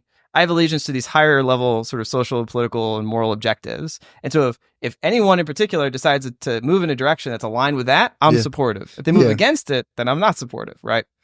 And so this is where it would be important to watch, and for folks that are interested in, pushing UAP disclosure, to like hold people to account, right? Regardless of your particular team or tribe, and be like, I have a certain political objective. I think we need to establish these independent mechanisms of accountability and transparency. Whoever's in power, that's my expectation, right? Mm-hmm. Whether it's Elon or anybody else, it's like, this is where I'm going to hold you to account. So, that's what we're heading into now. It's going to be a lot of things are now on the table. And it's going to be fascinating to see how it all plays out.